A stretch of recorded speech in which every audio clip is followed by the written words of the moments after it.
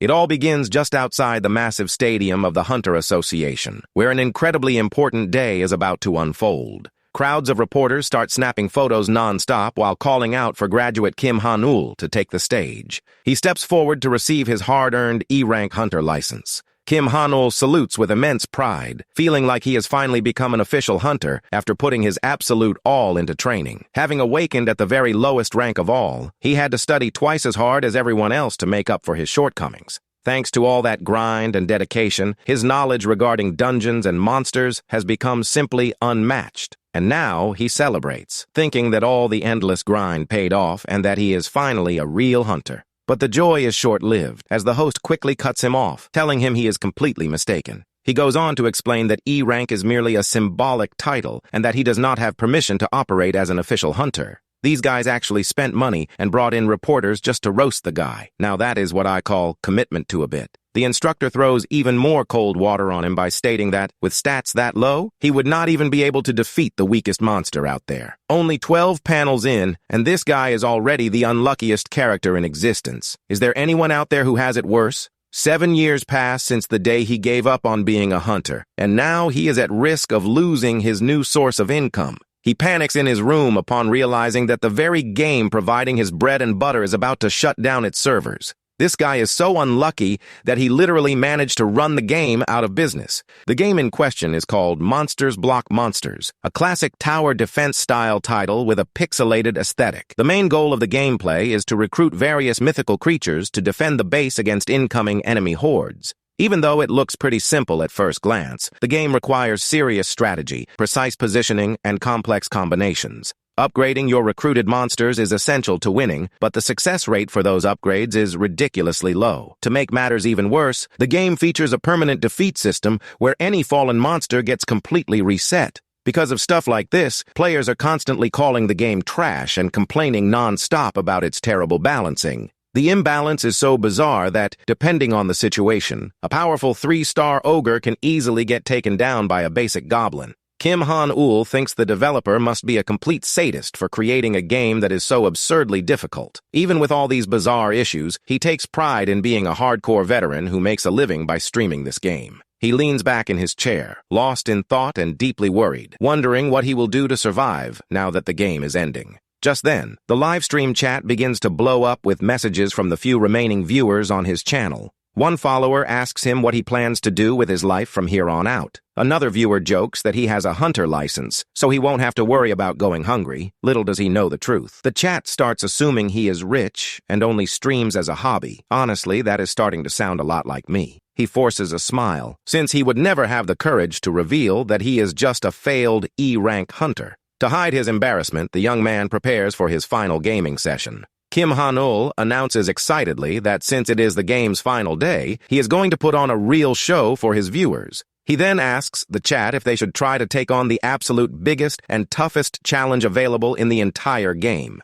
This massive event basically consists of defending the royal castle against endless waves of monsters pouring out of a portal. With his fingers flying across the keyboard and mouse, he starts the match, fully focused on reaching the legendary wave number 700. The hunter knows very well that this will be his final attempt, remembering that his entire journey has been funded by the chat's donations. He feels confident, recalling that nobody has ever managed to clear this stage, which means he could set a historic record. But deep down, he wonders if breaking this record will actually make any real difference in his life. Despite the doubts in his mind, he takes a deep breath and feels the adrenaline rush. Kim Han-ul lets out an excited battle cry and clicks the screen once and for all to kick off the action. The terrifying wave number 700 officially begins with a massive blue portal of magical energy tearing open in the area. A colossal horde of hideous and fierce creatures starts pouring through the portal, rushing rapidly toward his defenses. Startled by the absurd number of enemies on screen, he decides to start the battle cautiously with minor attacks. His loyal goblin archer quickly gets into position and readies his flaming bow to fire at the invading horde.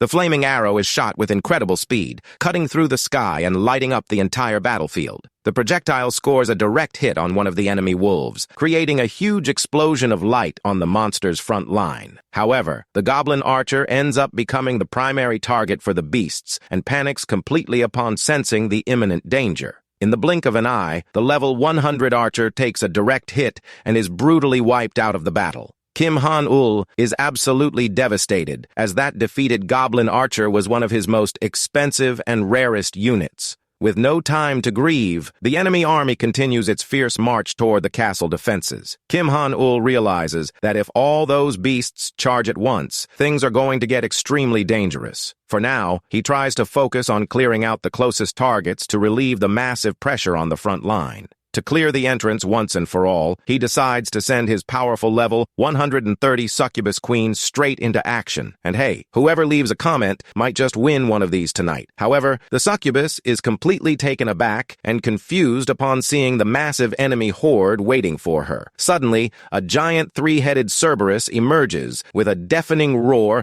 and charges furiously at the poor creature. The succubus queen is left in utter shock, unable to comprehend how that monstrous beast bypassed her defenses so quickly. Desperate, she tries to quickly fall back to reorganize her forces before it is too late. But the Cerberus is far quicker and bites the succubus mercilessly with one of its colossal jaws. The tragic defeat notification of the succubus queen and another powerful ally pops up on the screen, much to the player's despair. The young man bites his lip in sheer frustration, realizing that the monsters in this wave number 700 are just way too strong. Right after, another incredibly strong unit of his army ends up getting taken down without even a chance to fight back. Even his own defending Cerberus ends up defeated by the enemy army in just a few seconds of combat. Our boy starts breaking out in a cold sweat as he watches the units he raised with so much care get destroyed in such a humiliating way. He realizes this match is heading straight toward a total disaster. Not a single soldier or structure is left standing, and now only the main castle remains.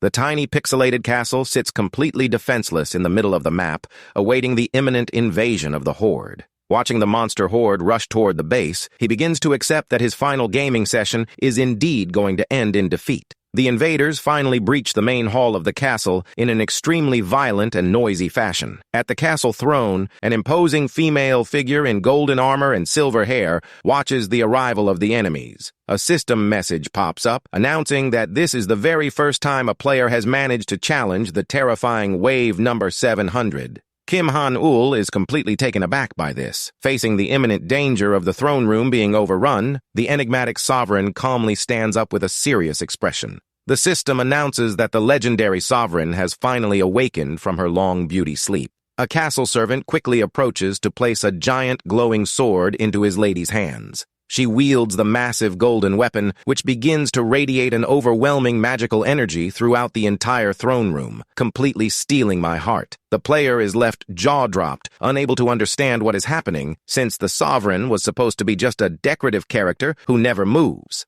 Unbothered by the young man's shock, the monster army continues charging up the throne steps, completely bloodthirsty. He recalls that he has lost hundreds of matches and seen plenty of game-over screens throughout his streaming career. But he is absolutely certain that such a bizarre and unprecedented event has never happened in all his years of gaming. The young man wonders what on earth is actually happening as he focuses on the warrior's red eyes, which are brimming with power. The warrior swings her massive sword through the air with absolute ease, leaving a brilliant trail of pure energy. With a single precise movement, she slices dozens of creatures in half in a spectacular display of pixelated action. Kim Han-ul goes absolutely wild with excitement, seeing that she managed to sweep almost the entire enemy army with just one devastating blow. He tells the stream to hold on a second, because things have completely spiraled out of control in the most unbelievable way. The sovereign charges outside the castle and is met with a colossal number of monsters covering the entire horizon.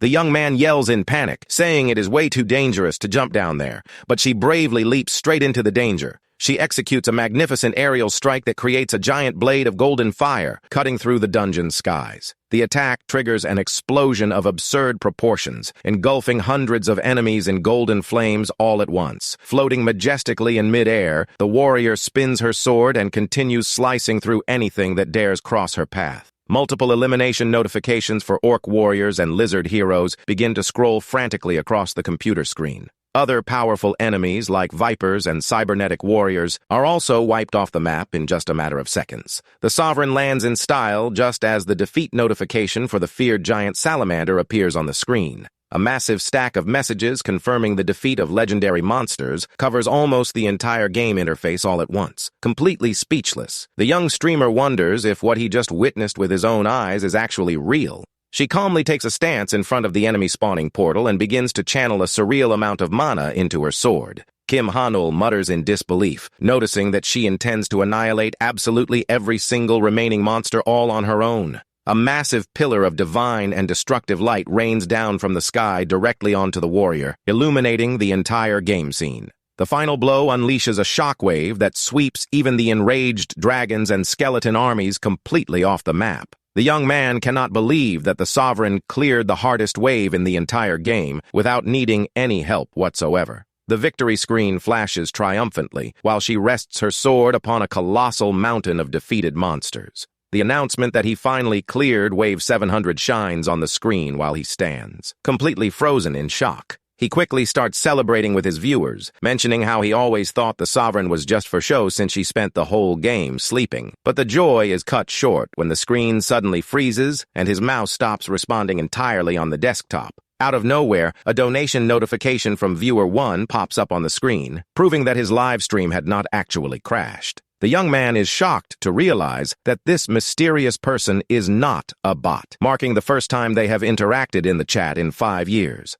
The mysterious person writes that thanks to his efforts, their master has finally awakened from her long slumber, leaving the young man completely confused. The streamer gives an awkward smile, not understanding a thing and assuming the mysterious user is just talking nonsense. The viewer wraps up by saying they eagerly look forward to his leadership as the game characters bow on the screen. The mysterious user disconnects from the stream immediately after, leaving the young man wondering if anyone else actually saw that bizarre event. Kim Hanul lets out a heavy sigh, lamenting his terrible luck on the very last day of his beloved favorite game. But his peace is shattered when he notices an incredibly bizarre blue glow starting to radiate from his active monitors. A colossal vortex of pure magical energy violently bursts from the computer screen, right in the face of the startled young streamer. He lets out a terrified scream as sparks of magical electricity begin to spread wildly all over his room. The hunter falls backward out of his chair, completely terrified, unable to comprehend the reason behind that sudden burst of power.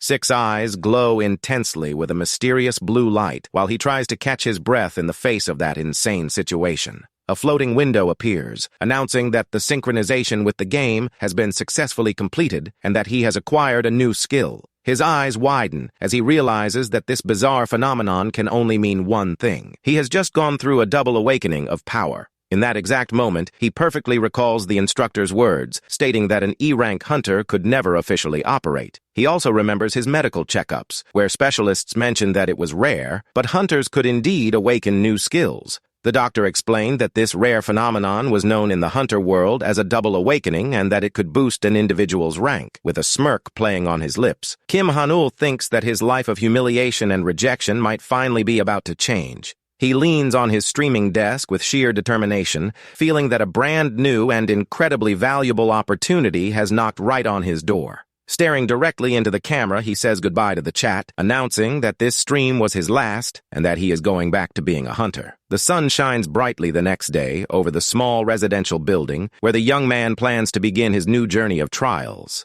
Sitting on the edge of his bed, he reflects that while he did indeed go through a double awakening, not everything turned out the way he expected. Upon opening his official system status window, he is met with extremely low physical stats and almost zero changes. The young man sighs in disappointment, realizing his stats remain exactly the same as before, completely crushing his high expectations. But a sudden notification sound from the system catches his attention right after, causing the hunter to look over curiously. The floating system panel asks if he would like to check the details of his newly acquired skill from the game. He observes the digital blue window with curiosity, trying to make sense of what kind of hidden power he just received out of nowhere. The young man quickly regains his spirits, thinking that weak stats do not matter at all if he managed to land a high-tier skill. Without wasting another second, he extends his index finger and taps the holographic screen to accept the info check. The screen updates, revealing his new skills to negotiate and speak directly with the legendary sovereign of the castle. The young man makes a face of pure confusion as he reads the bizarre names of those techniques, which he has never seen in his entire hunter life. He decides that the only way to find out how this stuff actually works is by activating the skills once and for all in the system. Kim Han-ul first selects the option to make a deal with the sovereign, beginning the activation process of the mysterious technique. But a red warning pops up on the screen, informing him that he does not have enough gold in his account to activate that special skill. The young man flops onto his bed in utter frustration, complaining loudly about getting awesome new powers that he simply cannot use. He lies there staring at the ceiling, deep in thought, knowing full well there is absolutely nobody in the real world he can turn to for advice. However, a brilliant idea suddenly sparks in his mind as he stares intently in the direction of his computer monitors. He quickly gets out of bed with renewed hope, imagining that the mysterious person from the chat might actually know something. Recalling the strange sensation from yesterday, he decides to turn on his PC and prepare to open a last-minute private stream. With his heart in his throat, he clicks to start the private live stream and hopes desperately that his one loyal viewer will show up in chat.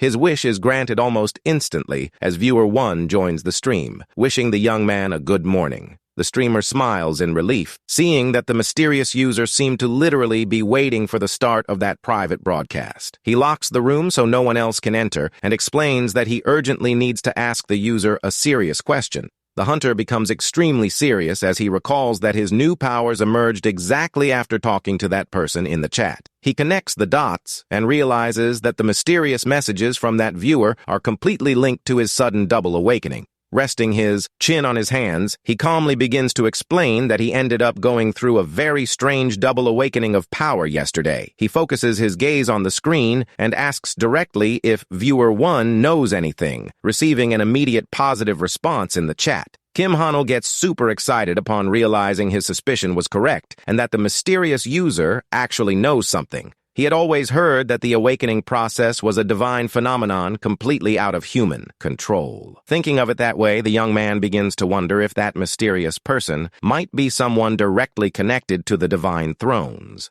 But a massive question still lingers in his mind about why such a powerful entity would choose to help someone like him of all people. The young man puts his hand to his head, trying to process everything, admitting to the chat user that he is incredibly relieved but extremely confused. He confesses that, no matter how much he tries to analyze it, he cannot find a single logical reason for receiving such an immense favor out of nowhere. The answer appears on the screen enigmatically, as the hunter's eye glows intensely with the magical energy of the universe itself. The mysterious messenger explains in a solemn tone that the young hunter was personally chosen by the sovereign to be her new master. The young man falls into deep thought, trying to remember if his lord's awakening actually happened because of that legendary match yesterday. He focuses his attention on the screen, trying to understand if all the crazy things happening in his life share some real connection. A strong gust of wind begins to circulate through his room at the exact moment he starts linking the facts to the game's shutdown.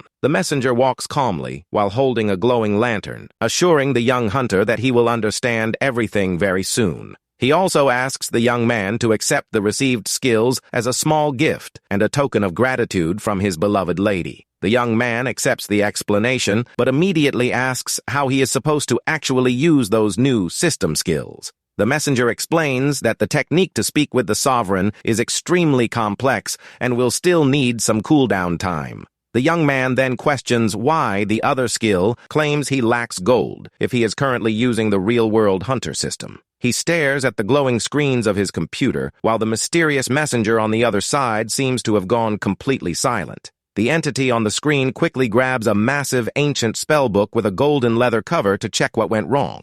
The messenger opens the glowing sacred tome, flipping through the holy pages to try and find the error in the transfer system. He lets out an awkward cough through the message chat upon noticing that he did indeed make a small technical oversight in the process. Kim Han-ul is left with a look of pure disbelief, unable to believe that a divine entity actually made such a silly mistake. The creature on the screen snaps its fingers, promising that a generous amount of gold coins will be deposited into the young man's account very soon. He steps into a massive galactic portal, stating that the young man will be able to use the technique freely as soon as the coin deposit is complete. The mysterious creature says a friendly goodbye, mentioning that they are very eager to work together with the hunter from now on. The notification that viewer 1 has left the stream appears on the screen, and the young man pinches his own cheek to make sure he isn't dreaming. He reflects in his chair that this crazy conversation confirmed his double awakening, even though he still has absolutely no clue what is actually going on. A system notification sound plays, announcing that 50 gold coins have been deposited and that the negotiation technique is now active. His eyes widen with excitement as a massive new blue holographic tab opens up right in front of his face.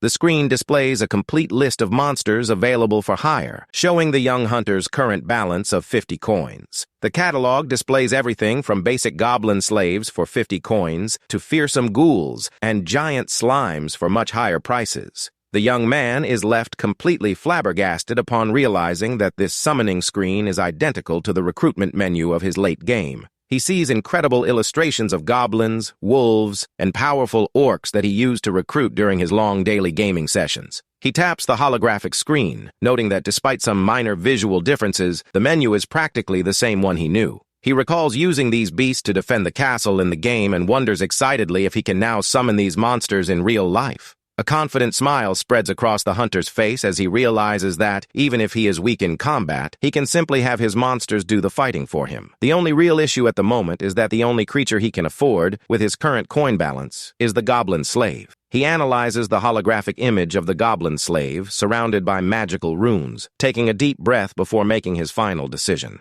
But his eyes nearly pop out of his head as he scrolls to the very bottom of the recruitment list and sees an unbelievable option available. The legendary Phantasmal Sovereign is listed right there, but she requires an absurd amount of nearly 100 billion gold coins to be summoned. The hunter sighs deeply upon seeing that bizarre multi-figure price tag, accepting that recruiting the queen of the game is completely out of the question. He rests his chin in his hand, racking his brain to figure out how on earth he is going to gather that much gold while living in the real world. He decides to analyze the situation calmly, recalling the basic rules he used to gather resources during his gaming sessions. He remembers that in the classic game, there were only 2 efficient ways to earn coins, the first one being clearing dungeons. The second option, to fill his pockets with cash, basically consisted of hunting wild monsters and selling their valuable loot. He deduces that if the game rules apply perfectly to real life, he will need to do the exact same thing to get his hands on gold. This means his only path to earning coins and moving up in life will be hunting the terrifying creatures in the real hunter world. But with his current physical stats, he would not be able to defeat even the smallest of monsters, leaving him with only one single alternative. The young man stares intently at the hologram of the little goblin slave, realizing that this weak creature is his only hope of survival. Determined, he extends his finger and presses the button to hire the 50-coin monster, hoping desperately that everything goes well. A massive spiral of blue energy erupts in the middle of the room at the exact moment the system confirms the success of his first real summon. The hunter's room begins to shake violently while he yells in shock upon seeing that the summoning is actually working. He finds it highly unusual that a simple low-level goblin slave is generating such a massive amount of electricity in the area. His eyes nearly pop out of their sockets as he notices that the creature stepping out of the portal is absurdly different from what he pictured. The next day, the scene cuts to the massive and modern skyscraper of the official Hunter Association shining under the sunlight. The receptionist begins to type rapidly on her keyboard to check the registration info of the young hunter, Kim Han-ul. The holographic screen displays his sad, empty record as an E-rank hunter, containing nothing but his simple regeneration skill.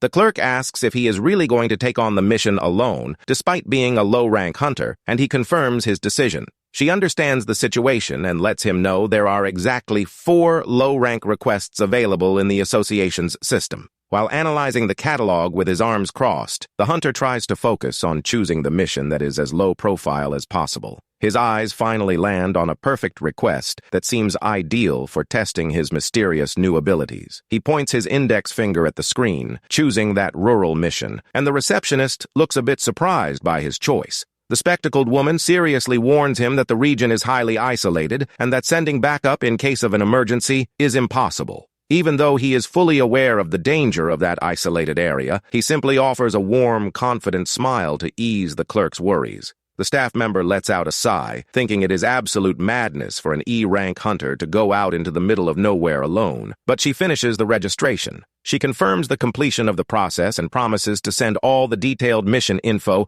via a text message to his phone. To wrap things up, the clerk asks him to place his fingerprint on the holographic biometric scanner for identity verification. She lets him know he is cleared to head out as soon as the scanner finishes the analysis, asking if he has any other questions. Kim Han-ul assures her that everything is good, and the staff member says goodbye, wishing him luck on completing his very first request. Taking firm steps toward the exit, the young man excitedly celebrates the official start of his activities as a real hunter. He looks back with a mix of anticipation and excitement, dying to test his newly acquired skills in his first real battle. The system panel details that the hunter's main objective is to head into the mountains of a village to exterminate a group of goblins. Walking calmly down the dirt road in the countryside, he realizes by the mountains in the background that he is already very close to his destination. A trembling, desperate voice yells in the distance, calling out for the official hunter who has finally arrived to solve the local troubles. An elderly village resident runs hurriedly through the brush to welcome the young E-rank hunter who came to help.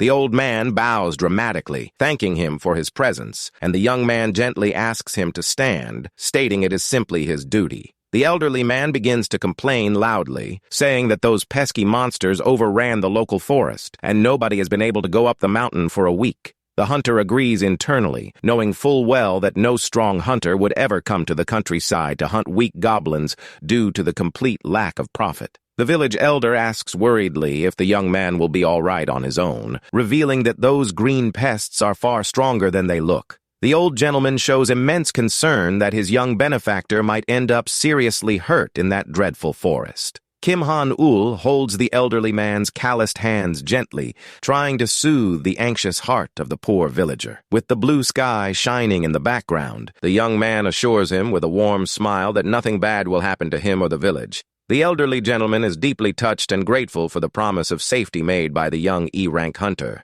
The old man bows once more, shedding tears of pure gratitude for finally finding someone kind-hearted enough to save them. After calming the grateful old man, Kim Han-ul begins to walk alone along the wooded trail of the forest where the monsters usually appear. The young man walks alertly, observing the surrounding trees, sensing that the targets must be very close, even though everything still seems quiet. Suddenly, bizarre, high-pitched screeches begin to echo from the thick woods, instantly catching the attentive hunter's attention. Peeking through the bushes, he spots a green-skinned goblin drinking water from a gourd in an extremely noisy manner. The hunter's eyes widen, and he is left with a look of pure disbelief, unable to make sense of the ridiculous scene he is witnessing. He notices that the goblins are gathered in a pack of 3 right in the middle of a sunny clearing in the forest. The young man thinks in disbelief that those bizarre creatures look like a bunch of middle-aged guys hanging out and drinking water by the roadside. Even though he finds the scene comical and very odd, he recognizes that the target's relaxed state makes his plan much easier to succeed. He confidently opens his holographic window and reaches out his right arm to access his private hunter inventory. The young man pulls a glowing blue summoning sphere from his holographic inventory, decided on testing his new minion's power in battle. Kim Han-ul takes a step back, sliding his foot on the ground, and makes a perfect throwing motion to launch the blue sphere toward the targets. He hurls the summoning sphere with all his might, commanding out loud for his goblin slave to enter the fray. The sphere of blue energy travels through the air and lands heavily right in front of the green creatures, who look curiously at the glowing object. But the hunter is left completely frozen in his throwing pose as he notices that absolutely nothing happened after the sphere made impact. The 3 wild goblins just stand there, staring at the glowing blue ball on the ground, completely baffled by the arrival of this strange item. The young man goes into a total panic and starts breaking out in a cold sweat, desperately wondering if he made some silly mistake during the summon. To make matters worse, the wild creatures turn toward him in a rage, and the hunter realizes with terror that it is already too late to run. With no other viable choice, Kim Han-ul decides he will have to face the terrifying green creatures using nothing but his bare fists. The pack of monsters charges in an extremely aggressive and fast manner toward the defenseless young man. Sweating from pure nervousness, he braces for the imminent impact, wondering if he can actually survive this hand-to-hand combat. The first creature leaps toward him with sharp claws, leaving the hunter with absolutely no way out in the clearing. The young man clenches his fist tightly and lets out a desperate battle cry as he swings at the air in an attempt to defend himself. But the clash of blows triggers an immense flash of light that leaves both the hunter and the goblin completely dazed. The system announces that the goblin slave has been summoned, and a powerful warrior in a black cape appears, slicing the enemy in half in the blink of an eye. The hunter is left jaw-dropped, seeing that imposing and incredibly strong figure slaughter the opponent without the slightest difficulty. The young man recalls that the very first monster he obtained when he started playing Monsters Block Monsters was indeed a goblin slave. Because he was so happy with his first creature, he ended up investing all his rarest and most legendary items into the little monster. With that absurd investment of resources, the minion became so strong that he managed to clear over 100 waves of monsters entirely on his own. This legendary, superpowered monster is named Gono, and he boasts a full set of A-rank armor and weapons in his personal inventory. The system explains that his new hunter skill has activated a special bonus that retrieves all the old items of his first monster. The powerful Gono lands a devastating blow on his opponent, unleashing a shockwave that destroys everything around them in the clearing. He leaps spectacularly with his black wings, slicing through the wild creatures with impressive precision and violence. With his legendary A-rank flaming boots, he crushes the last remaining enemy against the forest floor with extreme ease. A massive pillar of divine light erupts from the impact site, marking the tragic and painful end of another wild forest monster. The legendary goblin warrior strikes a victorious pose on a giant boulder, while the ground around him is left completely stained with blood. The last survivor of the green invading pack trembles in pure terror upon witnessing the merciless slaughter of his companions. The cowardly creature runs off desperately through the dense woods, letting out high-pitched squeals of panic as he realizes he will be the next victim. But the relentless Gono prepares for the pursuit, spreading his majestic black wings of magical energy under the sunlight. With the special skill active on his combat boots, he gains absurd speed, catching up to the runaway in just a matter of seconds. The warrior flies high into the sky like a blue bolt of pure destructive energy before plummeting down toward the terrified target. He hits the ground like a devastating meteor, shattering the earth and blocking any escape attempt from the cowardly monster. In a swift motion, the powerful ally brutally slices the wild creature, clearing the threat from that forest clearing once and for all. Kim Han-ul observes the total destruction of the battlefield with a completely blank face, unable to believe what he just saw. The young man breaks out in a cold sweat from pure amazement as he realizes his pet minion Gono is infinitely more powerful than he ever imagined. The little monster calmly walks back, dragging his giant club while the hunter tries to praise his ally's performance. Gono shyly tugs on the sleeve of Kim Han-ul's jacket, making the hunter suspicious of the intentions behind that cute gesture. The warrior points to his own head, and the young man realizes with surprise that the creature is simply begging for some head pats for a job well done. With a background full of flowers and sparkling eyes, the little monster makes such a cute expression that it leaves the hunter feeling a bit embarrassed. A new system screen suddenly appears in front of the hunter, showing that Gono's affinity level has risen to 20 out of 100. The young man is quite surprised by this new piece of information, trying to understand the practical workings of that affection meter. He complains, thinking the system has turned into a dating sim, while little Gono keeps nudging his leg, looking for attention. The holographic panel explains that reaching max affinity with the monster will unlock a brand new secret technique for the young hunter. His eyes gleam with pure ambition as he reads the message about the new technique, instantly changing his attitude toward the head pats. He hugs the little monster with a forced smile and begins showering him with compliments, determined to butter up his ally all day to get that technique. The buttering up plan works perfectly, and the blue holographic panel confirms an immediate 10-point increase in the minion's affection. After that cute moment in the middle of the dense woods, the hunter decides to focus on the main objective of his mission in the village mountains. He analyzes the fallen bodies on the ground and complains about not receiving any gold coins, wondering how he will make some money. Suddenly, little Gono makes some high-pitched noises to get Kim Han-ul's attention, pointing in the direction of the goblin corpses. The black-capped warrior kneels before the fallen bodies and begins to extract mysterious glowing stones from inside the monsters. The little monster extends his clawed hands, displaying 3 beautiful glowing blue crystals he harvested from the defeated enemies. The hunter takes the glowing ores curiously, immediately noticing that those blue stones carry a highly unusual magical energy. Gano points with a firm claw toward the deep, dense forest, and Kim Han-ul realizes there is something mysterious hidden nearby. Upon approaching the indicated spot, he is met with a vortex of blue energy glowing intensely among the trees.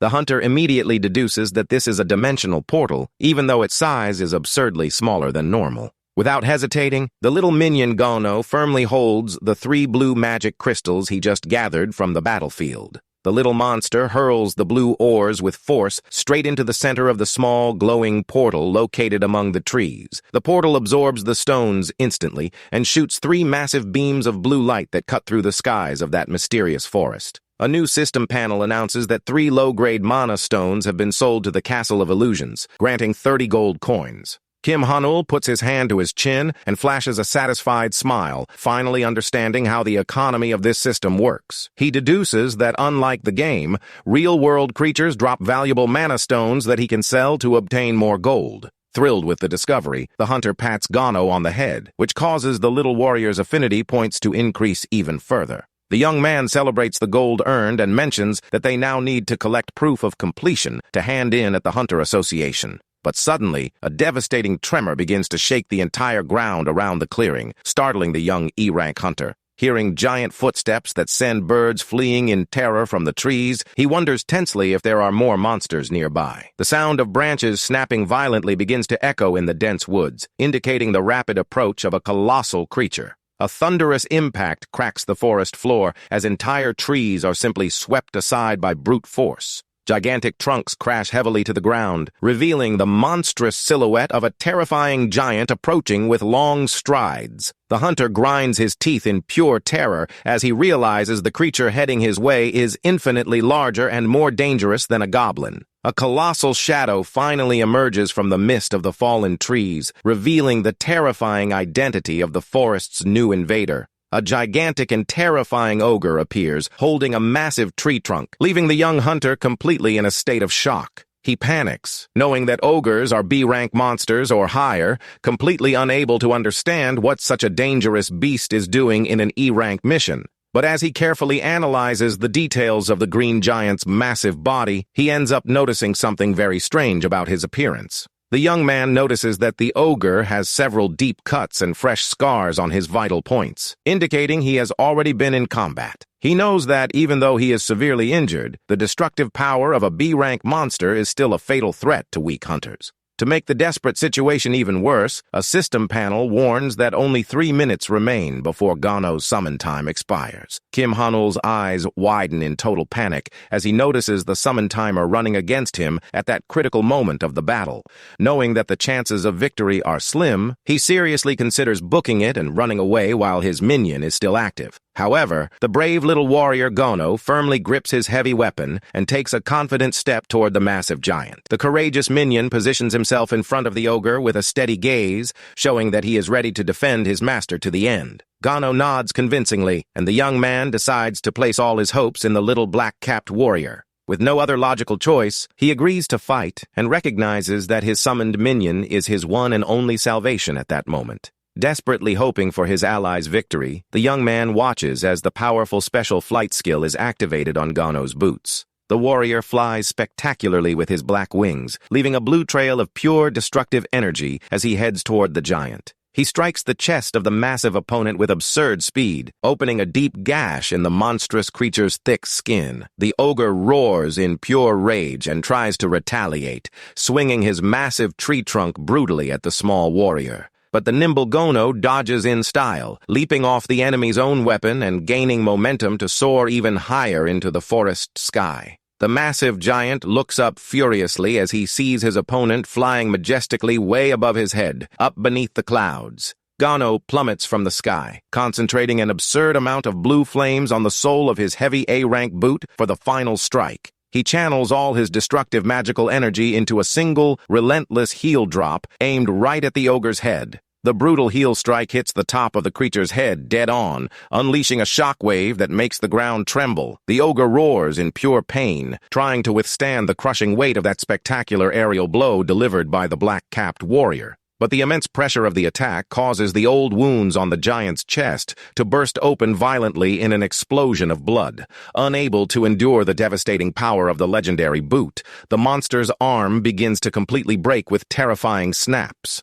A massive, glowing explosion of blue energy wraps around the giant's entire body, sealing the fate of that dreadful battle once and for all. Kim Han-ul has to cover his face with his arms to protect himself from the wind and rocks flying wildly all over the clearing.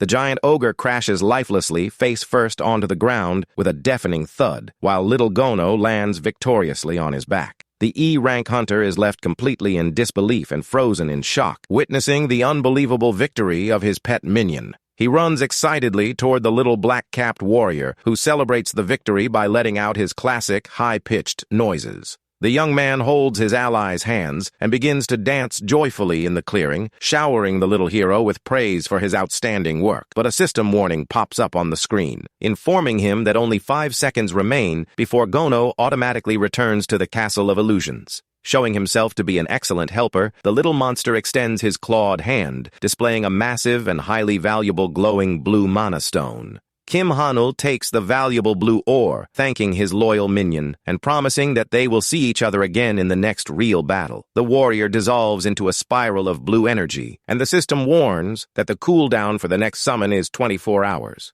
The hunter admires the valuable blue mana stones in his hands, extremely happy to have managed to score a real fortune on the mission. But a mysterious glow coming from behind suddenly catches his attention, causing the young man to turn curiously toward the trees. The small sales portal appears automatically, and the hunter hurls the ogre's large mana gem straight into the center of the blue spiral. The panel confirms the sale of the medium-grade mana stone for 100 gold coins, bringing the hunter's total balance to 130. A brand new system notification warns that this was the first time he sold a stone containing the soul of an ogre and begins calculating the bonus. The young man is surprised to read the message about an additional reward right in the middle of the dense woods where the battle just took place. The system reveals that the Lord's Castle has granted him a valuable premium gacha ticket as a reward for the incredible feat. He remembers very well that in the game, this premium ticket was the only existing way to get rare gear, even though the drop rate was awful. The holographic panel details that the premium ticket is indeed a special item used exclusively to obtain high-tier equipment. A golden chest drops directly from a small blue portal into Kim Han-ul's hands,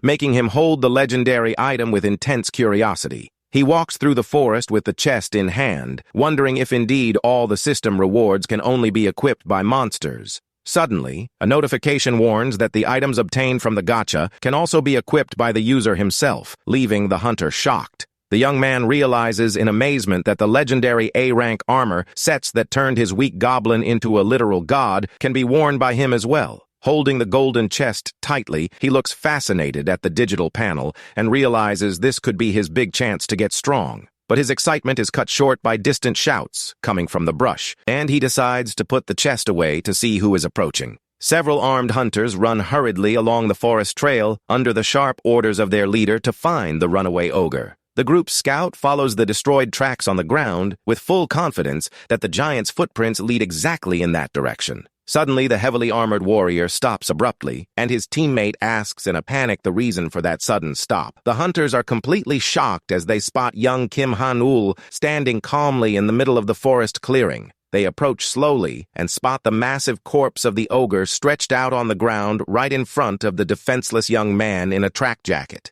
The young man recognizes the blonde-haired leader and realizes with surprise that it is Yoon Sua, the famous A-rank hunter from the Pungbak Guild. Kim Han-ul deduces that they were the original hunters chasing the ogre and sighs, knowing this situation is going to be a pain. One of the guild members yells furiously, telling the young man to hold on, and the E-rank hunter is startled by the sudden confrontation. The warrior approaches intimidatingly and explains that they belong to the Pungbak Guild and were hunting that mutant species. The blonde-haired leader approaches with a cold, piercing gaze, demanding to know directly if it was the young man who defeated the monster. Breaking out in a cold sweat from pure nervousness, he desperately wonders if the famous hunter is going to pick a fight because he stole the guild's prey.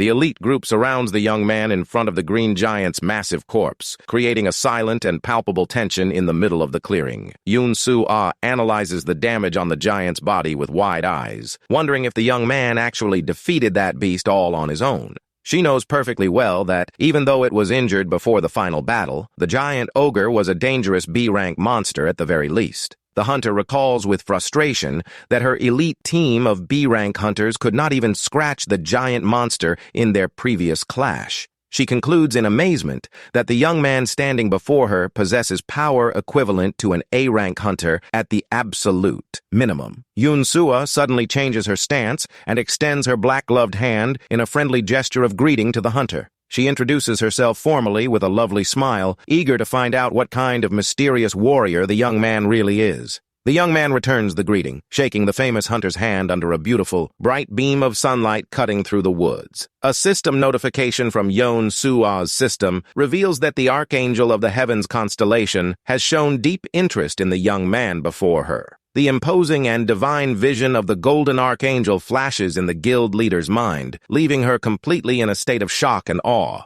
She widens her golden eyes, unable to believe that a top-tier divine constellation has shown interest in a complete stranger. Yoon-soo looks closely at Kim Han-ul, finding it highly bizarre that a divine entity would want a young man with such an ordinary appearance. She directly asks if he defeated the monster alone, and the young man plays it down, saying he just got a bit lucky in the fight. The hunter narrows her eyes, highly suspicious of his humble answer, absolutely certain that he is hiding his true power.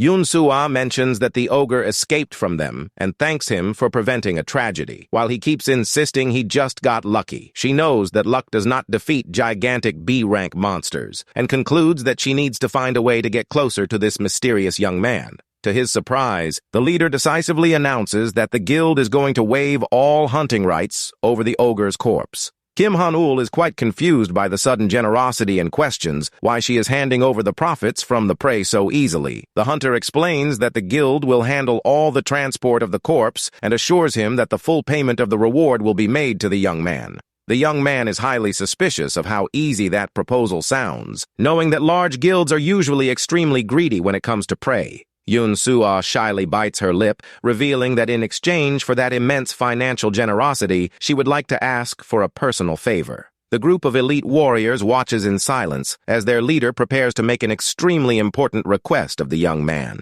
The E-rank hunter breaks out in a cold sweat, knowing there would be some catch behind all that generosity, bracing himself for the worst. The young elite hunter slips her hand into the pocket of her black trench coat and pulls out her brand-new smartphone with hands trembling from nervousness. With a massive aura full of floating flowers and romantic sparkles around her, she holds the phone out toward the young man's face. Blushing furiously with her cheeks red from embarrassment, the famous elite hunter yells, begging the young man to give her his number. Kim Han-ul is left completely frozen with a look of pure disbelief, utterly unable to understand why she would want his phone number. Later, the village residents say a cheerful goodbye to the young man, thanking him from the bottom of their hearts for saving the mountain and clearing out the goblins. The old man thanks Kim Han-ul from the bottom of his heart for saving everyone's lives in the village, but the young man humbly replies that it was really nothing. Kim Han-ul lets them know it is now safe to go up the mountain and that everyone has been through a lot, while the old man says they must return the favor somehow.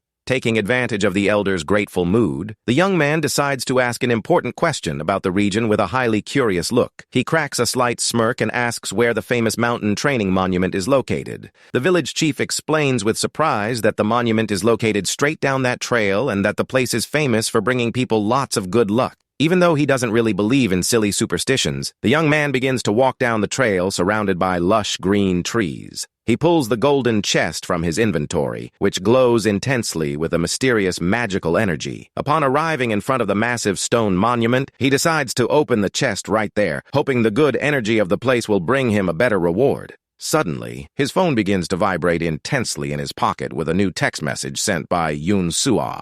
Kim Han-ul holds the golden chest in one hand while grabbing his phone, intrigued to see the famous hunter's name on the screen. She lets him know in the message that the Pungbak Guild will handle the transport of the ogre's corpse and asks him to get in touch when he is ready to receive the reward. The young man is quite intrigued to notice that she used her personal number instead of the famous guild's official customer service contact. He lets out a long sigh and decides to ignore this weirdness for now to focus on what actually matters at that moment. The time has come to open the golden chest, and the young hunter can barely contain his anxiety to see that legendary item from the game right before him in real life. Even though he knows the drop rates for this chest are usually terrible, he hopes with all his might to pull at least one A-rank piece of gear. The system asks if he wishes to consume a premium gacha ticket to open the chest, and the young man confirms the action immediately. In that very instant, the golden chest pops open and releases an extremely bright burst of magical light in the middle of the peaceful forest. Several legendary items of various categories float through the young man's mind, but what he desires most is the maximum rarity available in the system.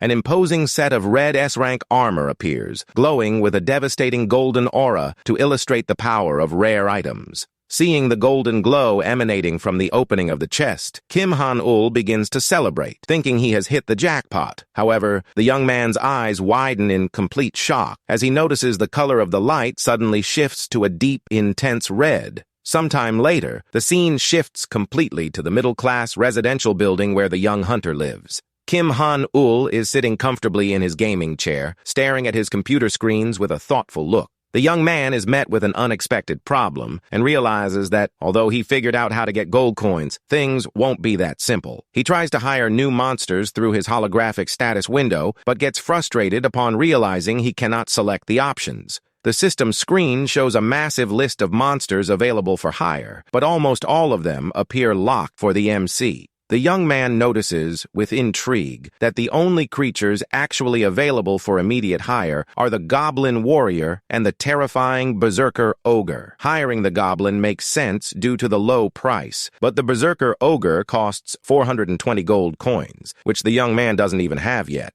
He begins to connect the dots and deduces in amazement that he can only hire creatures that he has actually defeated and eliminated personally in the real world. This bizarre system logic perfectly explains why only those two specific monster options are unlocked for use. Having to hunt down each monster personally is an extremely difficult condition, but the young man knows he has no other choice if he wants to progress in the game.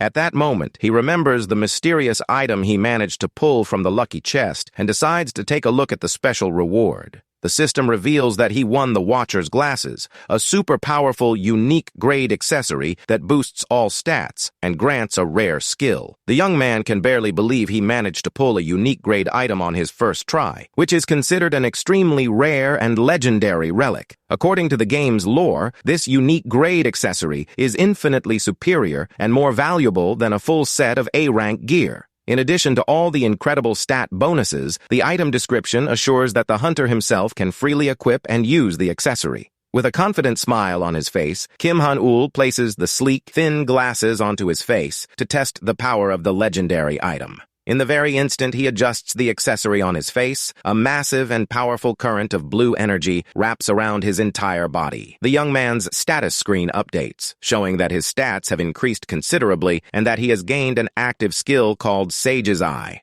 This incredible new technique allows him to view the stats and skills of any target twice a day, without consuming charges when used against weak monsters. He is completely shocked to look at the holographic screen and confirm that all his stats actually went up by 5 points all at once. With a smile of pure satisfaction, the young man realizes with surprise that the effects of the system gear work perfectly on his own physical body. He realizes the tremendous tactical advantage of being able to use the analysis skill to see all the weaknesses of enemy monsters before even starting a battle. This special target analysis skill is exactly what he needed to make his daily hunts much easier and safer from here on out. However, as he thoughtfully removes the glasses from his face, the young hunter realizes there is a small detail in this whole story that leaves him intrigued. He seriously questions the real reason why he is receiving so much power so easily and without having to pay any price for it. Sitting in the dim light of his room, illuminated only by the PC screen, Kim Han-ul wonders why he, of all people, was chosen to receive this grand destiny. Suddenly, several red warning messages begin to pop up on the system screen, desperately warning that the Great Wave is about to begin. The red panel urgently commands the young man to prepare his defenses immediately, putting the young hunter on complete high alert. An endless stream of red danger warnings fills the MC's entire room, startling him as he tries to make sense of what is happening in there.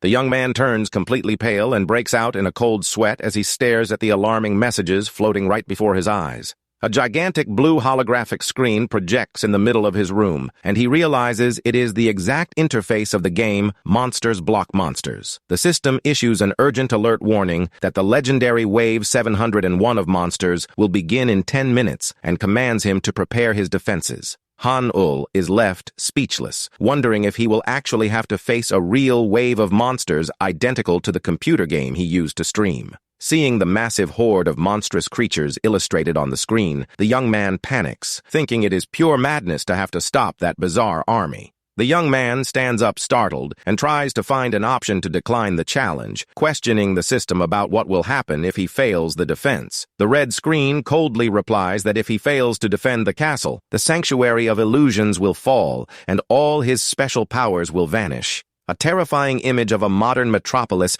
completely destroyed and engulfed in flames is displayed by the system to illustrate the gravity of failure. The system's final message flatly warns that the entire real world will be completely wiped out if the monster invasion succeeds. A 10-minute countdown begins to run on the blue interface while the young man processes the craziness of having the fate of the world in his hands. Han-ul stares at the gigantic blue screen representing the tactical defense map, realizing the situation is real and there is no running away from this mission. Still in disbelief, he asks out loud if the system really expects him to stop an apocalyptic monster invasion all by himself in the middle of his room. The magical blue screen begins to pulse with glowing energy, preparing to initiate the tactical combat simulation in the real environment. The young man notices that the defense map is identical to the game's, but he is confused as to why the system is forcing him to play this in real life. He finds it extremely absurd and nonsense that the existence of all humanity depends solely on the outcome of a video game match.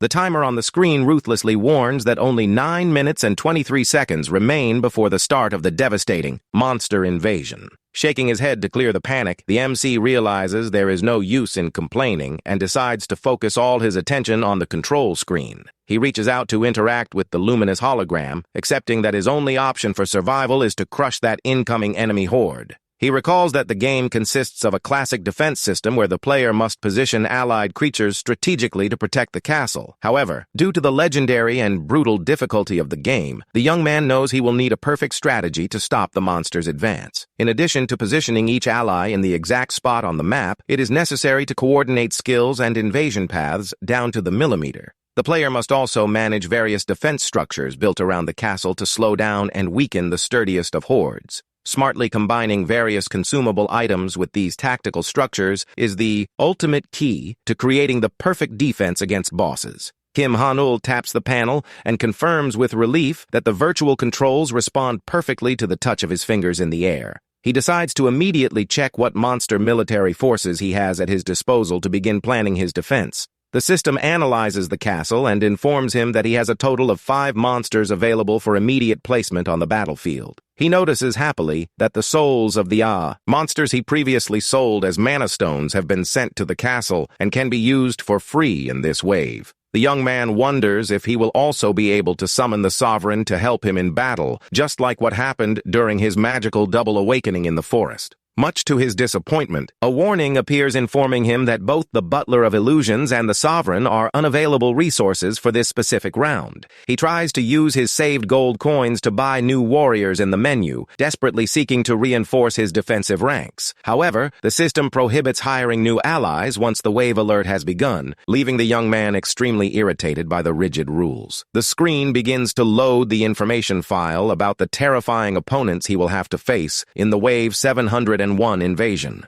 The first boss revealed is the fearsome Count Gular, a legendary warrior accompanied by his dreaded elite troop known as the Dragon Spawn. The system details that the invading force consists of 40 wyverns and 20 half-dragons, totaling an overwhelming army of 61 beasts. Han-ul gulps upon seeing that the boss is a 6-star monster, knowing full well that the star system measures the pure destructive power of each being. Since the star rating represents raw combat potential, a massive level gap makes any direct confrontation impossible. He complains indignantly about how the system expects him to defeat 5- and 6-star enemies using only weak goblins and a regular ogre. The screen displays a virtual simulation of a rapid defeat, proving his current forces would not last even a few seconds against a single half-dragon. With not enough gold to purchase better tactics and such weak troops, the young man finds himself cornered and desperately tries to cook up some strategy. A new special benefit window appears, informing him that, as the only active player, he will be allowed to choose one defensive structure and one item for free. He curiously observes the bonus options floating on the blue panel, realizing he will only have the right to select one structure and one extra piece of gear.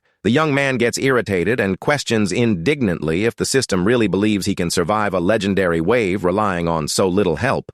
Although he finds it complete madness to try and beat the game under these deplorable conditions, the hunter takes a deep breath and begins analyzing the available options. He cracks a sly, confident smile, recalling that as the top veteran of that terrible game, he knows every single trick under the sun. With his eyes shining with determination, he boasts, saying he played that garbage defense game for far longer than anyone else in the world. While others would be completely lost on what to do in this critical situation, the young man begins typing and plotting his tactical plan on the interface. With just over 8 minutes left before the clash, he focuses on using every single drop of his accumulated knowledge to create an unbeatable defense strategy. With only 5 minutes remaining on the clock, Han-Ul operates the holographic panels at high speed to position his few units on the map. With less than a minute left before the start of the clash, the young man breaks out in a cold sweat from intense concentration as he finalizes the last details of the battle plan. As the clock hits 0 and his goblin cards are positioned on the field, the hunter yells confidently that he will absolutely contain the enemy invasion. The hunter takes a deep breath and focuses entirely on the screen, aware that he has done absolutely everything within his power to prepare. The timer finally hits 0, and the young man mentally prepares himself for the immediate start of the dreadful apocalyptic battle. A massive flock of red wyverns emerges, tearing through the skies toward the holographic castle with overwhelming fury. The dragons charge fiercely against the glowing blue spherical barrier protecting the MC's entire castle structure. The powerful Count Gular watches the battlefield with crossed arms and a cold gaze as the system announces the start of the wave. The swarm of bloodthirsty wyverns dives at high speed, letting out deafening roars against the castle defenses. The beasts collide violently against the protective energy shield, triggering intense bursts of blue electricity across the entire area. A flood of aerial attacks strikes the defense structure, but to everyone's surprise, the barrier manages to hold against the initial impact. Kim Han-Ul lets out a smile of pure satisfaction upon noticing that his brilliant defensive strategy worked perfectly against the assault. He reveals the power of the infinite barrier, an overpowered structure that reduces any damage taken to just 1 point per hit received. The only condition to use this broken defense is that the average star rating of all your forces must be 2 stars or less. Due to this bizarre low star restriction, this protective shield is considered an exclusive item for beginner players. One of the red wyverns unleashes a devastating blast of hot flames directly against the glowing surface of the protective shield. The impact of the fire attack triggers a massive explosion in the air, and the system sends a notification informing him that the barrier has taken damage. Several durability loss alerts begin to flash on the screen as the beasts strike the blue protection repeatedly without pause. Although each hit inflicts only 1 point of damage on the protective barrier, the young man knows the real danger lies in the sheer volume of enemies. With 61 creatures attacking simultaneously, the protective shield's 100 health points drop by half in just a few seconds. Despite the immense pressure and the rapid health drop of the defense, the young man keeps his confident smile, knowing exactly how to handle this. He begins to employ the legendary crazy clicking technique, tapping his fingers on the holographic screen at a simply unbelievable speed. Each of the young man's rapid clicks restores 1 point of durability to the protective shield, allowing him to neutralize the beast's damage. Feeling his fingers on the verge of breaking from clicking the screen so much, the young hunter manages to keep the protective shield's integrity at a high level. With the defense properly stabilized, he begins to plan his offensive strategy to defeat all the invading flying beasts. One of his attacks strikes the face of one of the invading wyverns in midair, surprisingly dealing only a single point of damage to the beast. Under normal combat conditions, it would be impossible for regular goblins to hurt wyverns, but the young man prepared a surprise for the dragons. The little allied goblins appear wielding glowing spoons wrapped in golden flames to attack the massive flying creatures. This bizarre A-rank item is called Hakon's Spoon, and it allows weak monsters to deal long-range damage, ignoring the star difference. The unusual attack deals only 1 point of damage per hit, but the cumulative effect of multiple spoons striking the beasts begins to take its toll. One of the red wyverns takes a spoon strike right to the middle of his forehead and just looks around with a completely baffled face, unable to understand a thing. The mocking goblins stick out their tongues and make funny faces while continuing to hurl their magical spoons into the air. According to the MC's quick mental math, his allies will need to hurl spoons for 60 consecutive hours to win. The young man's only task now is to keep clicking frantically to repair the protective shield during all 60 hours of the siege. The hunter begins clicking the virtual screen non-stop to test who will collapse first under the immense physical fatigue of that insane battle. Meanwhile, the allied monsters run back and forth along the virtual castle walls, launching their bizarre attacks without pause. The young man wonders matches of amusement if the red beasts will end up passing away from pure stress by being defeated by a relentless rain of spoons. Count Gular begins to sweat from pure nervousness as he sees his imposing army being made a laughingstock by a bunch of goblins with silverware.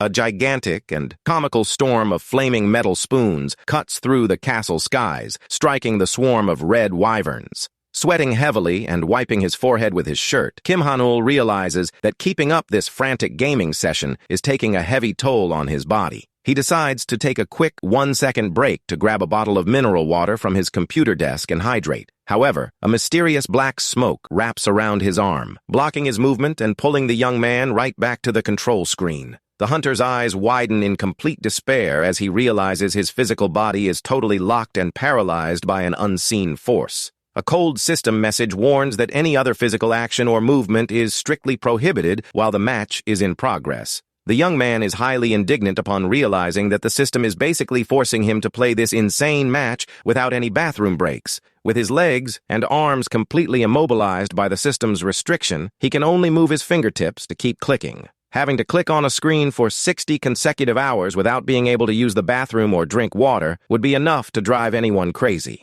However, instead of panicking over the physical torture, the young hunter cracks a determined smile, knowing the game has only just begun. Outside, a gigantic high-tier red dragon emerges, roaring intensely in the middle of the flying horde of invading wyverns. The colossal creature begins to channel a massive, glowing, and destructive fireball in its mouth to blast the defenses. The fire breath strikes the protective energy shield, causing a devastating explosion that drastically reduces the defense's durability. Despite the imminent danger of defeat, the young man cracks a sadistic smile, recalling that this absurd adrenaline rush was the exact reason he loved this game. A gigantic explosion of fire and light takes over the entire screen, while Kim Han-ul readies himself to click with even more speed and fury. The timer shows that 2 hours of the game have already passed, but the young man startledly notices that nearly 58 hours of battle still remain. Even though he is fully aware that failure would result in the tragic end of the entire world, he refuses to back down and resolves to accept this absurd survival challenge. Cracking a manic smile with an insane expression on his face, the young man yells, challenging the system to see who will emerge victorious from that battle. The little goblins continue to hurl their spoons with precision, dealing continuous and gradual damage to the massive beasts attacking the blue shield. After a long and exhausting 12 hours of non-stop clicking, the tired young hunter realizes he still has to endure another 48 hours of play. Even though he is only chipping away 1 health point per hit, the young man leans on the monitor, fully aware that the cumulative damage of the spoons will eventually bring the monsters down. The fearless goblins continue to launch their metal silverware relentlessly, slowly and steadily draining the health of the powerful enemy dragons. To his immense surprise, the first red wyverns finally begin to plummet from the skies, completely defeated by the goblins' spooning. Kim Han-ul watches the kill alerts on the blue holographic screen with hope, realizing with relief that the enemy army has finally started to fall. He is filled with determination, seeing that his crazy strategy is actually working, and realizes he just needs to hold on tight for a bit longer to win.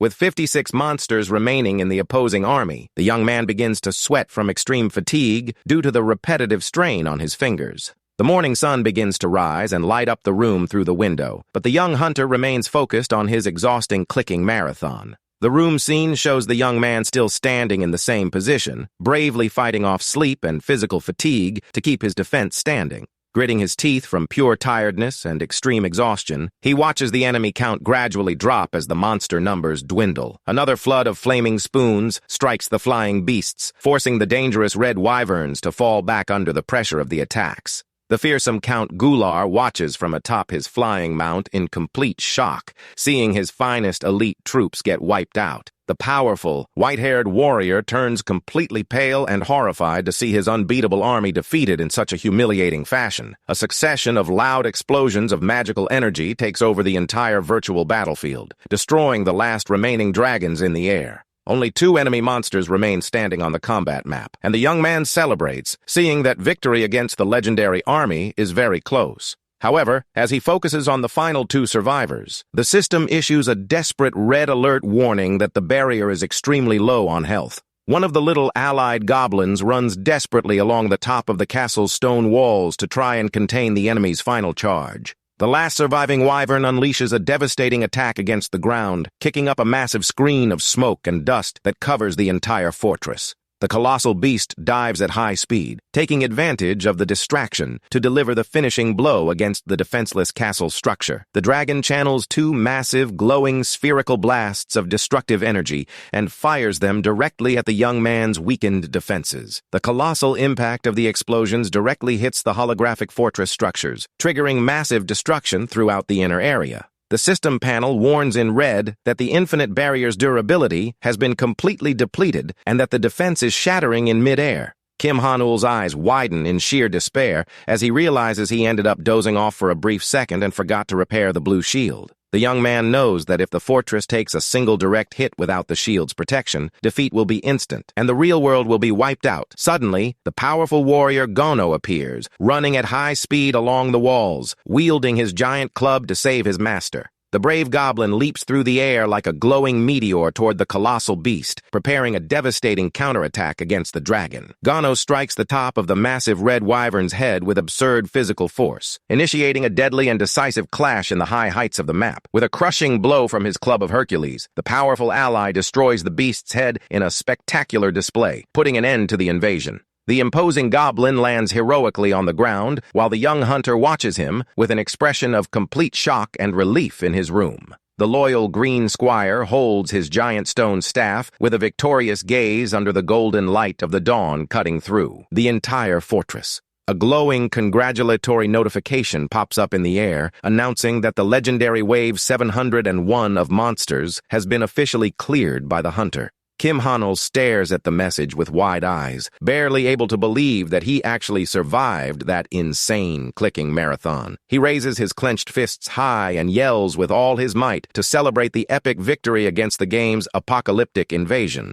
The young man begins laughing to himself, out of pure relief and mental exhaustion, celebrating the achievement of a feat that seemed completely impossible to pull off. Lacking the strength to even celebrate any longer, the young hunter's body simply collapses backward, and he falls unconscious to the floor, fast asleep. The MC lies sprawled on the wooden floor under the bright daylight, letting out a sore groan due to the extreme physical exhaustion of his body. He wakes up sometime later, holding his head in pain, wondering in confusion if he ended up passing out for the entire rest of that day. At that moment, a notification sound echoes through the room, and the young man quickly gets up to check what the holographic system is displaying. The reward screen summarizes the victory and pokes fun at Count Gular for being beaten to a pulp by an army of goblins with spoons. The hunter is surprised to receive 20 wyvern bones, 10 scales, and 5 dragon hearts directly as loot items from the great battle. He curiously observes the list of materials obtained and wonders if they have a specific crafting use, just like in the game.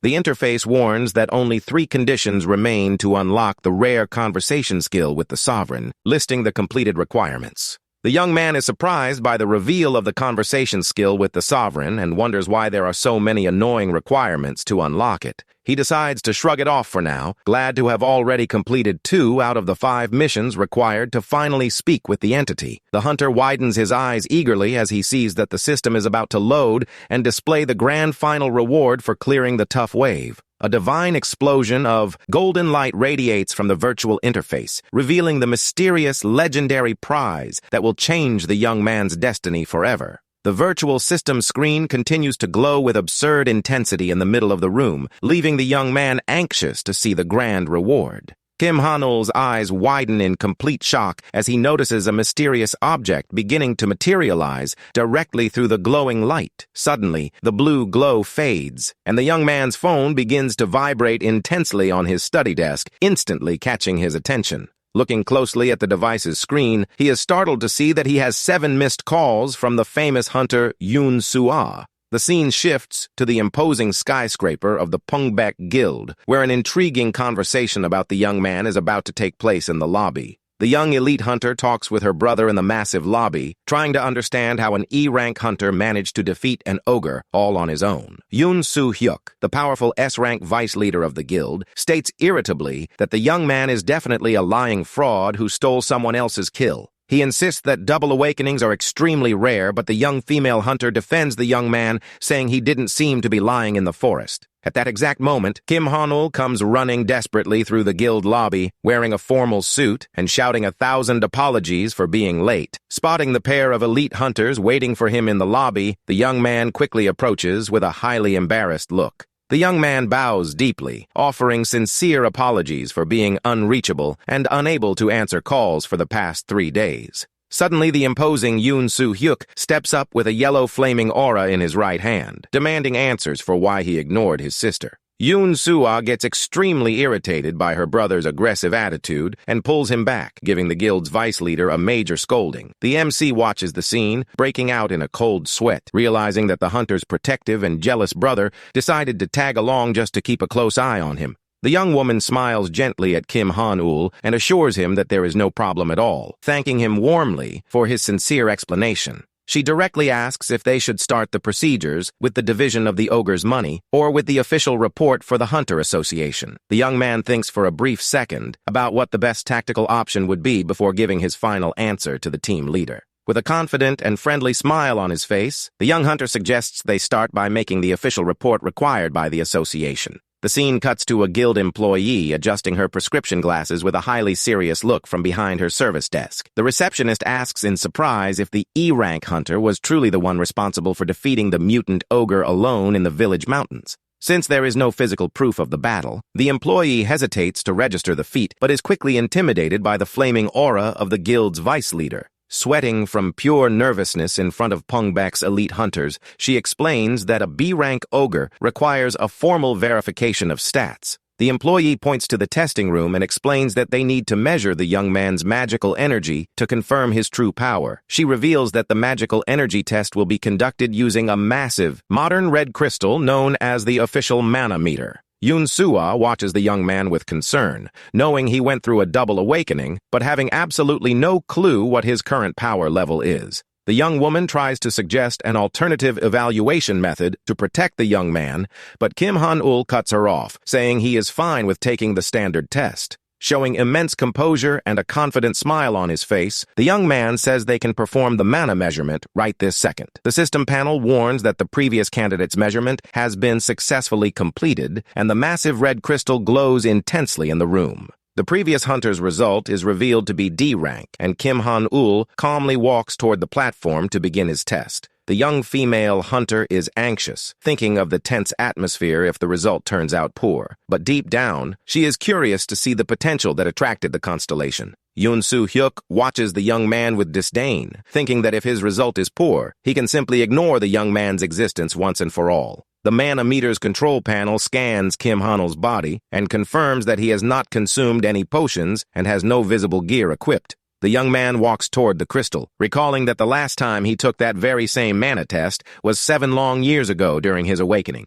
On that fateful day, he was left completely devastated to find out that his magical stats were equivalent to nothing but an E-rank hunter. The young man takes a deep breath to push away the bad memories of the past and firmly places his right hand on the smooth surface of the magical crystal. In that very instant, the massive red crystal erupts with an extremely bright golden light that temporarily blinds everyone present in the room. The entire metal structure of the testing room begins to shake violently with the power radiating from the young man, leaving the Yoon siblings shocked. A colossal amount of concentrated magical energy is absorbed by the mana meter, which begins to pulse with an intense red color at the top. The energy finally stabilizes completely, and the system's control screen lets out a beep indicating that the mana measurement has been completed. Kim Han-ul slowly removes his hand from the red crystal while patiently waiting for his result to be officially displayed on the guild's screen. The system quickly processes the data collected from the young man's body and prepares to reveal the young hunter's rank level on the holographic screen. To the absolute shock of everyone in the room, the final result shines on the holographic screen in giant red letters, confirming the young man is an S rank. The guild's elite group widens their eyes and lets out cries of complete panic upon witnessing the sudden emergence of a brand new S-rank hunter. The reason behind that colossal power goes back to the moment the young man was checking his final secret reward for winning the difficult wave. The system had granted him a brand new and extremely rare active skill called Lord's Trail, leaving the hunter quite intrigued. The description explains that the technique temporarily inherits all the stats of the most powerful monster from the previous wave for 30 minutes a day. Kim Han-ul's eyes widen as he realizes the scale of that absurd power. Beginning to do the mental math regarding his true potential, he realizes he will be able to utilize the crushing 6-star stats of Count Gular, the legendary supreme-level boss of the last major wave. With the new technique added to his status menu, the young man was met with the perfect opportunity to test the limits of his new Lord power. Activating the Lord's Trail shortly before the test, his magical stats for strength and agility skyrocketed to absurd levels, securing the S-rank result. The young man knows his new skill only lasts for 30 minutes a day, but as long as it is active, his magical stats will be identical to those of an S rank. The mana meter begins to release steam as it finishes the test, hiding the MC's trick from the people who do not know the truth of his system. To the rest of the world, Kim Han-ul will now present the image of an absurdly powerful rookie S-rank hunter who has just undergone a double awakening. The Yoon siblings stare at the young man with open mouths, breaking out in a cold sweat from pure shock, completely unable to digest that unbelievable power result. Yoon Soo-hyuk tries to hide his envy, claiming he is still superior to the young man, but takes a hard elbow right to his ribs from his sister. The MC asks the employee if the result is enough proof to register the ogre's defeat, or if he will need to fill out more paperwork. Completely terrified in front of a new S-rank, she assures him that the measurement was more than enough and promises to send the official document tomorrow. He warmly thanks the siblings for their help in registering the report, but the young female hunter insists on saying that all the credit goes to him. The hunter politely says goodbye to the Pungbak Guild's elite group and begins walking toward the exit of the modern commercial building. Before the young man can make it through the doors, the imposing S-rank vice leader calls out Kim Han-ul's name in a highly serious tone. The powerful warrior surprises everyone in the lobby by offering an informal invitation for the rookie to grab a friendly coffee sometime when he is free. Yoon Soo-hyuk makes it clear that he is extending that official proposal on behalf of the Pungbak Guild in an attempt to recruit the young man as soon as possible. The hunters observing the lobby begin to whisper in shock upon seeing the vice leader, himself trying to personally recruit the rookie hunter. With a highly ironic smile on his face, Kim Han-ul politely declines the invitation, saying he would rather pass on the friendly coffee opportunity. The young man adds that if he needs to negotiate anything with the guild, he will get in touch directly with Yoon Soo-ah, leaving the young female hunter embarrassed. He says goodbye with a confident wave and leaves the association lobby with his head held high, leaving a massive, silent tension behind him. The proud vice leader of the guild is left with a look of pure disbelief, completely unable to understand where that insolent and mysterious rookie came from. Within a few hours, social media and hunter forums explode with viral news about the surprise emergence of a new S-rank in the country. Back in his room during the night, Kim Han-ul follows the coverage of the news on his phone, thoroughly impressed by his sudden fame. He receives confirmation that his hunter license has been promoted to B rank, since the rules limit promotion to 3 ranks at a time. Even though he thinks it is a shame not to go straight to the top, the young man accepts the decision and starts his live gaming stream in front of his computer. The channel's chat quickly begins to fill with messages from subscribers, asking if he has seen the news about the country's mysterious new S rank. The young streamer relaxes in his chair, calmly replying that he followed the articles about the powerful new S-rank hunter on the internet. His virtual viewers begin to gossip, mentioning that the rookie turned down the personal recruitment offer made by Pungbek's influential vice leader. The chat users debate in amazement about the young man turning down the famous elite guild's $1 million offer, preferring to keep acting solo. Amused by the fact that they are talking about him without knowing the truth, the young man announces that he has prepared a special content focused on hunters. The viewers get excited, and the B-rank hunter reveals that today's content will be focused on exploring real dungeons live on stream. The chat gets highly active with the unprecedented stream idea, and the young man prepares to select the challenges proposed by his followers. He friendly extends his hand toward the camera and asks for direct suggestions from subscribers on which dangerous dungeon he should try to clear today. One of the viewers worriedly warns that streaming live dungeon raids is an illegal activity that violates confidentiality agreements. Streaming or recording activities inside official dungeons is strictly prohibited by law to protect the tactical secrets of the guilds. The young man reassures the chat, explaining that he will only post the completion certificate and tell fun stories of the fights without breaking any rules. The subscribers begin making difficult suggestions, like the nest of the furious dragon, while one fan makes a generous donation of 50,000 won to the channel. A female subscriber suggests he go to the giant's kitchen, and the channel receives another generous donation of 1 million won to influence the choice.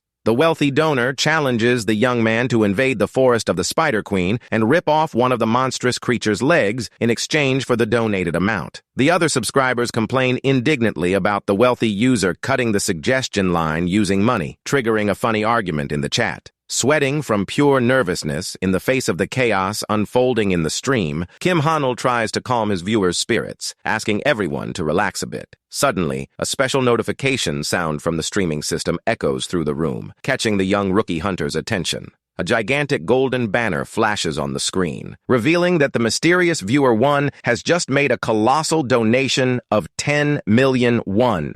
Kim Hanul's eyes widen in complete shock and disbelief as he reads the astronomical 10 million value shining on his stream screen. The live stream chat simply goes wild over the generosity of the mysterious user, whom many believe to be just a bot on the channel. Viewer 1 sends a humble message, apologizing for not knowing how to attach a custom message along with the payment of his donation. Still stunned by the fortune received, the young man asks directly which dangerous dungeon the generous donor would like to suggest for the stream. The mysterious hooded figure of viewer 1 flashes in the young man's mind, preparing to dictate the location of his next major, deadly challenge. He points his index finger upward and firmly suggests that the young man explore the deepest part of the city's mysterious garden of meditation. The chat goes into a complete panic over the choice, desperately warning that nobody has ever managed to survive or clear that part of the dungeon. Kim Hanul puts his hand to his chin, thoughtfully, recalling that the Garden of Meditation dungeon is divided into 3 sectors of increasing difficulty. While the entrance of the location is considered a safe and easy dungeon to explore, the central lake already presents a completely different danger level.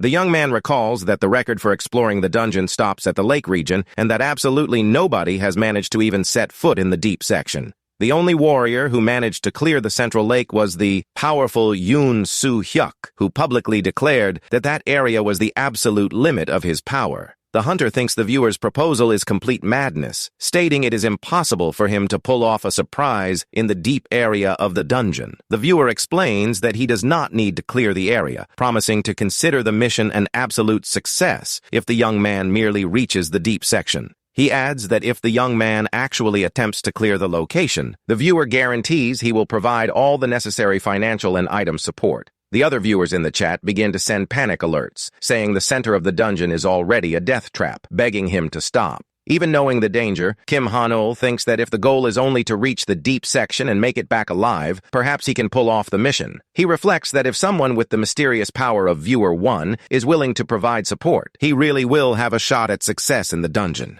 The young man lets out a long sigh and decides to accept the challenge of invading the deepest unexplored part of the dangerous Garden of Meditation. With a clenched fist and a gaze full of determination, the young hunter yells to his audience, announcing that he is going to fulfill the elite challenge. The next day, the scene shows the modern commercial building of the Hunter Association, where the young man is going to request his entry permit. Sitting before the receptionist, Kim Han-ul firmly explains that he would like to request a solo expedition for the mysterious dungeon. The association employee adjusts her prescription glasses in complete shock upon hearing the young man mention the name of the dangerous garden. She worriedly warns that it is extremely dangerous to go in there alone, but the young man firmly insists that she just process the request. The receptionist reluctantly accepts and begins typing the data, suggesting they schedule the young man's solo expedition for a week later on the calendar. The young man in a brown jacket smiles and asks if there isn't any closer date, explaining that since he is going alone, he is ready to set out at any moment. The employee checks the system and lets him know that a spot has just opened up for tomorrow, and the young man accepts the opportunity immediately. She confirms the scheduling of the solo entry for 16 hours the following day, and the hunter warmly thanks her before standing up. Kim Han-ul walks elegantly out of the imposing Hunter Association building, ready to begin his final preparations. Suddenly, an unfamiliar voice calls out the young man's name from behind, causing the young B-rank hunter to look back, intrigued. A pair of unfamiliar hunters wearing formal black suits approaches the young man in the courtyard and asks if he has a minute to talk. They introduce themselves formally as the heads of human resource recruitment for the famous and influential Aegis and Samurai guilds in the country. Upon receiving their luxurious business cards from their hands, the young man deduces that the sudden approach is due to his excellent mana test result. The recruiters begin to vie for the young man's attention, stating that their respective guilds are eager to sign a contract with him. The hunter analyzes the metal symbols and recalls that Samurai and Aegis are part of the select group of the 3 largest and wealthiest guilds in the country. The Aegis representative guarantees that they are willing to match any offer or contract terms that their rival Pungbek has proposed to the young man. Kim Han-ul politely thanks them for the $1 million offers, but firmly explains that he has urgent personal matters to resolve first. He says goodbye and begins walking away, leaving the 2 professional recruiters jaw-dropped in the middle of the sidewalk, unable to believe they got turned down. The young man seriously reflects that joining a large guild right now would only place limits on his growth and resolves to prioritize the new dungeon. He grabs his phone and makes an important call to secure crucial information about the internal region of the dangerous Garden of Meditation. On the other end of the line, Yoon Soo-hyuk answers the call in his office and surprisedly confirms that he remembers that specific dungeon very well. While walking through the subway station, the young man reveals that he plans to invade the deep part of the dungeon, and the vice leader is startled by his audacity. Han-ul calmly explains that he is calling precisely because he knows the difficulty, seeking to gain valuable information from someone who has already explored the place. The proud S-rank warrior mockingly questions why he should share his tactical secrets with a rookie hunter. The young man naturally replies that he has an airtight strategy capable of safely clearing the entire Garden of Meditation dungeon. Hearing that audacious and unbelievable claim, the powerful vice leader of the Pungbek Guild focuses his attention and asks if he is being serious. The young man proposes giving all the public credit for the victory to Pungbek if he manages to clear the dungeon, making the offer highly tempting for the leader. The warrior senses that the rookie hunter really is hiding a trump card up his sleeve and questions if it is indeed possible to perform this clearance alone. Kim Han-ul cracks a highly confident smile on the other end of the phone and assures him without hesitation that he can handle the challenge without any help. The vice leader agrees to negotiate, but tries to make a new counter-proposal, demanding that the young man sign an official contract to join his guild. The rookie hunter cuts the leader off, saying he refuses any contract, leaving Yoon Soo-hyuk frustrated by reminding him that they are the only ones interested. To break the vice leader's pride, the young man amusingly reveals that directors from the wealthy rival Aegis and Samurai guilds personally approached him today. Yoon Soo-hyuk's eyes widen in complete shock upon finding out that his biggest competitors have already made a move to try and recruit the rookie. He gets extremely furious upon realizing that the other guilds have already sniffed out the talent and are trying to steal the hunter he discovered. The young man reinforces that his proposal to give the public credit of the victory to Pungbek is their best shot at beating the competition from rival guilds. With no other viable way to secure the rookie hunter, the vice leader sighs in defeat and agrees to share the crucial information. He warns that he does not know the dangers of the bottom and that the map has changed over the last year, but guarantees he will share everything he knows about the dungeon. With a highly confident smile on his face, Kim Han-ul accepts the conditions, stating that the leader's basic information will be more than enough. The scene shows the imposing structure of the Garden of Meditation dungeon, a gigantic floating tower wrapped in clouds and magical blue lightning. The next day, the young man arrives at the meeting point at the dungeon gates and spots the group of elite hunters who were already gathered at the location. Kim Han-ul calmly walks toward the entrance using the magical watcher's glasses, noting that he was the last elite hunter to arrive. The hunters waiting in the courtyard observe the young man in a brown jacket, whispering in surprise upon seeing that he actually decided to come alone. A bald hunter wearing a gray vest approaches the young man and formally introduces himself as Cho Kwang-soo, the leader of the Bulgul Guild. Kim Han-ul returns the greeting, shaking the bald man's hand, who offers a sarcastic smile, mentioning he is already very familiar with the rookie's fame. The Bulgul leader comments in a teasing tone that he is the famous prodigy who just landed an S rank in the association's mana test. Cho Kwang-soo narrows his eyes and comments with disdain about the massive break that S-rank hunters easily receive from the system. He complains that his team had to wait a month to schedule their entry, but guarantees that as soon as they step inside, the rookie will be entirely on his own. The hunter adds that, unlike the young rookie, his guild has a very specific and important tactical mission to fulfill in there. Shaking Kim Han-ul's hand with exaggerated and irritated force, the bald man threateningly warns him not to even think about asking them for help. Keeping an unwavering calm and a teasing smile on his face, the young man accepts the condition and simply replies that they can do exactly that. Cho Kwang-soo lets go of the young man's hand with disdain and irritably states that an S rank measured by machines means absolutely nothing in a real fight. The MC watches the group walk away and amusingly thinks that the members of that guild are far more stressed and irritated than he expected. He understands that the group had to wait a long time to manage to schedule the dungeon, while he had the luck to secure a spot in just one day. Calmly adjusting his watcher's glasses, the young man naturally accepts the cold reception and prepares to begin his vision tests. He activates his Sage's Eye skill and amusingly discovers that all the members of that noisy guild possess nothing but a C-rank level. Hanul smiles in relief, noticing that none of those weak hunters will have the physical capability to follow him to the deep, secret area of the dungeon. He realizes Cho Kwang-soo is merely bluffing with his veteran talk and satisfiedly concludes he won't have to worry about him in there. The bald man notices the MC's teasing smile and yells irritably, demanding to know why he is staring at the group with that silly face. The Bulgul members take their leader's side and begin yelling at the young man, asking if he is mocking their boss's shiny bald head. To prevent a full-blown fight at the entrance, the portal operator steps in with a discharge of magical energy and commands the argument to end. The mage opens the glowing green energy portal in the middle of the courtyard and loudly announces that it is time to begin the official exploration of the dungeon. He warns that he cannot keep the portal open for long and orders all the hunters to cross the magical entrance as quickly as possible. Kim Han-ul walks toward the glowing green portal, feeling a slight anxiety upon realizing that this is his very first real dungeon of his life. Crossing the curtain of green energy, the young man mentally prepares to face all the unknown dangers awaiting him on the other side. The system displays the info panel, confirming the entry of the 20-person group into the conditional advancement dungeon of the Garden of Meditation. Inside his virtual sanctuary, the mysterious Viewer 1 watches the arrival of the MC, sitting majestically on his imposing stone throne. The entity snaps his fingers, wishing the young man good luck on the new mission, activating a special modification to the internal rules of that dungeon. The system sends an alert informing that the physical structure and rules of the Garden of Meditation are being partially altered by the castle. The Bulgul Guild group crosses the teleportation portal inside the dungeon, becoming enveloped by an intense and mysterious, magical green smoke. Cho Kwang-soo looks around, extremely confused and startled to notice that the dungeon's internal environment is completely different from what was expected.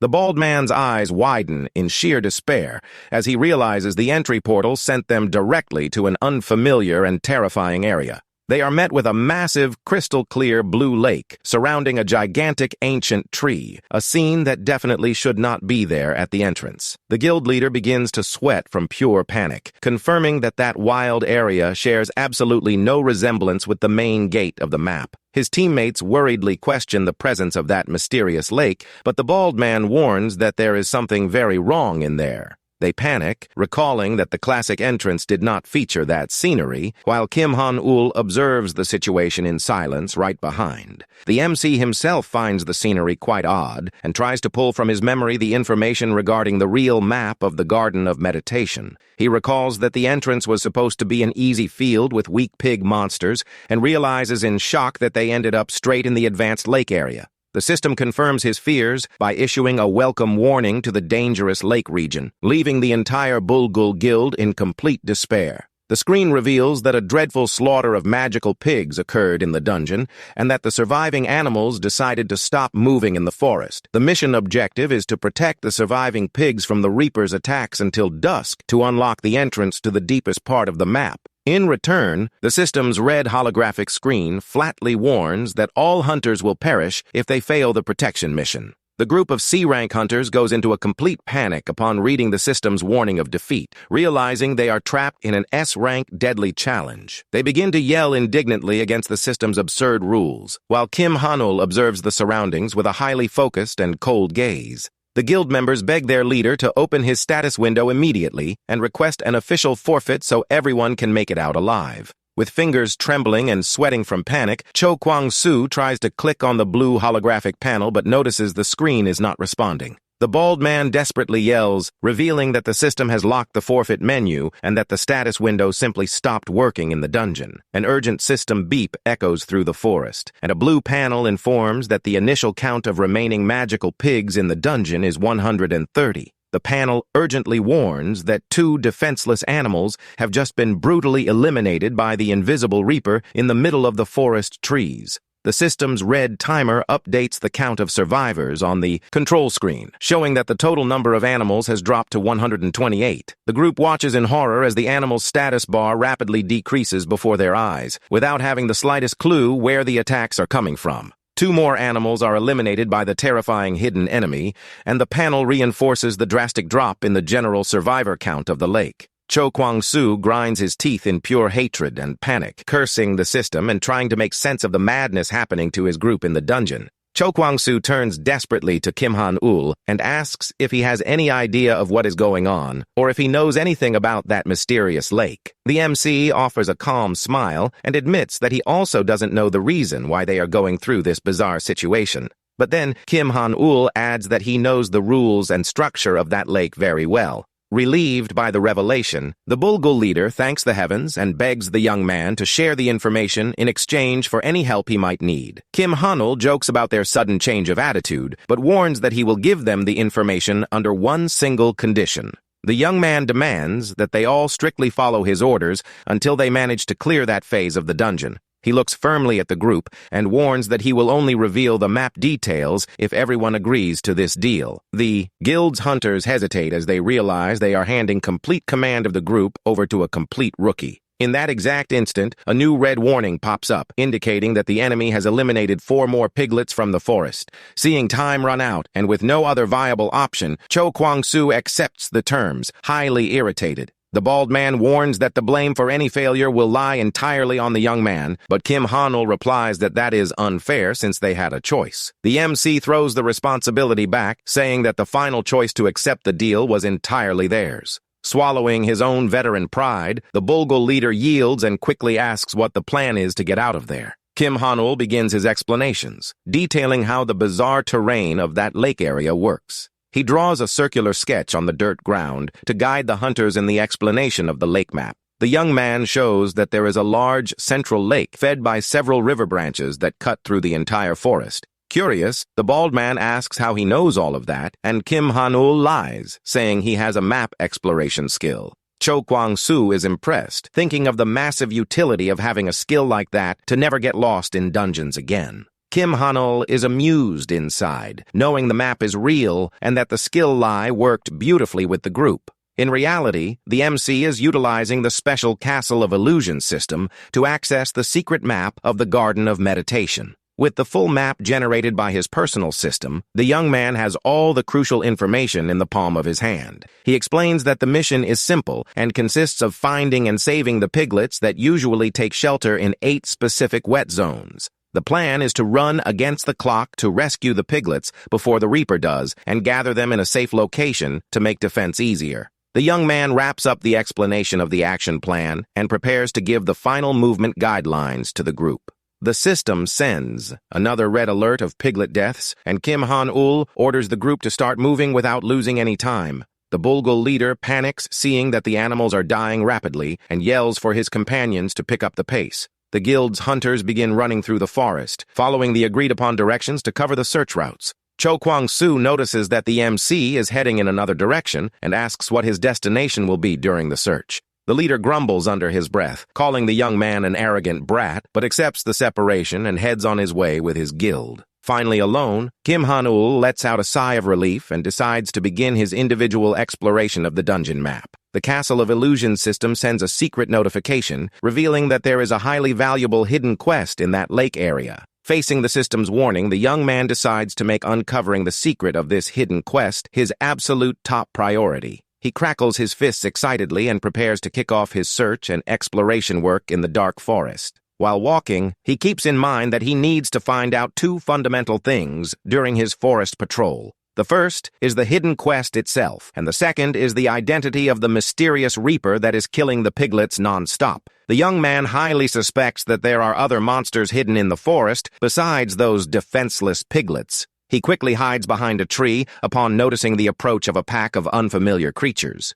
To his surprise, the young man is met with a pack of muscular lizard warriors marching, armed with sharp spears. Identifying the creatures as lizard men, he immediately deduces that they are the killers who are slaughtering the piglets. Watching from the corner of his eye, the young man tries to confirm if that pack of monsters is indeed the one responsible for the killing in the forest. He realizes the situation has gotten quite complicated because these monsters are D-ranked but represent a major danger acting in a group. Suddenly, a loud scream from afar catches the young man's attention, who quickly turns toward the noise in the forest. Two rebellious members of the Bulgul Guild walk along, laughing loudly and complaining that they are not going to follow some random rookie's orders. Kim Han-ul panics upon noticing that the two noisy idiots are walking exactly toward where he is hidden. The armored hunter draws his sword, laughing, and comments that he only intended to kill time until it was time to leave the dungeon. But before even finishing his sentence, he is brutally taken by surprise by a lightning-fast attack from one of the lizard men dropping from above. In a fraction of a second, the lizard warrior slices the armored hunter in half,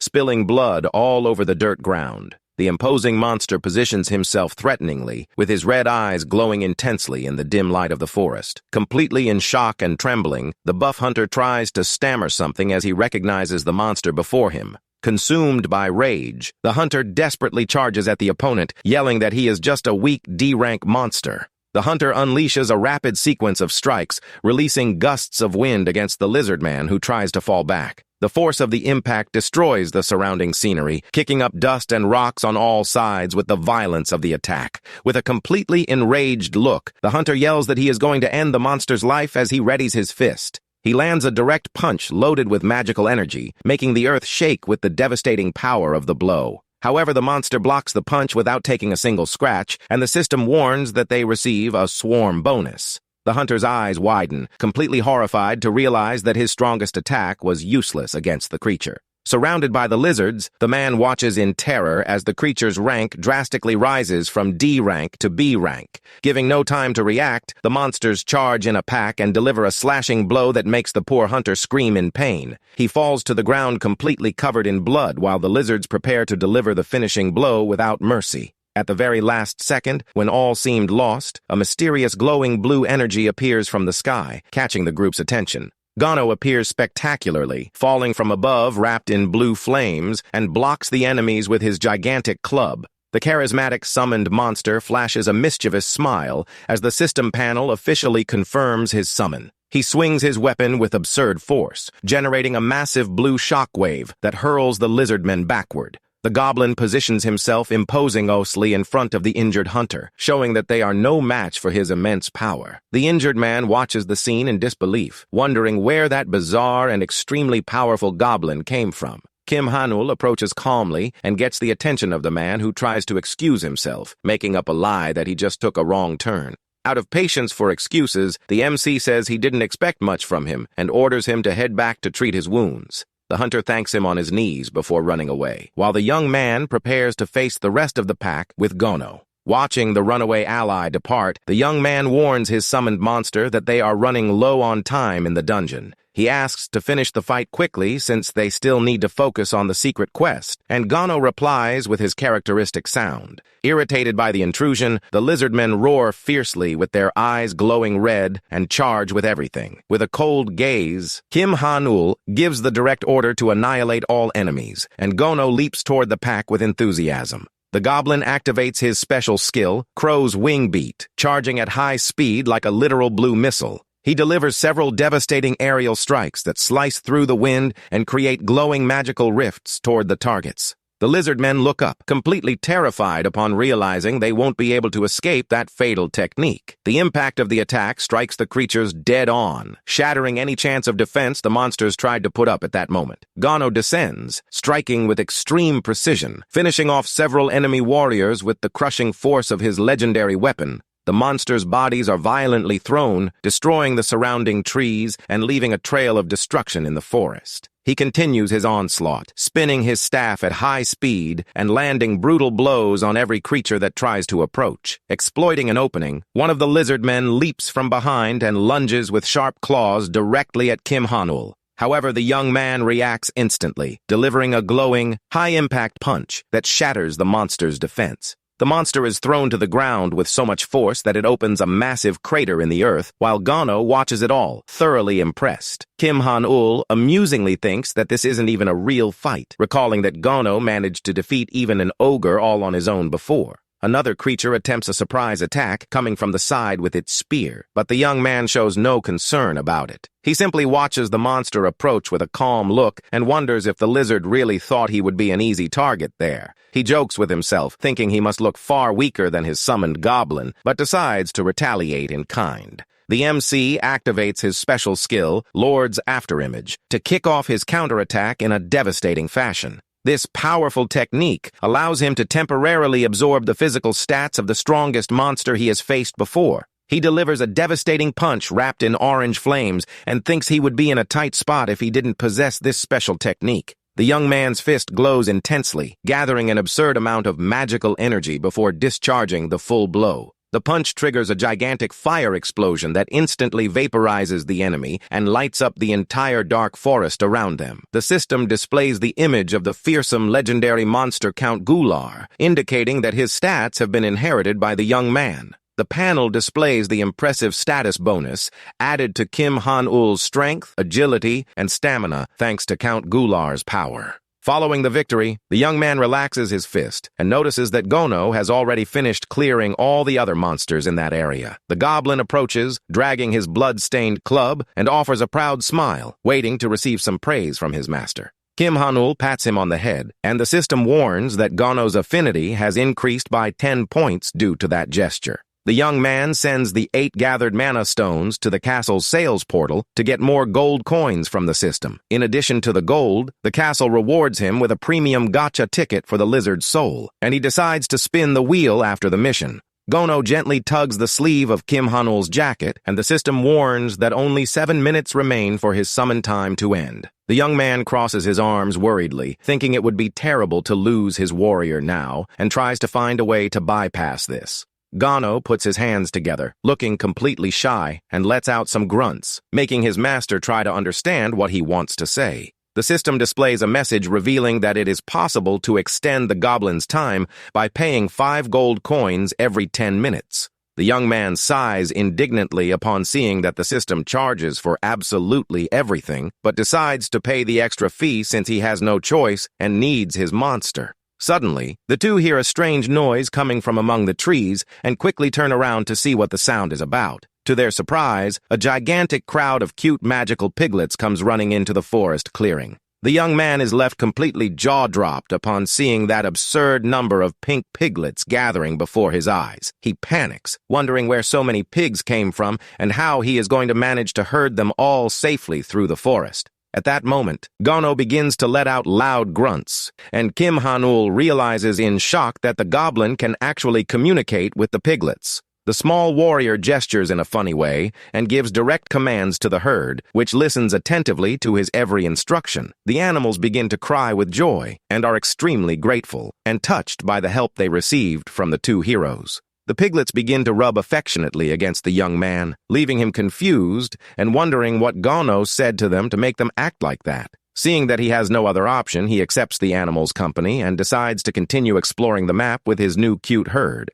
As they pass by another pile of defeated lizard men, the young man praises his monster, who proudly responds for his good work. Suddenly, a red alert warns that the Lord's castle has run out of funds to buy mana stones, leaving the young man quite confused. The screen details that the limit of lizardmen units he can capture and keep in the castle has been completely reached. He thoughtfully reflects on the limit of monsters he can command and finds it funny that the castle has run out of gold coins. Seeing that he has reached the maximum quota of lizardmen, the young man decides to focus only on rescuing the piglets, which is their main objective there. He does the math and realizes he has already saved around 60 animals, leaving only 70 survivors loose in the dungeon. With those numbers in mind, the young man chucklingly realizes that the entire Bulgul guild only managed to find and save about 10 piglets. Suddenly, all the animals begin to run desperately in a single direction, kicking up lots of dust and startling the MC. Unable to understand a thing, Kim Han-ul yells, asking where they are going while running alongside Gano so they don't lose the herd. The pack of piglets charges at high speed down a forest trail, clearing the way as the two run right behind them. The animals finally stop running and gather in a large open space, leaving the young man quite confused by their destination. Tired from the sudden sprint, the young man catches his breath, leaning on his knee, and tries to identify what area of the dungeon that is. He looks ahead and realizes in shock that they have ended up in the center of the lake, where the rest of the Bulgul hunters were already waiting for them. Seeing that everyone has gathered in the same location, the young man begins to piece together what just happened with the herd of piglets. He widens his eyes as he deduces the unbelievable truth that the piglets themselves purposely guided all the hunters there. The system sends a blue notice, informing that the killer enemies have finally stopped hunting the piglets in the forest. Night finally falls over the lake of meditation, illuminating the gigantic ancient tree with a mesmerizing magical lunar glow. The system panel officially congratulates the hunters, confirming the survival of 70 piglets and the completion of the mission. The system confirms that the hidden objective has been achieved, while the other hunters celebrate in relief for making it out of there alive. Suddenly, a massive column of glowing blue water erupts from the middle of the lake, soaring with overwhelming force toward the sky. The fright is so great that the bald leader and his hunters begin to yell in panic, unable to understand the reason behind that reaction from the lake. Kim Han-ul watches everything with focus, as a new system screen warns that the true trial of meditation is beginning now. The official announcement glows in blue on the screen, confirming the immediate start of the test that promises to test the limits of them all. A giant vortex of aquatic energy begins to form around the group, generating an absurd magical pressure in the clearing. The force of the waves strikes the Bulgul hunters dead on, making them all scream in pain as they are thrown far away by the water. A violent blast of water heads straight toward the MC, who readies himself for the worst, along with his summoned goblin. The young man protects his face with his arm, tightly gritting his teeth in the face of the rapid approach of the lake's crushing torrent. He desperately notices that the speed of the attack is absurd and concludes that he won't have the physical time to dodge that blast. However, before the impact, the piglets he saved leap in front of him, glowing in an intense and protective golden hue. The cute animals unite and create a golden honeycomb-shaped barrier that protects the young man and Gano against the water's fury. He watches the scene in disbelief, wondering if the piglets are actually protecting him, while Gano makes a sound of amazement. The system confirms that the animals are expressing their immense gratitude, while a piglet happily smiles, winking at him. The screen warns that from here on out, the herd of piglets has taken on the responsibility of protecting him from any danger there. The trial requires him to endure the ordeal for 10 minutes, utilizing the help of the souls he managed to save in the dungeon.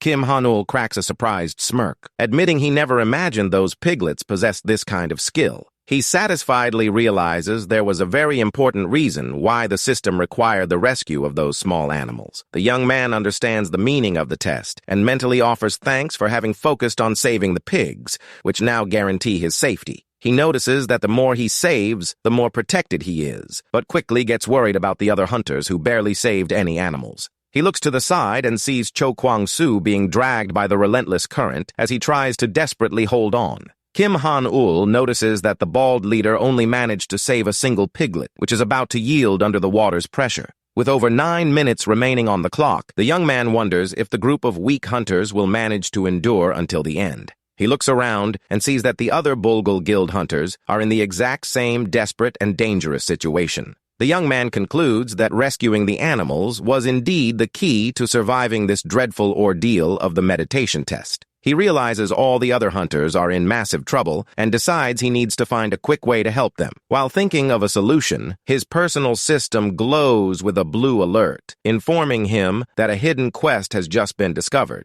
The hidden quest requires him to find and defeat the monster that is the true source of this entire test to end the ordeal right away. He recalls that his castle system had already mentioned the existence of a valuable secret hidden at the bottom of that large lake. The young man realizes he searched all over the forest map and that the secret was actually right there in the center of the lake the entire time. To unlock the mystery, the young man adjusts his magical glasses and activates his powerful Sage's Eye skill, focusing on the lake. He focuses his magical vision toward the blue vortex to discover the identity of the opponent he needs to annihilate to save the group. The system lets out a confirmation beep, detecting an eligible monster for his counter, and asks if he wishes to activate the analysis. With a confident smile on his face, Kim Han-ul confirms the skill's activation to analyze the hidden enemy's file in detail. The system screen reveals the overwhelming stats of the opponent named Zen Karuk, a terrifying and legendary lizardman mage. The young man is quite surprised to find that his secret adversary is actually a fearsome high-level named monster. The panel explains that these named monsters are rare and powerful entities with unique techniques and gear of extremely high damage. He accepts the challenge, understanding that a legendary hidden quest would never be easy, and Gano readies himself by his side with enthusiasm. However, the young man stops Gono's advance, explaining that fighting in the water without resistance would be way too dangerous for the little goblin. With a confident look, the young man realizes that the ideal time has come to use his saved system resources to win the fight. He opens the castle's special recruitment menu, displaying his complete list of allied monsters available for purchase. The system confirms the activation of the Lord's trading list, allowing the young man to make a heavy new recruit for the battle. In front of the massive floating panel of blue energy, the MC carefully analyzes the best ally options on the menu. He decides to purchase the powerful Berserker Ogre for the value of 420 gold coins because of his high water resistance. But unlike Gono, this new ogre has no gear equipped yet, which makes his base stats insufficient for the fight. He realizes he urgently needs a rare item to boost the ogre's stats and decides to use his secret resource. The young man activates his premium gacha ticket in hopes of pulling great gear for his newly summoned monster. With a determined smile, he bets all his chips on opening the golden treasure chest that appears floating in his hands. The system confirms the consumption of the rare ticket, triggering an intense explosion of golden light that clears the entire combat area. The young man's eyes widen, extremely anxious to notice the strong, golden glow emanating from the system's magical chest. He celebrates majorly upon realizing that the golden color confirms the arrival of an extremely valuable S-rank piece of gear. But right after, the MC is left completely frozen as he reads the notification of the item he just pulled from the wheel. In the meantime, the fury of the lake's water intensifies greatly, shattering the last remaining defenses of the Bulgul Guild hunters. With no time to dwell on the details, the young man decides to push his doubts aside and acts quickly to prevent the worst from happening to the group. The system confirms the gold coin payment and begins the official summoning process of the powerful Berserker Ogre into the lake. A massive portal of blue magical energy appears before the young man, announcing the triumphant arrival of the group's new giant ally. The gigantic Berserker Ogre emerges, roaring fiercely, showcasing his raw and intimidating physical strength in the forest. The young man yells, ordering the ogre to immediately equip the S-rank gacha item to manage to face the powerful enemy mage. An intense discharge of energy wraps around the giant's body, confirming that the new gear has been successfully activated on his sheet. To everyone's general surprise and despair, the ogre collapses face first onto the dirt ground in the very next second, leaving Gono and Han-ul highly confused. The MC is left sweating from pure nervousness, unable to understand why his strongest monster fainted right after receiving the item. Suddenly, a high-pitched cry of despair echoes through the area, causing the young man to quickly turn toward the lake's current. He sees one of the hunters being dragged by the violent water, begging for help as he drowns in the fury of the vortex. Unable to rely on the ogre, the young man makes the decision to act on his own and runs at high speed toward the danger. With a focused gaze and clenched teeth, he decides he will have to resolve everything himself using his own physical strength in the water. The system highlights the use of the Lord's afterimage technique, with only 12 minutes of Count Goular's stat bonuses remaining.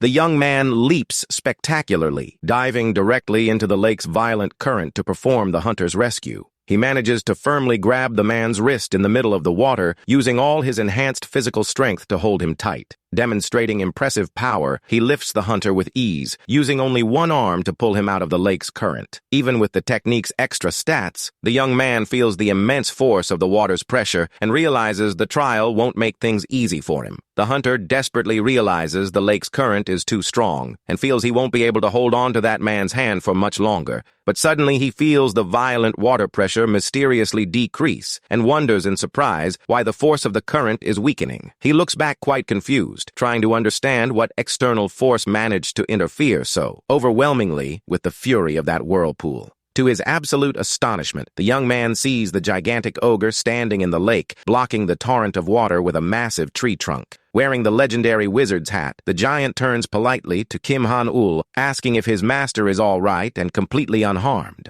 The monster formally apologizes for his delay in introducing himself, showing impeccable manners that surprise the hunter. He bows respectfully before Kim Han-ul, calling him the King of Kings and placing himself as a humble servant at the young man's disposal. The prota is completely flabbergasted and open-mouthed, unable to process the bizarre shift in his new ogre's behavior. The system reveals the details of Wizard Gandorf's hat, a legendary Rank S item that grants 30 extra intelligence points to the user. Kim Han-ul tries to process the scene, while the lake water drips down his face, utterly shocked by the giant's refined manners. He screams, asking how it is possible for a monster of the berserker ogre race to speak and communicate so perfectly and fluidly. The giant touches the hat affectionately and responds gratefully that the accessory granted by the young man transformed him into an intelligent creature. Holding the massive wooden trunk firmly, the monster positions himself and asks for his lord's first combat orders. The ogre raises his makeshift weapon proudly, begging his master to give the definitive command to initiate the attacks. The young man gives a surprised smirk, realizing that the intelligence boost from the legendary item was strong enough to make him speak. He remembers that ordinary ogres could never speak, and is impressed to see that his ally is indeed talking and conversing with him. The prota analyzes the situation carefully and realizes that the surprises caused by that wizard hat do not stop at the ogre's speech. Before giving the combat directive, Kim Han-ul says he needs to ask a quick question, and the ogre waits patiently for his word. The young man asks if the ogre can now use magic, and the giant happily reveals that he managed to block the water by imbuing magic power into the trunk. He rejoices at the fantastic confirmation and announces that he will now give the first official combat directive to his new wizard ogre. Kim Han-ul orders him to use all his strength to cross the whirlpool to the center of the lake, promising that he will follow right behind him. The monster proudly states that he will fulfill his first major official mission with mastery and begins his steady march through the deep water. With his red eyes glowing intensely, he vows that he will do whatever is necessary to ensure his master's victory. He advances with unwavering determination, promising that the success of his lord's first order will be guaranteed without a single failure. Seeing the magic of the trunk repelling the torrent of water, the young man celebrates and decides to name his new wizard ogre. Odolf the giant is deeply moved by the honor of receiving a name from his lord, who amusingly confirms the choice of that special nickname. Odolf sheds tears of pure happiness and emotion, realizing the immense privilege of being named directly by the young man. Overcome by blind loyalty, the giant roars fiercely, promising to give his very life if necessary to repay this honor. He charges forward, breaking the waves and opening a completely safe and clear path for his master to walk peacefully through the dungeon. The ogre opens his mouth full of sharp teeth, letting out an intimidating roar that echoes in all directions of that vast, turbulent lake. Seeing the rapid progress, Kim Han-ul celebrates, knowing they will reach the center of the lake quickly to face the lizard man wizard. At the bottom of the lake wizard, Zen Karuk notices a strong magical disturbance approaching and looks up extremely surprised and alert. The villain is shocked to see that his powerful protective water barrier is cracking due to an immense external magical force. Realizing he is not dealing with ordinary wizards, the villain raises his skull staff focused on stopping the invaders' advance at all costs, but Odolf strikes his magical barrier with a violent blow from his trunk, generating a massive explosion of blue energy across the area. The ogre warns that a special barrier spell is blocking the path, and the young man orders him to use his trunk to repeatedly strike the exact same spot the ogre tries, to explain the complex inner workings of the barrier. But Kim Hanul cuts him off, saying, the initial plan is just to smash everything with brute force. Understanding his master's direct order, Odolf raises his heavy wooden club, channeling all his immense physical strength into the attack. Under the force of the giant's violent blows, the entire structure of the lake's magical water barrier begins to shake alarmingly. The villain wizard notices the damage and deduces that a highly powerful wizard and an ogre with absurd strength are working together to destroy his defenses. He smiles wickedly, knowing that his cataclysmic wave barrier spell is impossible to break without using magic and physical strength at the same time. The villain boasts, thinking that mastering both forces perfectly is impossible for any ordinary living creature in the dungeon. Little did he expect that Odolf was about to deliver a new and crushing blow using those exact two attributes on his club, the ogre strikes, with such violence that large magical cracks begin to appear on the barrier, leaving the villain wizard completely terrified. Kim Hanul orders him to keep striking hard, comparing the barrier to bulletproof glass that eventually shatters. If hit enough times, Zen Karuk falls into total despair as he sees his impenetrable shield about to shatter under the onslaught of Odolf's magical strikes. The lizard wizard screams in horror, asking what kind of bizarre creature can use magic and absurd physical strength simultaneously. Odolf ignores the enemy's screams and raises his wooden trunk, infused with an absurd amount of destructive power, to deliver the end. The villain's eyes widen in pure terror and denial because no ordinary warrior or wizard should have the ability to pulverize his shield. But the final blow strikes the barrier with full force, generating a titanic explosion that shatters all defenses and hurls the villain wizard backward. Zen Karuk screams in despair as he is swallowed by the overwhelming explosion of power. Realizing too late the ogre's bizarre strength, Odolf praises the prota's immense wisdom, while Kim Hanul calmly walks toward him, thanking him for the excellent work. Fallen on the dirt ground, the lizard-man-wizard stares at the duo in extreme terror, wondering how a mere ogre achieved such a feat. He trembles in fear, considering the possibility that he is facing a legendary ogre shaman capable of mastering complex magical spells. The prota glares at him, coldly confirming the identity of the villain wizard,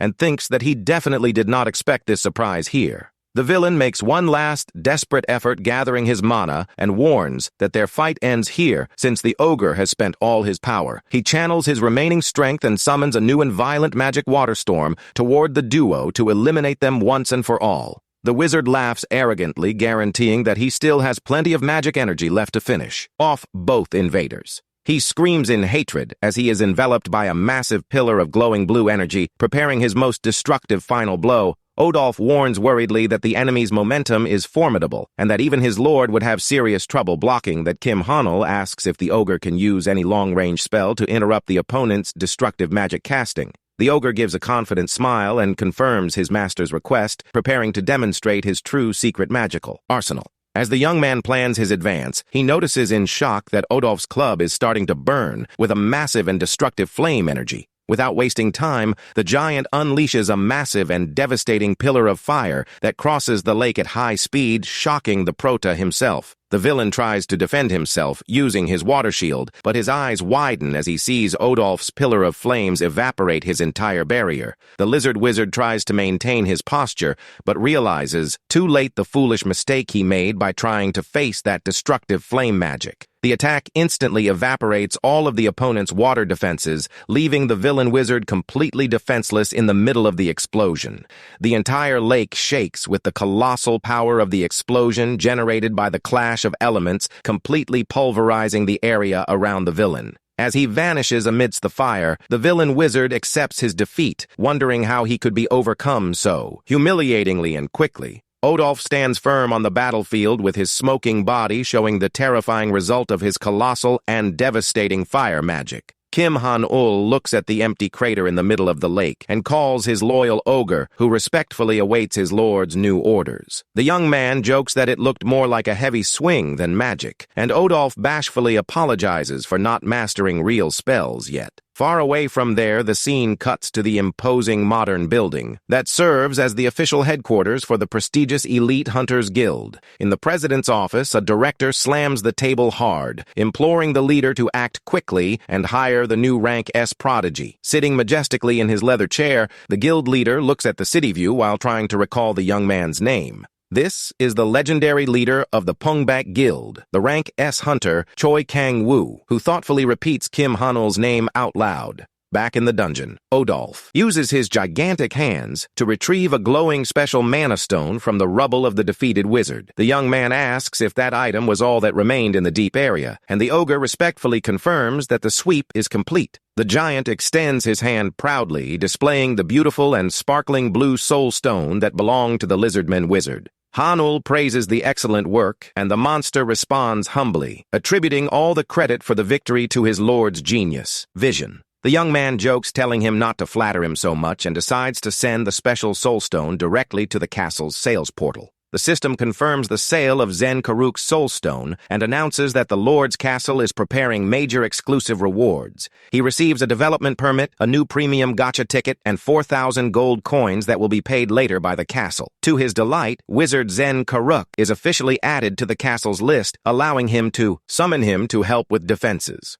Deciding to analyze the prizes more carefully. Later, the young man orders the group to return, and Odolph follows him, walking back through the forest. Upon returning to the clearing, the blue-haired hunter from the Bulgul Guild is startled to see the young rookie returning safe and sound from there. She comments with relief that the water storm stopped out of nowhere, and Kim Han-ul confirms with a smile that he defeated the monster responsible for the trial. Extremely grateful, the young woman bows in appreciation, and the young man changes the subject, asking about the condition of the other comrades. She points to the hunters resting on the ground and explains that everyone survived and is receiving basic care after the storm. Sitting on a rock, Cho Kwang-soo observes the prota approaching with a highly focused, thoughtful, and completely silent gaze. He places his hand on his knee, pushing himself up with difficulty, and asks to have a quick, private conversation with the young hunter. The bald man walks firmly toward the young man, leaving the members of his own guild. Quite startled and apprehensive at the scene, Cho Kwang-soo stands face-to-face with Kim Han-ul, maintaining a serious posture that makes the prota wonder what he wants.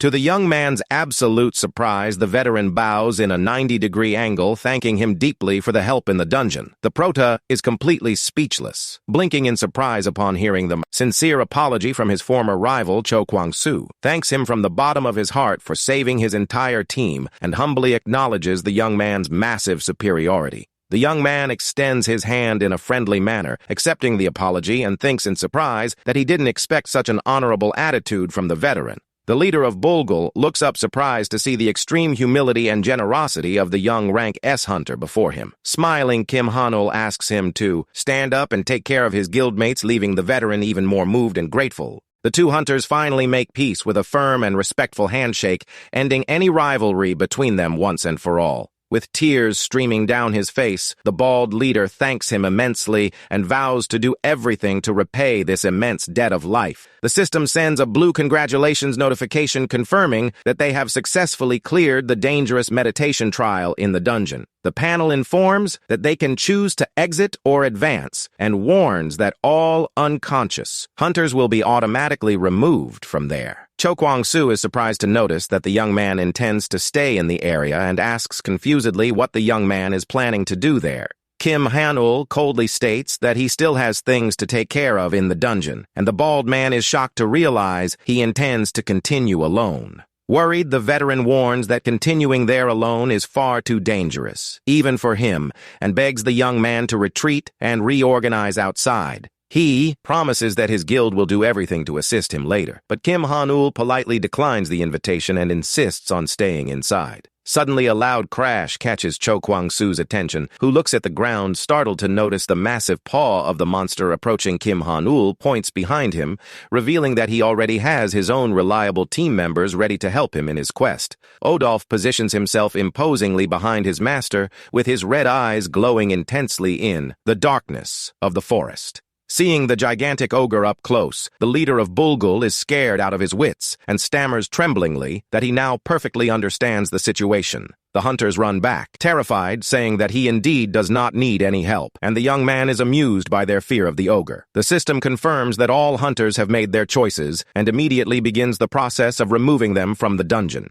As they vanish in the magical teleportation light, the members of the Bulgul Guild make one last bow, thanking the hero deeply. They shout, wishing for the young man to be careful and stay safe inside before vanishing completely from the lake's central courtyard. Finally, alone with his summons, the Prota lets out a sigh of relief and prepares to start his real plans. The system officially confirms the completion of the hidden quest to defeat the source of the trial, sending a sparkling blue notification. The young man smirks upon reading that he will receive a very special reward and decides to open the menu to check his new legendary prizes. Back in the city, the scene shows the gigantic skyscraper that serves as the official headquarters of the Pungbak Guild shining under the sunny sky. The imposing leader Choi Kang-woo questions his assistants in the president's office about the actual need to focus recruitment on that young rookie. The vice leader Yoon Soo-hyuk emphasizes that the kid's potential is absurd, but the older brother categorically denies the request for interference.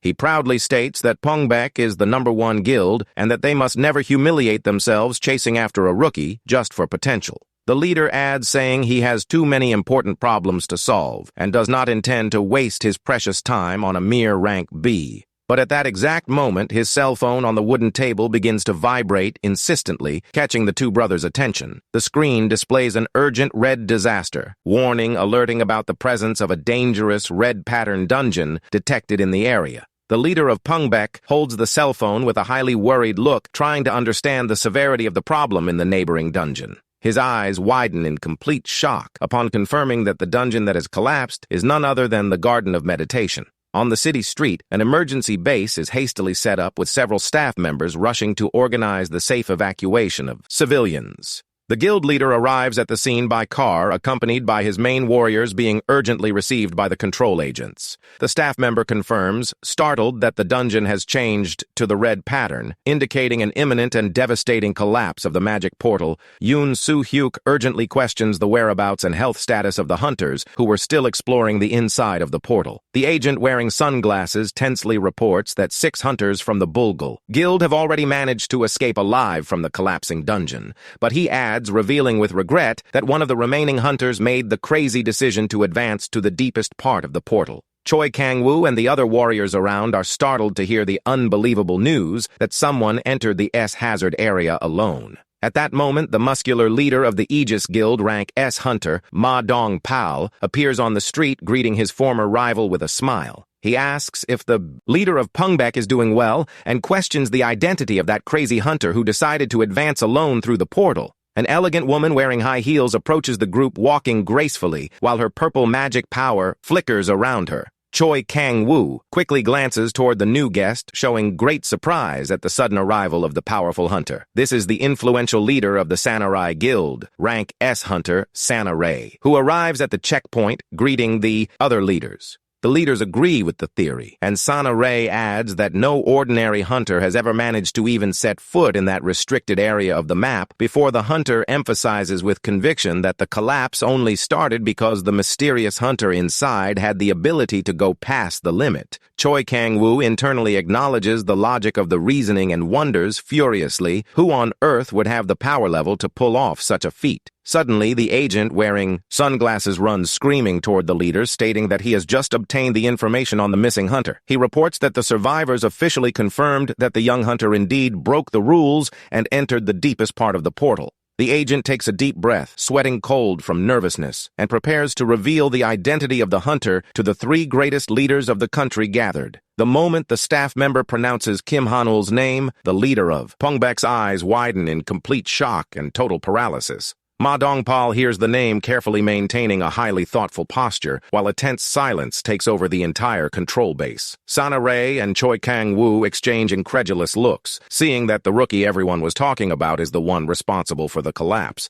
Choi Kang-woo lets out a tense sigh, remembering that Kim Han-ul is precisely the young prodigy his younger brother kept insisting on. With an extremely wicked smile on her face, Leader Sana Rei comments that things are taking a very interesting turn in the dungeon. Ma Dongpal is amused by the news and comments, laughing, that if the young rookie manages to make it out alive, they will have an unprecedented prodigy on their hands. Meanwhile, back at the lake, the Prota takes a deep breath and thinks he needs to put everything in its proper place before continuing. He decides to open his blue holographic screen to organize and collect all the hidden quest rewards before proceeding to the deep area. With a quick tap on the panel, the young man clicks the confirmation button to begin the official retrieval of his new system prizes. The system confirms that all his physical attributes have increased by 15 points and that he has gained the High Priest's dimensional bag. The rank A item stores up to 100 kilograms and already comes stuffed with 30 hearts, 30 pelts, and 30 blood samples of lizard men.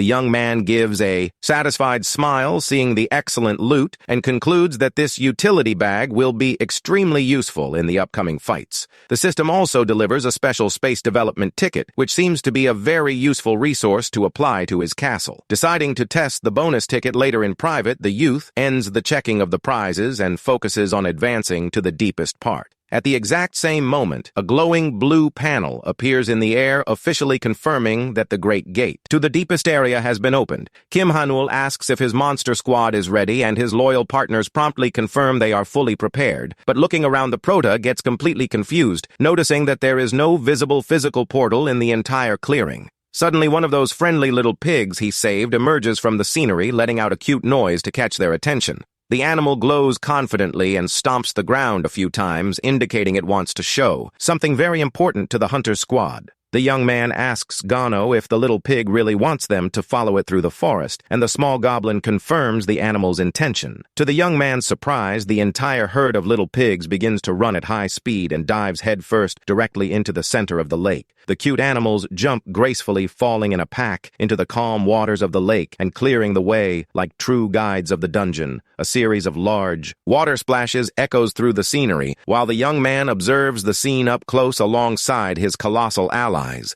The Prota deduces, shocked, that the gate must be hidden under the water, and admits he had never seen an underwater entrance before. Without losing time, he announces that his squad will follow right behind, and they all run at high speed to jump together into the blue waters of the lake. The three make a spectacular leap, falling with everything toward the center of the lake, with the giant ogre Odolph leading the group's dive. They begin to sink rapidly in the blue water, while several bubbles rise around the Prota and his two great summons. Keeping his breath underwater, the young man's eyes widen in surprise as he spots a strong magic glow emanating from the bottom of the lake. He confirms that there really is a blue underwater portal there and thinks they would be lost wandering through the forest if not for the pigs. The little pigs swim happily around the large circle of glowing blue energy that serves as the secret passage to the next stage. Han-ul gives the animals one last affectionate pat, thanking them deeply for the help, and says goodbye, promising to see them next time.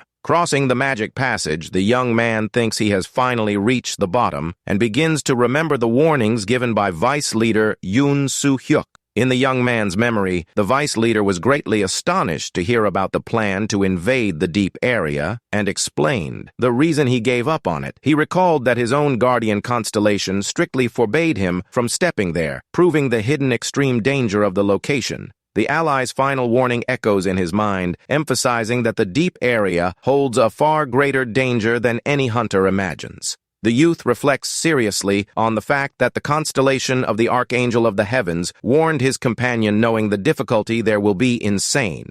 Crossing the magic portal, the young man seriously mentalizes that this time he will have to fight with everything and put his own life on the line to win.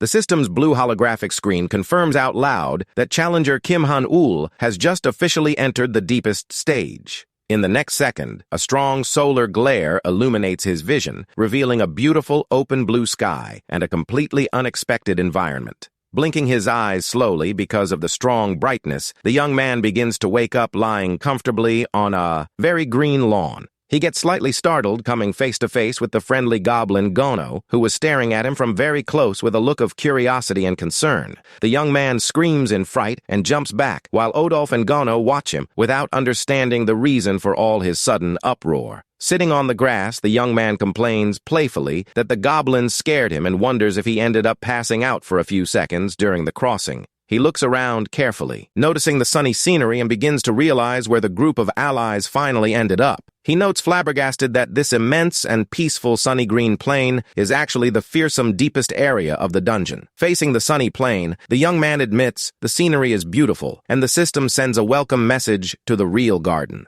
The blue panel appears floating in the air to begin the detailed explanation about the great crisis currently plaguing the Garden of Meditation. The system explains that this garden is the last living paradise in a dry and barren world, and that hordes of invaders are marching to try to take it. He focuses his attention as the screen orders him to protect the planet's last paradise, using his ability to alter the physical structure there. The young man needs to use these alterations to repel the monster invasions, and the quest description begins to sound quite familiar to him. His eyes widen, completely shocked to notice that the dungeon's defense rules are exactly identical to the game's mechanics. The system confirms that the mystical force of the Castle of Illusions is actively intervening in the garden to synchronize the defense rules. To help him with the strategy, the system projects a beautiful blue holographic screen with the complete tactical aerial view of the entire area. The young man notices with satisfaction that the physical layout of the battlefield is practically identical to the tactical structure of his own castle.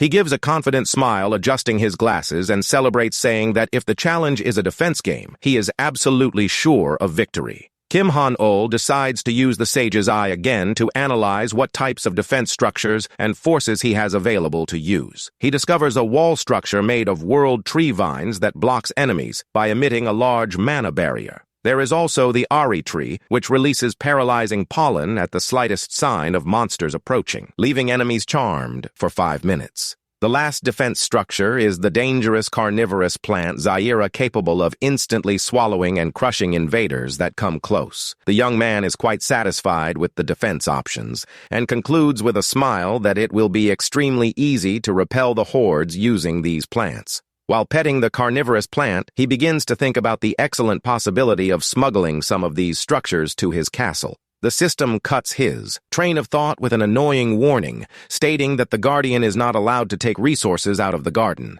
Just as he prepares to start a system alert, suddenly indicates the presence of a suspicious creature of rank, a level or higher. The young man looks back alertly, but at first cannot see absolutely anything with the naked eye in the plain area, but with a quick reflex he extends his hand and manages to firmly grab a small floating sphere that glowed subtly in the air. He realizes with relief that he only managed to notice the camouflaged monster thanks to his special magic glasses, and gets curious about its shape. The system reveals that the purple creature with bat wings is the Wise Beholder, a legendary and named monster with unique espionage skills. The panel reveals that it possesses invisible espionage techniques and an ability capable of temporarily petrifying weak targets. The young man begins to poke the little monster curiously and wonders if it is still just a baby since it is so small and cute. He concludes the creature will be very useful in the future and orders Gano to hold it tight to send it soon to his Castle of Illusions portal.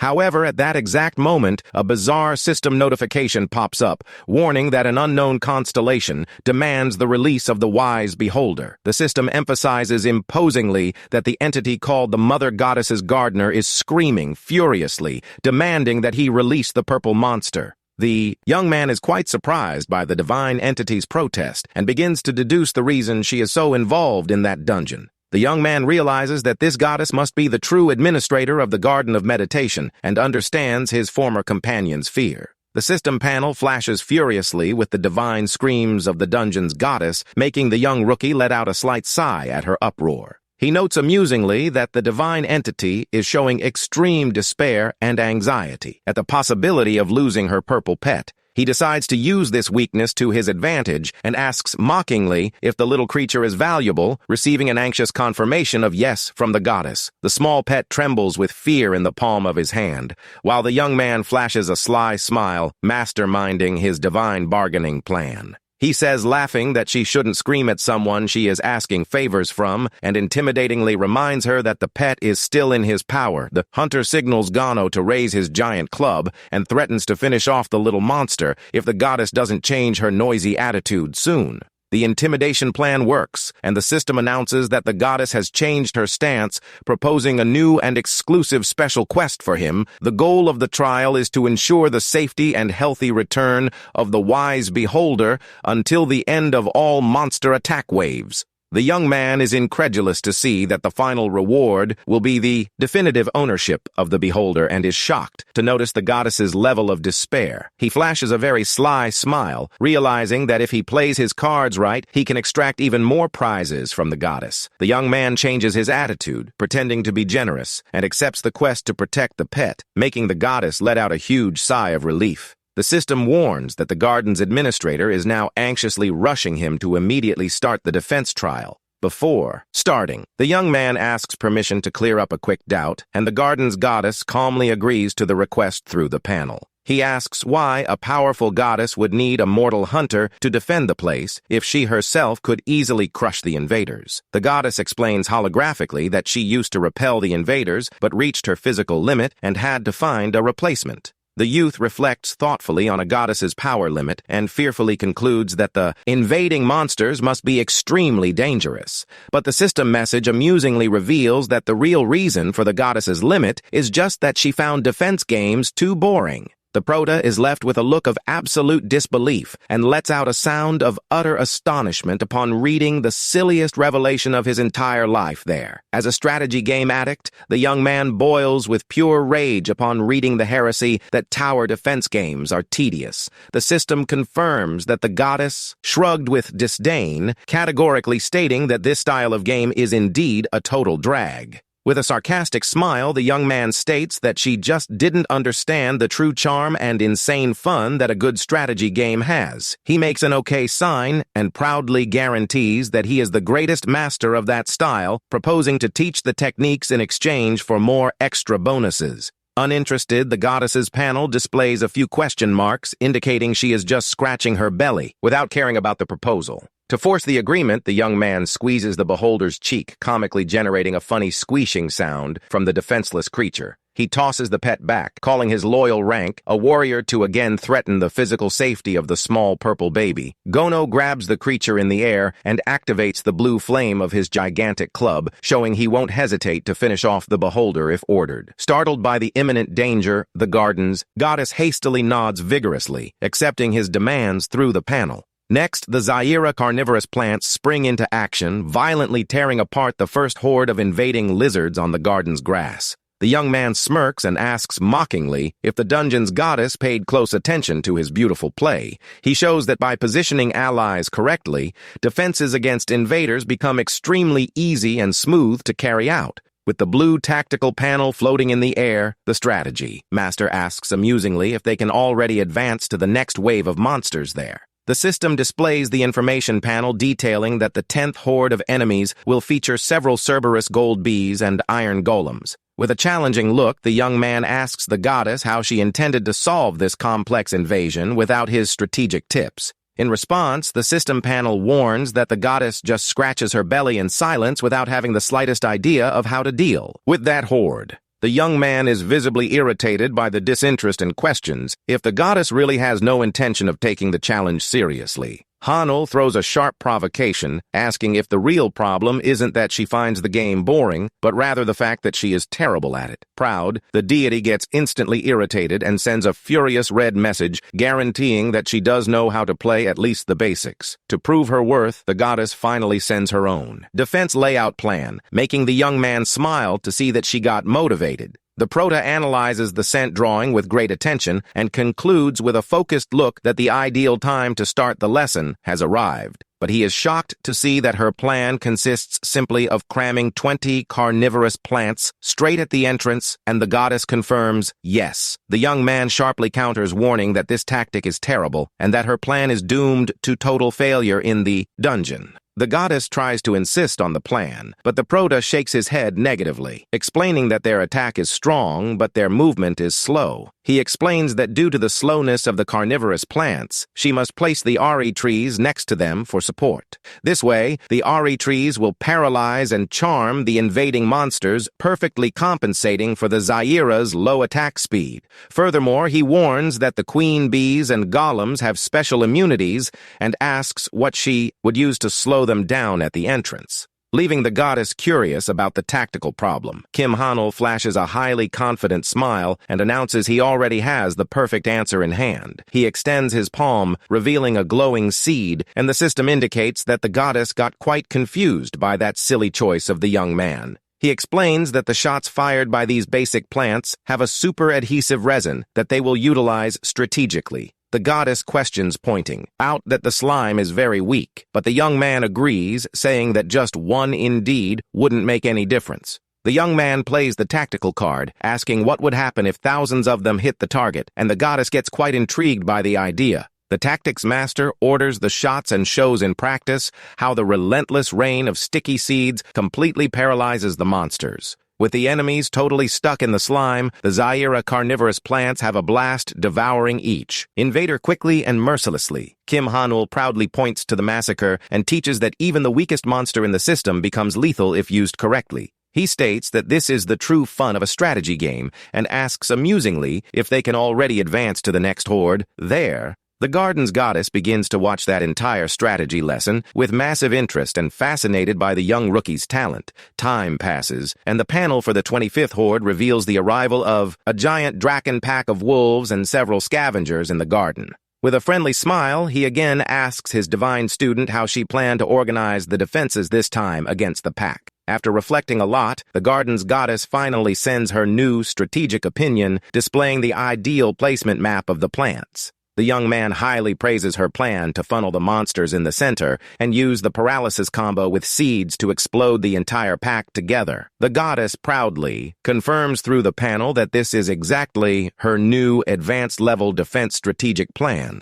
The young master gladly accepts the suggestion and announces that he will structure one of the map's corridors, faithfully following her brilliant tip. The goddess celebrates, giving a thumbs up through the panel, while the young man activates the defenses, generating a massive barrage of shots on the hordes. The system displays a series of blue notifications confirming the relentless victory and successful defense of all hordes up to that point on the map. The panel congratulates the defenders for the perfect completion of another horde, proving that their teamwork worked very well there. The young man praises the progress and asks what the next action plan will be making. The goddess draws a new strategic layout with great care. As time goes on, they successfully reach the 57th defense horde, masterfully applying the new tactics in the garden. They advance even further, overcoming, without difficulties, the 62nd monster horde with defenses working relentlessly. Suddenly, a blue system panel announces, shocked that a massive change has just occurred in the state of mind of the garden's goddess.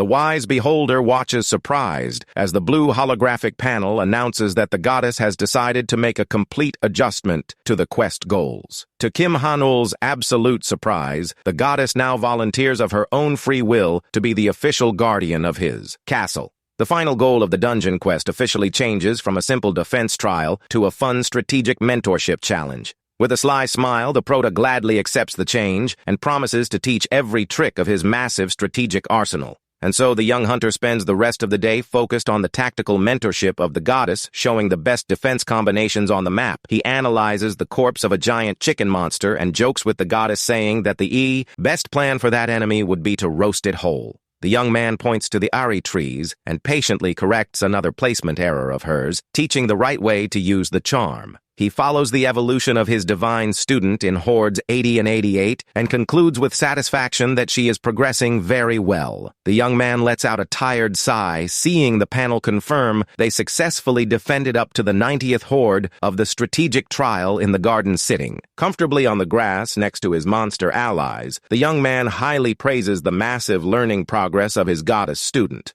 proud of her master's praise. The garden's goddess shyly shrugs but flashes a beautiful smile of satisfaction through the panel. Observing the massive amount of well-positioned allies on the map, the young man emphasizes that her tactical level improved absurdly today. But his speech is interrupted when a blue system alert flashes on the screen warning about the imminent arrival of the 100th final horde of monsters. Suddenly, a colossal tremor shakes the dungeon's entire plane, indicating the overwhelming arrival of a gigantic monster. Kim Han-ul, the wise beholder, and the small goblin. Gono look forward completely in shock at the violent vibration of the impact. A dark and colossal paw descends with extreme violence, crushing the patch of Zaira carnivorous plants like they were ordinary grass. Then a giant purple-skinned elephant emerges roaring, furiously, and destroying everything in its path with its massive size. The system's red panel lights up, confirming that the 100th final horde consists of facing the legendary monster, Behemoth. Desperate at the beast's size, the garden's goddess begins to hastily fiddle with the menus, trying to restructure the entire defense layout. The young man calmly asks the goddess to stop panicking, praising her immense progress, who stops fiddling with the menus to listen to him. He analyzes the behemoth from afar and warns that the beast is too strong to be defeated just with the basic power of the garden's plants. With a focused look, the young man warns imposingly that they are going to show in practice how to defeat the giant monster directly, and so the young hunter spectacularly leaps toward the battle, accompanied by his two powerful and colossal servant allies. Flying toward the behemoth, the strategy master tells the goddess to pay close attention because that will be her final lesson in the dungeon. The vines and roots of the world tree wall act quickly, wrapping tightly around the behemoth's gigantic paws. The immobilization spell pins the giant elephant's paw firmly to the earth, temporarily stopping its destructive advance. Kim Han-ul celebrates seeing that the plan worked and that the beast's paws are completely trapped in the sticky vines. Seizing the opportunity, the young man flashes a confident smile and orders the entire squad to charge forward together to finish off the enemy right away.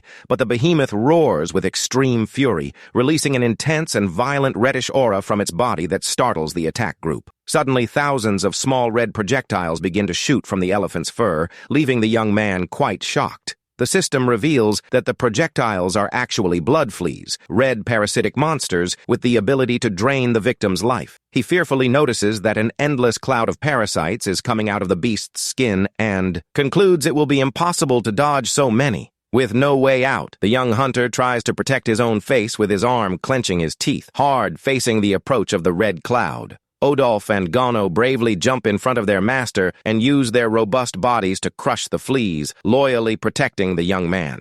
With a quick movement, they clear the area around the Prota, landing firmly on the ground after the defensive counterattack. Odolph catches his breath and respectfully asks if his lord is all right and managed to escape unharmed from that dangerous surprise attack. The young man thanks his loyal servants for the protection and thoughtfully comments that fortunately these parasites don't seem individually strong, but in the next second he stops speaking upon noticing a new and massive red magical vibration covering the entire clearing of the garden. A strong storm of reddish and destructive mist begins to spread at high speed, leaving the area with an atmosphere of dread. Swallowing hard, the young hunter gets extremely tense and drops a word of frustration, feeling the immense mana pressure the enemies emit. The young man changes his mind immediately, seeing that the endless amount of blood fleas makes them an extremely lethal and dangerous threat. The cloud of red parasitic insects charges forward, furiously falling from above at high speed like a literal rain of bloody thorns.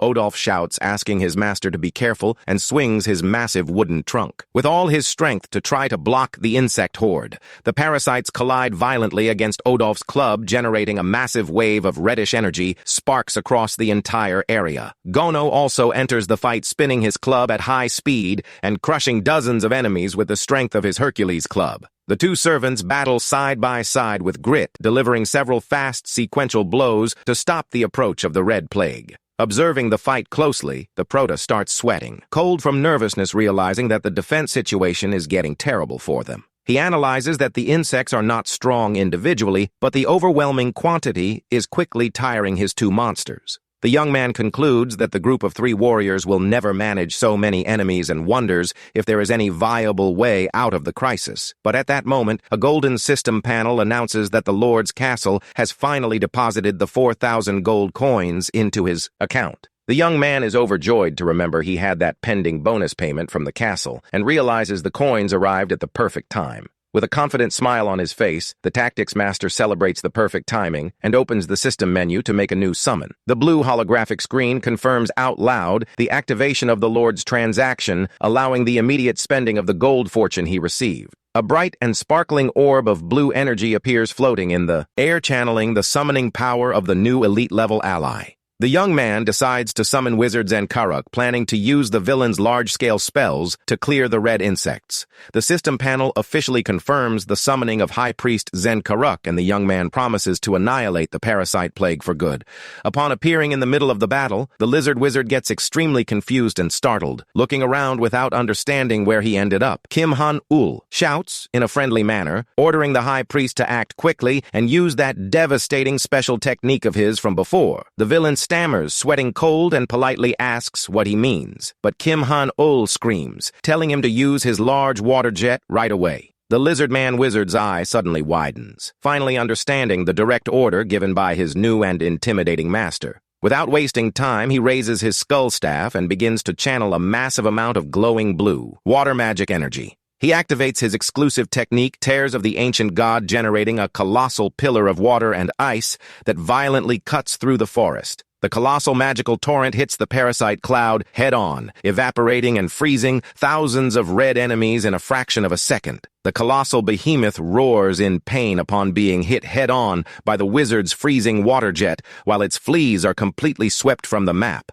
Seeing the overwhelming damage caused by his new ally's magic, the young man celebrates, knowing that victory is closer and closer. He notes that this wizard's power is slightly lower than when he faced him as an enemy in the lake, but concludes he is still incredibly useful. The new ally's attack shows plenty of strength to pulverize all that annoying plague of blood fleas on the dungeon's grass. The young hunter screams, giving the final order for Zenkaruk to deliver the finishing blow and permanently end the behemoth in the center of the lake. The lizard wizard shoots a new and gigantic column of freezing water that completely swallows the beast, ending its participation in the combat. The behemoth's colossal body collapses lifeless on the grass and begins to evaporate into magic energy, confirming the perfect victory of the young man's squad. The young man highly praises his performance, and the arrogant lizard wizard responds, blushing with embarrassment, that such a task was a piece of cake for him. With the battle finally over, the prota turns satisfied, knowing that now all that's left is to collect the goddess's legendary prizes.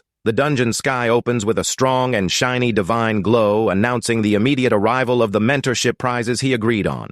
The young man calls his giant Odolph to stand ready, who responds to his lord's call, maintaining an impeccable posture of respect in the scenery. Before the prize giving, the young man decides to joke, ordering Odolph to throw Gono against the behemoth's head, leaving the giant quite confused. Upon hearing his master's silly order, the small goblin Gono quickly turns in panic with a hilarious look of pure fear and betrayal. Kim Han-ul screams dramatically, telling the giant not to ask questions and throw the goblin right away without wasting a single second of time. Odolph sincerely apologizes to his small squad companion and easily lifts him by the collar, preparing for the throw. With a spectacular throw, the giant launches the startled Gono through the skies, generating a glowing trail of blue wind in the middle of the plain. The small goblin warrior flies at high speed toward the smoking mortal remains of the giant elephant that were still evaporating on the grass. The young man screams at the top of his lungs, telling his summoned goblin to accelerate the aerial strike, taking advantage of the ogre's massive throw.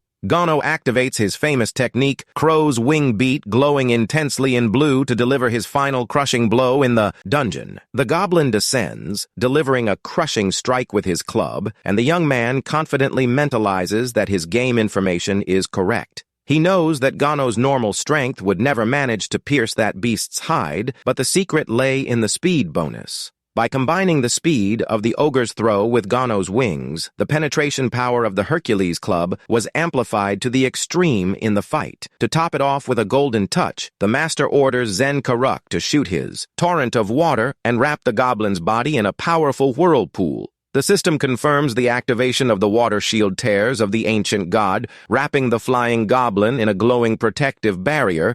The liquid shield completely wraps Gano, protecting him from the violent impact and ensuring the absolute success of that attack combination. Protected and energized by the water barrier, the small goblin clenches his teeth with determination to deliver the strongest blow of his life. The behemoth lets out one last sharp cry of pain upon being hit in the head by the combined strike of forces that shatters the monster for good. A gigantic explosion of blue light and water takes over the area, completely clearing the beast's lifeless body and cleaning the battlefield. Gono descends imposingly, holding his legendary club firmly wrapped in sparks of blue energy after performing today's most brilliant feat. The system finally congratulates the group with a glowing blue screen, confirming they cleared the garden's tactical trial with flying colors. A completion notification flashes in the air, making it official that Kim Hanul and his monsters have just completely cleared the Garden of Meditation. With a victorious smirk, the young man praises his goblin for the feat and clenches his fist, celebrating the dungeon's great achievement. Suddenly, a pillar of golden light descends from the sky, revealing a beautiful and glowing golden sword floating toward the Prota. The system panel flashes in the air, informing that a mysterious item of rank ?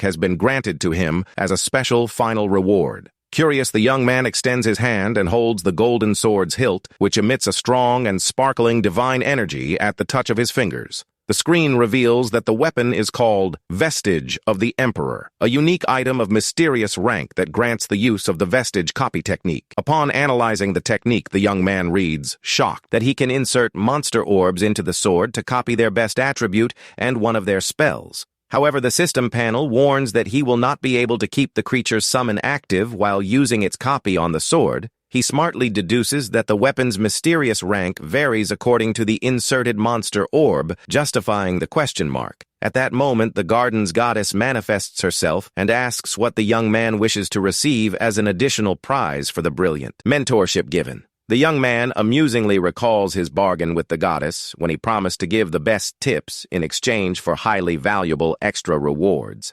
Holding the glowing golden sword, the young hunter looks up satisfied, noticing that the deity indeed decided to fulfill the deal. With a highly clever smile on his face, he concludes that the prize from a powerful constellation can only be her most desired divine power. He points his new sword toward the beholder and formalizes his grand request out loud so that the goddess can hear clearly from the sky. Surrounded by his monsters, the young man makes his bold request demanding that the deity grant him her special cosmic authority. He positions himself firmly with the golden sword glowing intensely in his hands, waiting for the official response from the earth goddess. The goddess manifests herself, revealing her divine face imposingly over the area, and the young man repeats the request with firmness and authority. The panel explains that this authority is a special contract power that grants absurd attributes and multiplies the hunter's combat strength. The young hunter thoughtfully thinks that obtaining this divine power as a mentorship prize will be of immense help for his future real battles. But his joy is short-lived as the system displays a blue screen, coldly informing him that the goddess has no way to grant this request to him. Kim Hanul gets super confused and asks if the deity doesn't want to make a contract with him, but the system window warns that the reason is actually different. The system explains that he is in a state in which it is impossible to make a contract with them, leaving the Prota even more shocked and without understanding anything. To the young man's surprise, the message reveals that he already has a contract scheduled with another constellation, which leaves him completely speechless. Kim Hanul thinks this can only be an error and questions the system, but the Earth goddess's gardener just lets out a giggle at the young man's doubt. The system screen pops up showing that he has two available options, which are receiving a normal reward or signing a sponsorship contract with the deity. Observing the luminous panel in the middle of the garden, the Prota reads the proposal carefully and wonders what this sponsorship contract would be. The message explains that this type of contract allows him to use a weakened version of that divine authority, which makes the youth let out a sound of understanding. He asks if he could use this special power without needing to fulfill any conditions, and the Earth Goddess's gardener nods, positively confirming his theory. Kim Hanul reflects that this offer is excellent, since no ordinary reward could compare to the real power of a constellation's authority. The young man begins to suspect that the true identity of that mysterious gardener is none other than the first emperor of humanity, the beloved of goddess Ishtar. The imposing image of the legendary Emperor Sargon arises in his mind, showing the striking presence of him who was the first great ruler of humanity. He is sure of the identity, since Sargon was the only one to start as a gardener and receive the goddess's love, which means his status as a constellation is immense. While the gardener waits patiently for his final decision, the Prota thinks that faced with a golden opportunity like this, he cannot hesitate with a firm and completely decided look. The young hunter takes a deep breath and announces to himself that he already knows exactly which path he will choose to follow. He decides to sign the sponsorship contract with the deity and the earth goddess's gardener. Soon congratulates the young man, stating that it was a fantastic choice. Suddenly, a colossal golden glow explodes in the sky and connects directly to the young man in a spiral of blue energy, officially sealing the contract between them. The hunter's body begins to absorb this torrent of mystical power, and the system warns that he is acquiring new skills thanks to this divine authority. The young man gains a strong resistance against poisons and also an incredible immunity to fear, ensuring he never loses his head, even in the face of absolute terror. All his attributes rise by 10 points at once, making him flash a greedy smile as he realizes that even the weakened version of the power is insane. While feeling the energy course through his muscles, he gets extremely satisfied and celebrates having made the right choice by focusing on the divine authority. The dungeon's sky glows with a celestial light, while the system panel solemnly confirms that the sponsorship contract was concluded with absolute success. Right after an alert warns that the Earth Goddess's gardener has transferred the ownership of that wise beholder directly to the Prota's hands. Holding the small floating creature that looks like a purple sphere, the young man sees the golden warning confirmed that he is now the rightful owner of that advisor monster Kim Han-ul. Thanks the constellation for keeping the promise, while the system reveals that the monster now possesses valuable information about the monarch's castle. With the wise beholder in hand, the Prota promises to take very good care of his new pet, which will serve as an excellent mystical database for his journey. Suddenly, a gigantic and purifying flash consumes the entire area, triumphantly indicating that the Garden of Meditation has been completely cleared and overcome. A new blue screen flashes, warning that 4 of the conditions required to unlock the Monarch conversation skill have finally been met. The panel details the 4 tasks already completed by the young man and warns that the crucial information about the last and decisive condition has finally been released to him. The last task requires him to create an item of rank S or higher, using monster parts, showing the illustrative image of a glowing red jewel. Meanwhile, on the outside in the city, sensors detect a bizarre anomaly in the portal, and everyone begins to fall into despair, thinking a breakout is about to happen. The group leader shouts, telling everyone to prepare for combat, as hordes of wild monsters may emerge from the unstable portal at any moment. A muscular warrior takes the lead with determination and warns that he will personally handle the front line, ordering the other hunters to focus only on rear support. Veteran gray-haired hunter observes the situation seriously and imposingly orders his companions to prepare to spring into action as well. The elite hunter focuses his gaze on the unstable portal and guarantees they will be ready to act the exact second the magic barrier collapses for good. But instead of a monstrous creature, the one who walks out calmly from inside the red rift is a young human, leaving the entire guard team in absolute shock. Someone screams in surprise upon recognizing the young man, announcing at the top of their lungs that hunter Kim Han-ul managed to survive and returned alive from that dangerous dungeon. The muscular hunter is flabbergasted and wonders if that young man alone really managed to defeat all the dangers and close the legendary Garden of Meditation. Right after, everyone looks startled behind them as they realize the mystical portal is shrinking rapidly and vanishing completely from the middle of the city street. The guild members whisper among themselves, unable to believe that such an absurd feat was accomplished by a single hunter acting alone. Kim Han-ul walks back looking around and thinks he already figured the association would be waiting for him, but notes that the reception is a bit much. His eyes widen upon spotting highly important figures at the scene and wonders why the 3 masters of the largest guilds are gathered there. The muscular master of the elite guild stares at the Prota with a highly serious and analytical look, trying to decipher the young man's true power level. The experienced gray-haired veteran also fixes his eyes on the young hunter, showing himself to be extremely intrigued by that mysterious survival.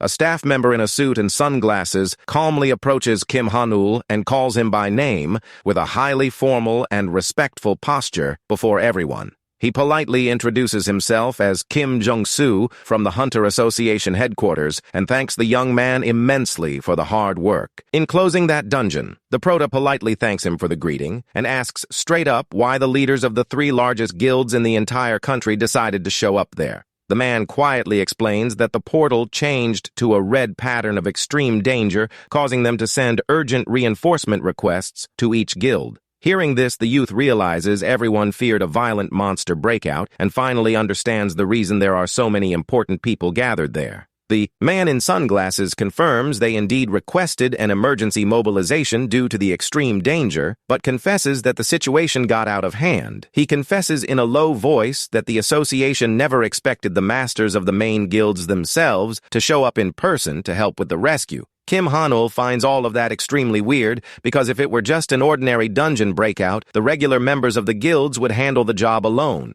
The hunters around begin to comment, startled about the Bloodstone whispering that this precious material is used to create powerful Rank S items. The gray-haired veteran confirms the gossip is correct and imposingly adds that obtaining that precious stone means something much greater. The beautiful master of the Samurai Guild flashes a small smirk and concludes that the young hunter defeated the feared boss monster that inhabited the dungeon's deep zone. The other lower-ranking hunters are completely shocked by the revelation and wonder if that young man is really just an ordinary Rank B hunter. Suddenly, the big guy, Ma Dong-pal, approaches the Prota with firm steps and cheerfully introduces himself as the official representative of the Aegis Guild. Without any beating around the bush, the giant goes straight to the point and makes an irresistible offer, asking if the young man would be interested in joining his powerful guild, maintaining his friendly posture. Kim Han-ul gives an awkward chuckle and rejects the invitation on the spot, saying he does not plan to join any guild yet. The big guy is in absolute shock at the instant rejection and cannot believe the rookie had the audacity to refuse his generous offer in front of everyone. It is at that moment that the young hunter Yoon Soo-hyuk approaches the conversation with a highly calm and centered look. Watching all the movement from the sidelines, Kim Han-ul humbly thanks the young man, saying the information provided by him helped a lot in clearing the dungeon, leaving the others quite confused. Ma Dong-pal gets furious because Soo-hyuk had refused to give that same information to him before, but the young blonde guy just comments that these things happen in the business. The gray-haired veteran walks past and fully agrees with Soo-hyuk, stating that everyone has the right to share their data with whomever they see fit. The giant lets out a sigh of frustration and concludes that the renowned Pungbek Guild acted much faster than he did, justifying the rookie's refusal of the invitation. The older hunter teases his rival, saying that spotting talent early is part of the business, and pokes him, stating that the young man would never choose Aegis anyway. Ma Dong-pal gets extremely outraged by the teasing and shouts defending his group's honor, saying that Aegis is one of the most united and incredible corporations. Observing the leaders starting to argue in the middle of the street, the Prota lets out a tired sigh and wonders if all those important people went there just because of him. But the one who seems to be loving the confusion is Master Samurai, who displays a mysterious smile, noticing that Kim Han-ul's mind is full of doubts at that moment. In a highly subtle way, she hands her golden business card directly into the Prota's hands and asks with a soft voice for him to call her later. As she elegantly walks away, the beautiful woman throws a parting charm and guarantees in a confident tone that she can give the young hunter exactly everything he desires. The next day, the young man appears, walking through the streets in a modern suit, and confesses he had only heard rumors about that place, making this his first real visit. He looks at his phone and locates Cafe Artorium, a super chic and exclusive establishment that serves as a meeting point only for elite hunters. He remembers the call from Samurai, who promised to help him find an artisan capable of processing bloodstones if he went to that address on Wednesday. Despite having followed the exact coordinates she sent, he gets quite surprised and out of place, realizing the meeting spot was precisely that cafe. Looking around, he spots a white-haired hunter with short hair on her phone and notes that the area's atmosphere is full of absurdly strong warriors. Sitting at another nearby table is a young man in a beanie with a casual look. Confirming the rumor that all customers of that establishment are celebrities in the field, Kim Han-ul takes a sip of coffee peacefully and thinks he never imagined frequenting such a luxurious place, feeling that his time to shine has finally arrived. While savoring his hot drink with a discreet smile on his face, he proudly thinks about how he managed to move up in life and reach such a high level. Suddenly, firm steps echo through the hall and a sarcastic voice interrupts the prota's thoughts, asking mockingly who is sitting there. The stranger approaches the table and asks if he is the famous Kim Hanel, who cleared the Garden of Meditation pretending an exaggerated friendliness to strike up a conversation. The newcomer introduces himself with a smug smile on his face as Hong Han Sol, one of the members of the feared and violent hunter organization Bonebreaker. Upon hearing the name of that infamous group, the prota immediately freezes his movement with the coffee cup in hand and gets an extremely serious expression. The symbol of a thorny and crowned skull appears in a dark way in the scenery, representing the terrible reputation this cursed guild carries wherever it goes. The system explains they are a guild of ruthless mercenaries who do any dirty work for money, being known worldwide for their immense cruelty. Knowing that getting involved with these bad people will only bring headaches, Kim Hanul decides to keep calm and concludes that the best thing to do is just ignore the guy.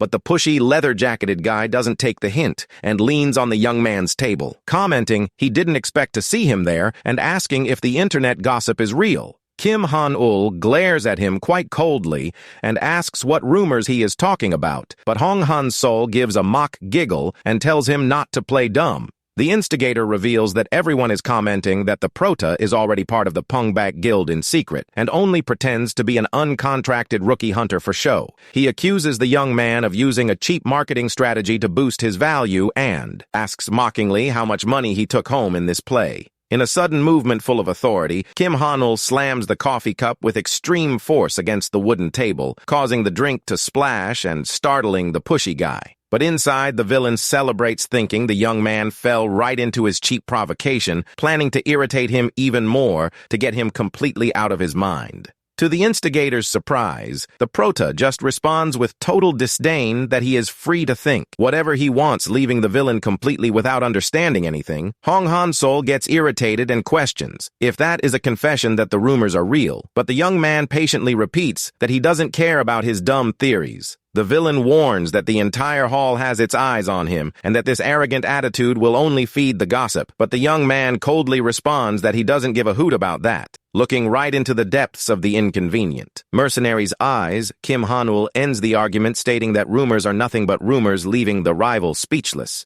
Extremely irritated at being treated with such disdain, Hong Han Sol scowls and threatens the youth, saying that being a rookie, he has no idea who he is messing with, but the tense conversation is interrupted by the elegant sound of firm, high-heel steps echoing through the cafe's shiny floor, catching the attention of whoever was there. The beautiful master of the Samurai Guild appears walking with great class toward the duo's table and asks in a friendly tone if she ended up being too late for the meeting. Hong Han Sol stammers in terror and goes completely pale upon seeing the powerful woman approaching, while she ironically asks if there was a fight going on there. The bully swallows hard in a pure state of shock, recognizing the legendary supreme leader of the Samurai Guild right in front of him without understanding what she is doing in that place. Leader Sana Ray looks him up and down and asks with disdain if they have met before making the bully nervously confirm yes, on an occasion in the past. She coldly responds that she usually has trouble remembering insignificant people, making the mercenary grit his teeth in pure rage at the unprovoked insult. Trying to keep his pose, he gives an awkward chuckle and starts to say he is from the Bonebreaker Guild, but the woman walks straight past him without giving him the slightest attention. She sits comfortably next to the prota and apologizes for the disturbance, commenting that this cafe is great, but always attracts noisy riffraff of this kind. On the other side, the mercenary hears the mockery and stands trembling with hatred at being called insignificant riffraff by the most influential woman in the entire region. Kim Han-ul reassures the master, saying everything is fine, and adds with a relaxed tone that annoying guy really didn't deserve any attention. Hearing the rookie agree with the humiliation is the last straw for the villain, who turns around exuding a dark aura of pure hatred against the cheeky youth. Sensing the mercenary's murderous intent from behind, the leader of the Samurai Guild just shifts her eyes slightly from the corner with a very serious expression. She asks in an intimidating manner if he still has anything to settle there, or if he is going to beat it soon, making the bully back off startled, stammering no. Humiliated and totally without credit before everyone present in the cafe, the guy quickly retreats with a deadly hatred burning inside his chest. Kim Han-ul observes the scene from the sidelines and thinks the guy thought he was a big shot, but turned into a frightened, helpless kitten in the face of Sanaray's imposing presence. With the nuisance finally out of the way, the beautiful woman flashes a radiant smile and proposes they finally start discussing the details of their deal. The young man agrees with the meeting, but says he has a sincere doubt questioning the reason she is offering such valuable help without asking for anything in return. With an enigmatic and penetrating gaze from her glowing blue eyes, the master simply responds that she is doing this, keeping the future of both in mind. She poetically reveals that she is placing a favor as weight on her mystical scale to ensure the hunter's heart inclines toward her guild. The leader concludes saying that the weight of the favor she is offering today will be immensely greater than any proposal the Pungbai Guild can make. The system explains that the Samurai Guild is one of the 3 largest forces in the entire country, with 2 very clear reasons existing for them to maintain this elite reputation. The first reason is Sanarai's absurd combat power and leadership, while the second is the overwhelming quality and superiority of all items in her arsenal. The explanation continues, revealing that the secret behind the success in obtaining such perfect and glowing legendary equipment involves a very special factor. It is that the guild possesses exclusivity with a blacksmith of divine skills whose identity is kept in absolute secret from the rest of the world for his safety. Kim Han-ul gets extremely surprised to discover that a legendary professional so sought after by everyone would be hidden right there in the heart of the city of Seoul. The prota looks at the urban landscape around and is impressed to notice that the famous secret workshop is located in the quiet neighborhood of Muledong. The young man says it is bizarre to see the guild master walking through an ordinary neighborhood without a disguise, but she is just amused by his concern. She playfully reveals that actually the normal people passing by them on the street are seeing a cute little pink-haired girl in her place. The leader calmly explains she is keeping an illusion magic active all the time to hide her real identity and avoid commotions in the middle of the street. The youth analyzes that a magic of this level prevents any ordinary tracking unless someone highly clever decided to focus on following his master's steps. Back in the shadows, the wicked Hong Han Sol displays a macabre smile full of pointy teeth while planning his silent revenge against the duo. He focuses his hate-filled gaze toward the prota and vows to himself that that cheeky young hunter will pay very dearly for having dared to ignore him. The mercenary begins to follow Kim Han-ul's steps from afar through the city streets, mentally repeating that he will make him deeply regret that affront.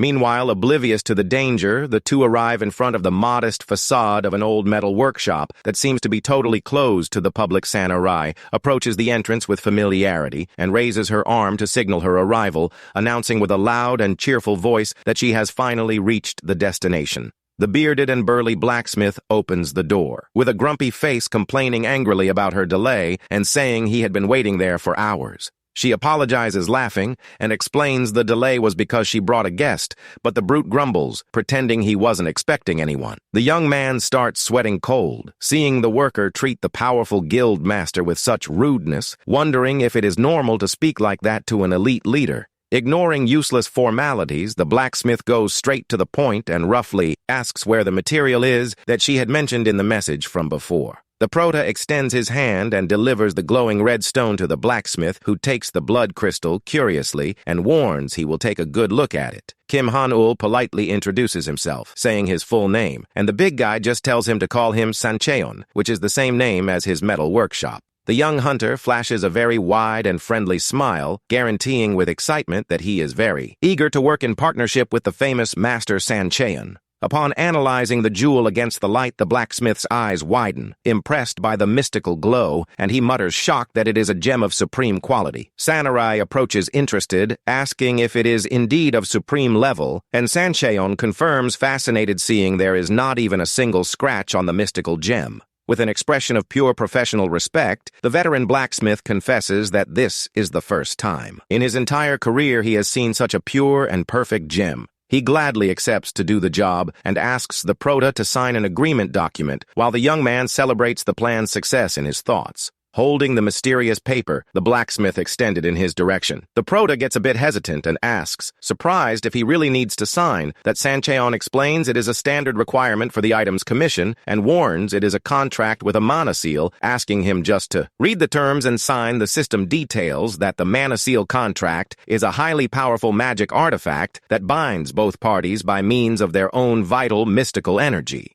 The document imposes a severe punishment in case the agreement is not met, with the severity of the magic punishment varying according to the contract's purity level. Upon analyzing the paper's magical texture in his hands, the young man deduces it is a high-rank contract and begins to carefully read the clauses with attention. Suddenly, his eyes widen in fright and he stops reading, pointing his finger at a quite bizarre and terrifying paragraph written on the paper. The term says the contractor will burn to death if he fails, but Sancheon explains with disdain that this only applies to him if he ruins the jewel or decides to run off with it. Laughing awkwardly, the prota says that is terrifying anyway, but states he would already trust the blacksmith regardless because of leader Sanarai's recommendation, the anicap. Blacksmith counters proudly, saying that contract represents his massive determination, explaining that a rare gem of that caliber demands great seriousness. Master Sancheon raises his forge hammer and states that working with a jewel like that is something for which a true artisan needs to risk his own life.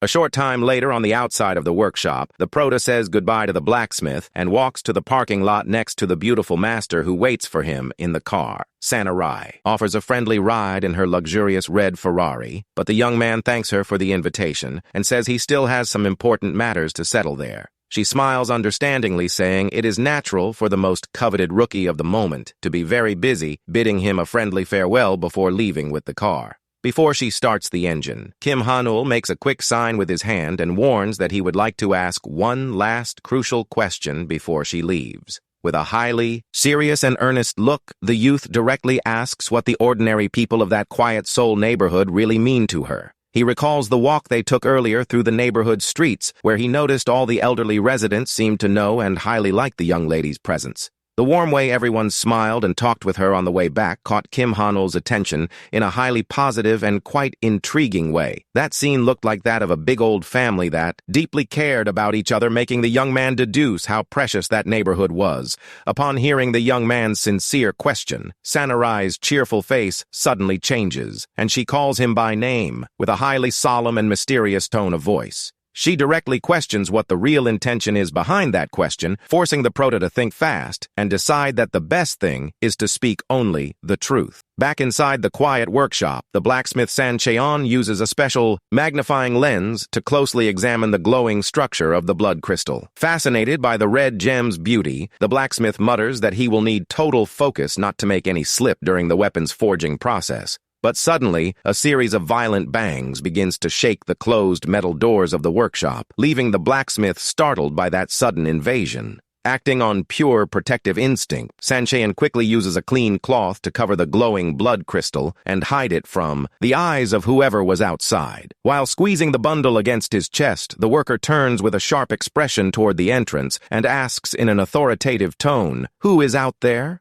The wicked Hong Han soul passes through the doors with a sadistic smile on his face and greets the blacksmith in an extremely disrespectful and cheeky way before everyone. He shamelessly lies, saying he is one of the senior members of Kim Hanul's guild, claiming he was sent to collect the spoils the rookie left there earlier. With a frighteningly cynical look, the mercenary makes up that everything was just a misunderstanding and demands the immediate return of the valuable blood crystal to him. The experienced Sancheon observes the guy with disdain and thinks that cheap lie is so ridiculous it couldn't fool even a 7-year-old child. The three thugs begin to slowly advance through the workshop's hall with heavy steps, demanding in a threatening tone that the worker hand over the gem once and for all, keeping his calm. The blacksmith lies back, saying his workshop is ordinary and that he has never forged items for hunters, let alone seen any red precious stone. Hong Hansol displays a mocking smile at the response and questions how a simple elderly owner of an ordinary metalworks would know the name of a bloodstone. A tense silence takes over the entire workshop warehouse after the villain's sharp question, making it clear that Sancheon's disguise went down the drain right then and there. The blacksmith narrows his thoughtful gaze and mentally wonders how much precious information that insolent kid really possesses about his actual activities. The mercenaries warn that it's no use lying because they saw Kim Han-ul entering there with a mysterious woman earlier demanding that he hand over the gem right away. The elderly man concludes those idiots were following Kim Han-ul's steps and relievedly thinks that at least they weren't smart enough to recognize the Master Sanchean refuses to cooperate and firmly warns he won't hand over the item without the client present, challenging the thugs to bring Kim Han-ul himself to the location. Hong Han-sol lets out a sarcastic laugh at the elderly man's stubbornness and asks with a threatening tone of voice if they by chance look like clowns to be challenged. With a cold look and no patience for more excuses, the leader of the mercenaries raises his hand and points his index finger, giving a direct order for his thugs to act. He orders the thugs to show the kind of violent treatment they usually give to whoever crosses their path, warning them only not to kill the old blacksmith yet.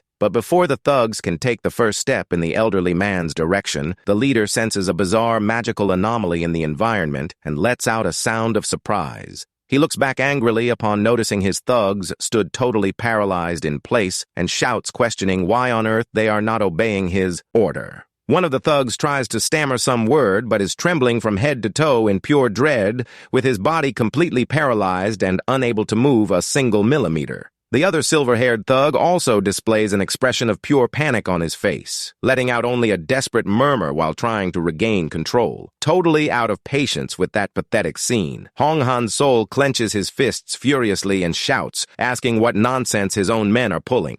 Desperate, the lackey stammers in dread and confesses that his entire body is locked up and that he simply cannot make any movement to escape from there. The leader turns sideways, outraged, and rants, asking what kind of nonsense excuse that is, thinking his thugs are playing around with him. Piercing the workshop's silence with extreme violence, Hong Han-sol delivers a punch to the face of his own silver-haired thug to vent his insane fury. But in the next millisecond, the villain's eyes widen in surprise as he feels that the impact of his fist collided against something as hard as solid rock. He swears, irritated, wondering what is wrong with that thug, realizing, shocked that the man's body is completely rigid and stiff as a wooden board. Observing everything hidden in the shadows, Kim Han-ul thoughtfully reflects that the beholder's petrification technique doesn't seem to take effect against rank A hunters, sensing an extremely hostile and silent presence coming from right behind him in the workshop's shadows. The leader of the mercenaries gets his eyes wide in astonishment. The prota emerges imposingly in the middle of the scenery, holding his glowing wise beholder, praising the small advisor monster for the great support work in the fight. Absolute silence returns to reign in the warehouse, while the young hunter faces head-on the three invaders, who now look like decorative stone statues in the workshop.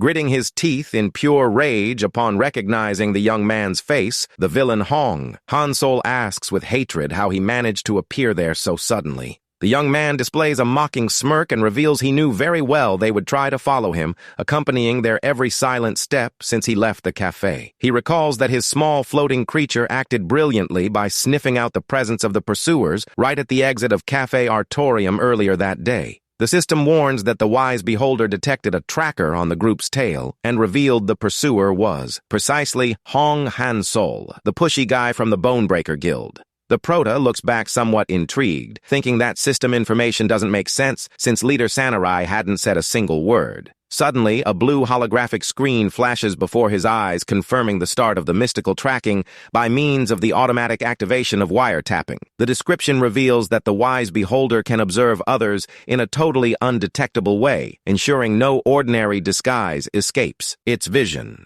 The scanning reveals that camouflage skills of any rank are nullified, confirming that the mercenary Hong Han-sol is using stealth techniques. Seeing that the danger is real and that the guy actually followed him, the young hunter makes a positive sign with his head and mentally thanks his loyal wise beholder. The young man silently orders the little monster to keep the vigilance active and warn immediately in case the pursuer makes any suspicious movement there. He thoughtfully confesses he already suspected the pursuit, but admits he never imagined the enemy would try such a low play to steal his bloodstone. The prota faces the mercenary and comments that it would have been a disaster if he discovered later deciding to give a friendly chance of redemption to the enemy. Showing himself to be totally in control of the situation, the young man warns with a calm tone that since nothing serious has happened yet, he will settle things without violence. Hanul proposes that, if they apologize and leave, he will pretend nothing happened, but the arrogant Hong Han soul lets out a loud laugh and mocks his face. The mercenary makes a mocking face and questions if a mere rookie like him really thinks he has the capacity to do anything against experienced warriors. He rants with fury, saying a mere rank B rookie shouldn't act with such arrogance and insolence in the presence of elite veterans from his guild.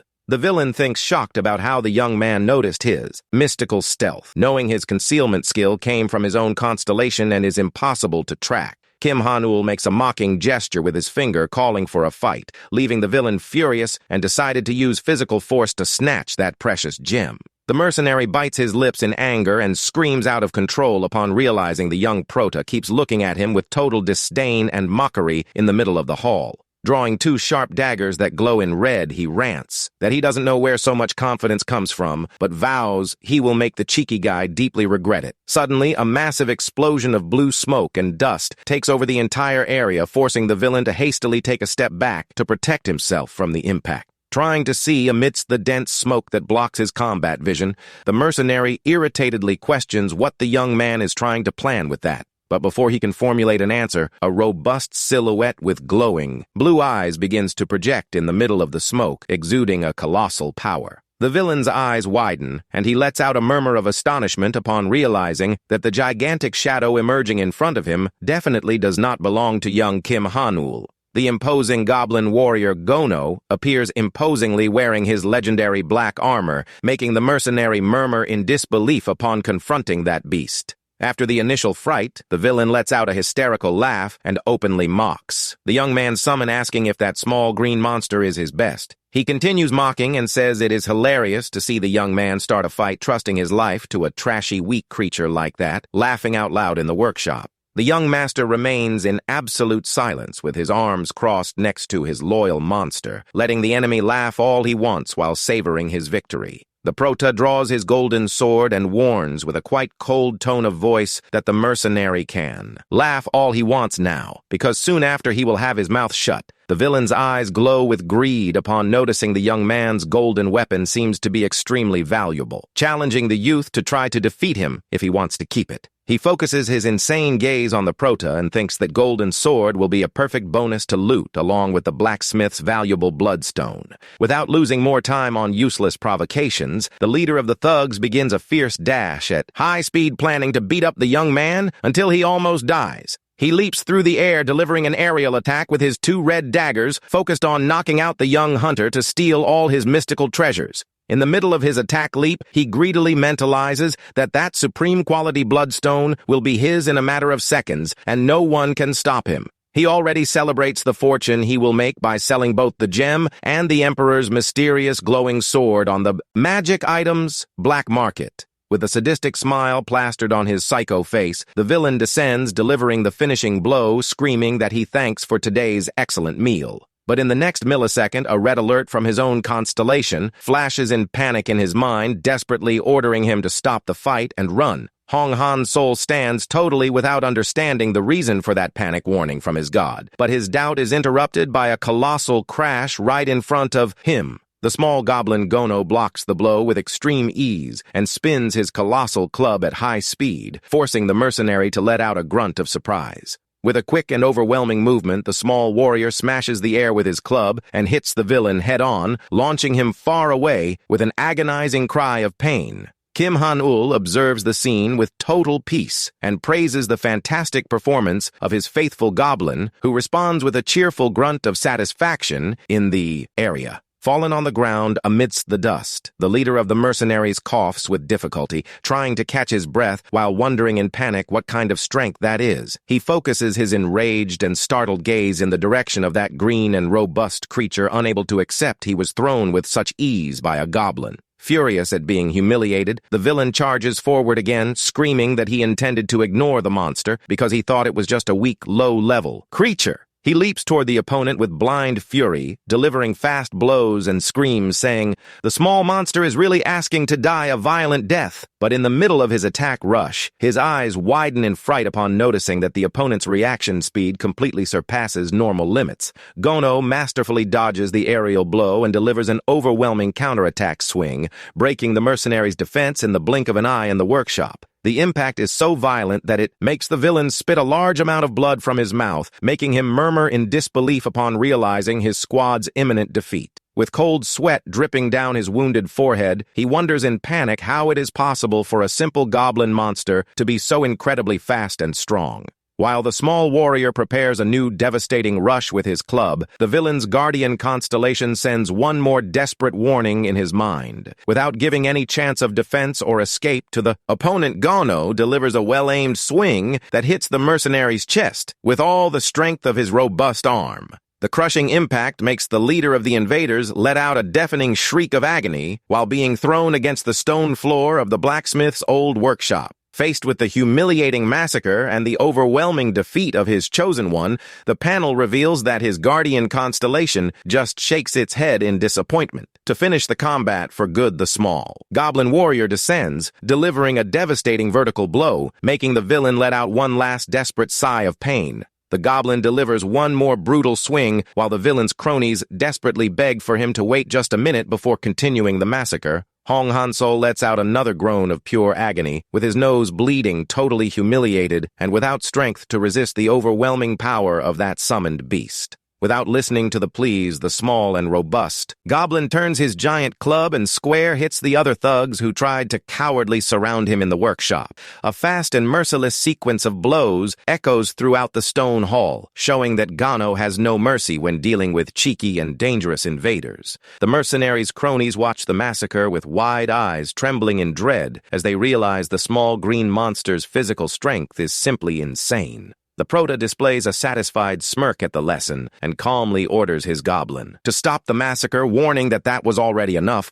The robust Gano obeys on the spot and locks his giant club millimeters from the villain's wounded face, letting the blood slowly drip from the wood onto the stone floor. Kim Han-ul ironically comments that if the monster hits one more time, the mercenary will end up dying, making the small and loyal goblin nod his head. While spitting blood on the ground, the villain sees the system message warning that his god has canceled the contract, with him for good cursing his own cowardly deity. The young hunter praises Gano's impeccable work and announces that he can already return to rest, making the small monster let out a cheerful grunt of job well done. The goblin vanishes in a spiral of blue mana particles, while the proud leader of the mercenaries falls to his knees on the ground before the Prota's strength. Crying in panic, and with his face covered in blood and bruises, the guy tremblingly begs for his life, completely forgetting all the previous tough guy pose. He bows completely, touching his forehead to the ground, and desperately confesses he was wrong, begging on his knees for the young hunter to just spare his life. The villain guarantees he will do absolutely everything the Prota orders if spared, making Kim Han-ul look down thoughtfully upon noticing the rival's total submission.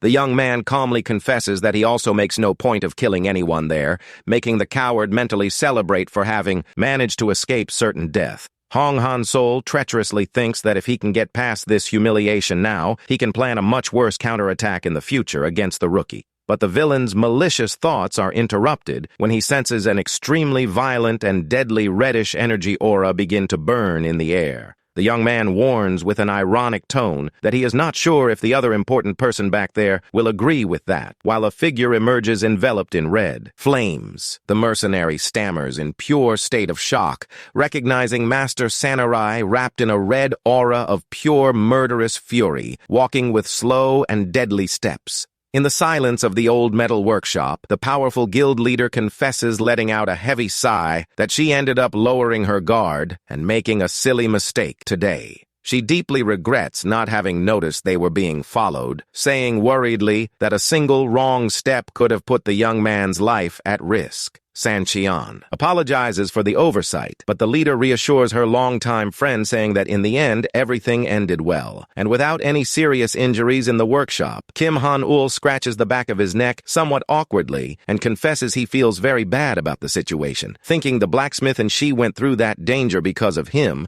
while the three mercenaries from Bonebreaker appear humiliatingly tied with magic chains to the wall. The woman asks the young man not to blame himself for anything. With an extremely gentle look and a comforting smile on her face, she affectionately guarantees there is no need at all for him to apologize for this. The young man thanks her, smiling and accepts her words, but soon changes the subject and curiously asks what she intends to do with the 3 captured invaders in the workshop. Sancheon peacefully suggests contacting the Hunter Association directly to report the invasion, but Samurai interrupts his speech, saying a resounding no. She rants with fury, saying, just handing the criminals over to the authorities is far too little, guaranteeing she intends to settle things with her own hands. The blacksmith asks, startled, if she plans to murder the 3 invaders right there, and she coldly responds, yes, because trash of that type doesn't deserve to go on living. But Kim Han-ul calmly intervenes and asks her not to do that, because he wouldn't like to see her hurting anyone because of him leaving the leader. Surprised at the request, Sancheon says the young man almost died because of them and questions why there is so much goodness, but the prota calmly ponders that in the end, nothing serious happened. He repeats the request with sweetness, asking her to spare their lives because he doesn't want to carry the weight of knowing someone died because of him touching her heart. The veteran blacksmith Sancheon sighs, defeated before the young hunter's sincere arguments, and decides to yield, asking his leader if she will do this favor. She closes her eyes, letting out a long sigh, and comments that the young man is too good for his own good, grudgingly accepting to spare those mercenaries' lives today. However, she warns with a serious look that she won't let the offense slide, promising to give an exemplary magical punishment to ensure they never dare return. She angrily warns the blacksmith she won't make any more concessions and threatens to go without visiting him for months if he tries to stop her, leaving the elderly man grumbling crossly. The blacksmith counters, saying it would be great to go without her annoying visits, making the young lady complain in a childish way, while the young man chuckles at their bickering. Seeing the 2 bickering like children in the workshop's hall, the prota playfully thinks it is impossible to tell if they actually get along or really hate each other. He admits, surprised, he didn't know this more relaxed and childish side of Samurai, but is interrupted by Sancheon, who clears his throat and sincerely thanks for the help. The blacksmith warns that the gem's processing will be completed tomorrow, late in the afternoon, but the young man suggests he rest a bit more due to today's violent shock. The artisan firmly refuses, saying that in moments of stress, the best remedy is to focus on hard work, repeating for the young man to pick up the weapon the following night. Understanding the unwavering determination of that experienced metalwork professional, the young hunter flashes a friendly smirk and responds only that he understood. The young man says goodbye, leaving the work in the blacksmith's hands, and enters the red Ferrari again with the master, who accelerates the car, vanishing into the dark night. Sitting comfortably in the luxurious passenger seat while watching the city lights pass, he hears the beautiful woman softly call his name in the car. She thanks him from the bottom of her heart for everything he did that day in the workshop, but the young man modestly responds that it was nothing major and that he didn't do anything so incredible. The driver counters, saying he doesn't need to be modest because if not for his rapid intervention, she would have lost today one of the most important people of her life. With a highly sincere and grateful smile plastered on her face, she guarantees she will repay the favor either way and asks him to let her know if he needs help in the future. Upon reaching his destination, the young man opens the car door to get off and guarantees in a relaxed tone that he will surely get in touch in case he needs any mystical support. The leader positively nods her head, displaying a highly friendly and focused look, responding with a satisfied tone of voice that she will be anxiously waiting for the call. Kim Han-ul remains standing on the sidewalk, watching the luxurious red vehicle accelerate and vanish on the avenue's horizon, finishing that busy day in a victorious way. But the peace lasts very little because the young man gets startled by a luminous signal from the system flashing suddenly right in front of him. The system message orders him to prepare immediately, warning in a cold way that the 102nd Horde will begin in just 2 hours. Sighing tired at the sudden combat news, the young hunter enters his apartment in the early morning, facing the starry sky of the city of Seoul. He laments the fact of having to prepare for a massive monster invasion as soon as he arrives at his residence after an exhausting day. With a highly focused look, he questions if that will be the second real invasion, and stands wondering what type of monstrous threat will arise this time. Before the computer in his room lit by a strong, mystic blue energy aura, the young man prepares to start his base's defense configurations. The holographic panel confirms the start of the system's combat tactics process, activating the famous mechanic of stopping monsters using his own monsters.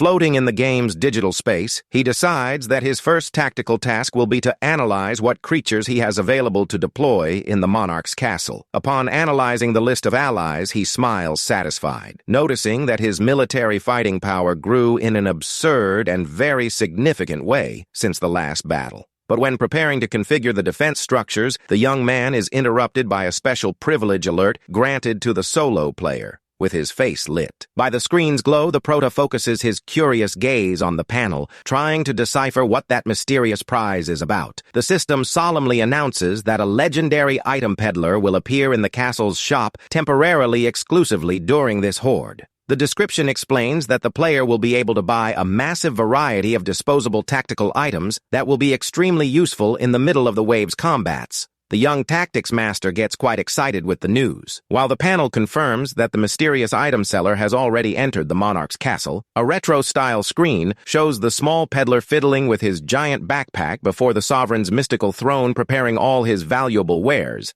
The peddler smilingly displays his special list containing support items like energy bars for monsters, fire Molotov cocktails, and blizzard horns. Kim Han-ul navigates through the system menus and carefully analyzes each of the purchase proposals, looking for any artifact that could be useful in defense. Suddenly, he slightly widens his eyes upon finding a very specific and interesting support item that immediately catches his veteran attention. This is a set containing 25 energy bars for monsters, capable of instantly healing the life and magic energy of his allies on the field. The young man concludes that having a healing item for his summoned servants is a true tactical trump card, ensuring his beasts have practically infinite lives. Although the other equipment also looks decent for combat, he decides to focus his budget on the mandatory purchase of those healing energy bars. He stretches in his chair thinking about the rest of the money and concludes it would be much easier to choose the other items if he knew which monsters he will face. As if reading his game thoughts, the system flashes a blue notification, friendly, asking if he would like to see the horde data. He stands shocked at the sudden help, remembering that in the first real invasion, the monster data was only released after the brawl had already started. The system panel glows intensely, mechanically confirming that the detailed information about the horde's enemy forces will be displayed on the screen. The prota displays a quite clever smirk and begins to understand the real reason the system is so generous in giving those advanced details. The illustrative image shows an endless and terrifying army of armored skeletons marching under the influence of a blood moon in the middle of the dark night. The horde description reveals that the enemy pack will be composed of a colossal 7-star boss monster, leading another 1,199 warriors. The young tactics master focuses his numerical gaze on the screen, impressed by the overwhelming amount of enemies he will have to contain at once. The young man sees himself surrounded in his thoughts by hundreds of red and terrible eyes, concluding that containing that massive monster invasion will be almost impossible. Suddenly, he hears a noise and looks sideways, somewhat confused upon noticing that his small, wise beholder started to happily hop in front of the PC screen. The purple floating little monster performs acrobatics in the air, pointing with enthusiasm to a specific system menu indicating it found a viable game way out.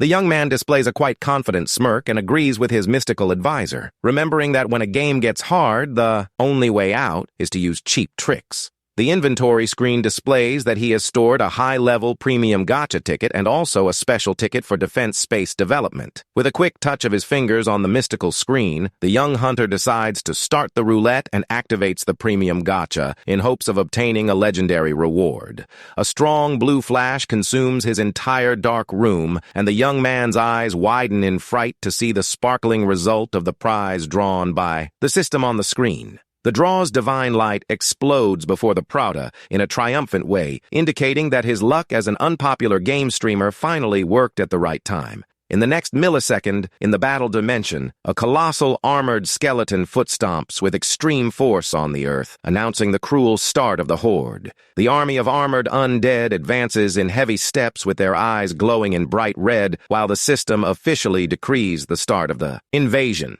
The skeleton soldiers begin to run with blind fury, brandishing their rusty swords and old metal shields, starting the bloody rush against the base. Leading the ruthless march of undead is the imposing and colossal skeleton king with a golden crown, making the young man let out an attentive murmur in his room. The system warns that the terrible enemy hero resisted the scene's light and salt blessing, disabling the protective bonus and locking the damage received by undead at a high rate. He analyzes that the standard weakness doesn't work against the 7-star boss monster, but is not shaken, as he already has another well-prepared tactical countermeasure there. The tactical map displays defenses divided perfectly into 4 distinct sections, showing the channeled route through which the enemy hordes will be forced to pass. The young man smartly explains that the real danger of the undead is the absurd quantity, and that is why he divided the route into 4 paths to nullify that advantage. This way he manages to control the flow and precisely restrict the exact amount of opponents that can enter each of the defense barriers.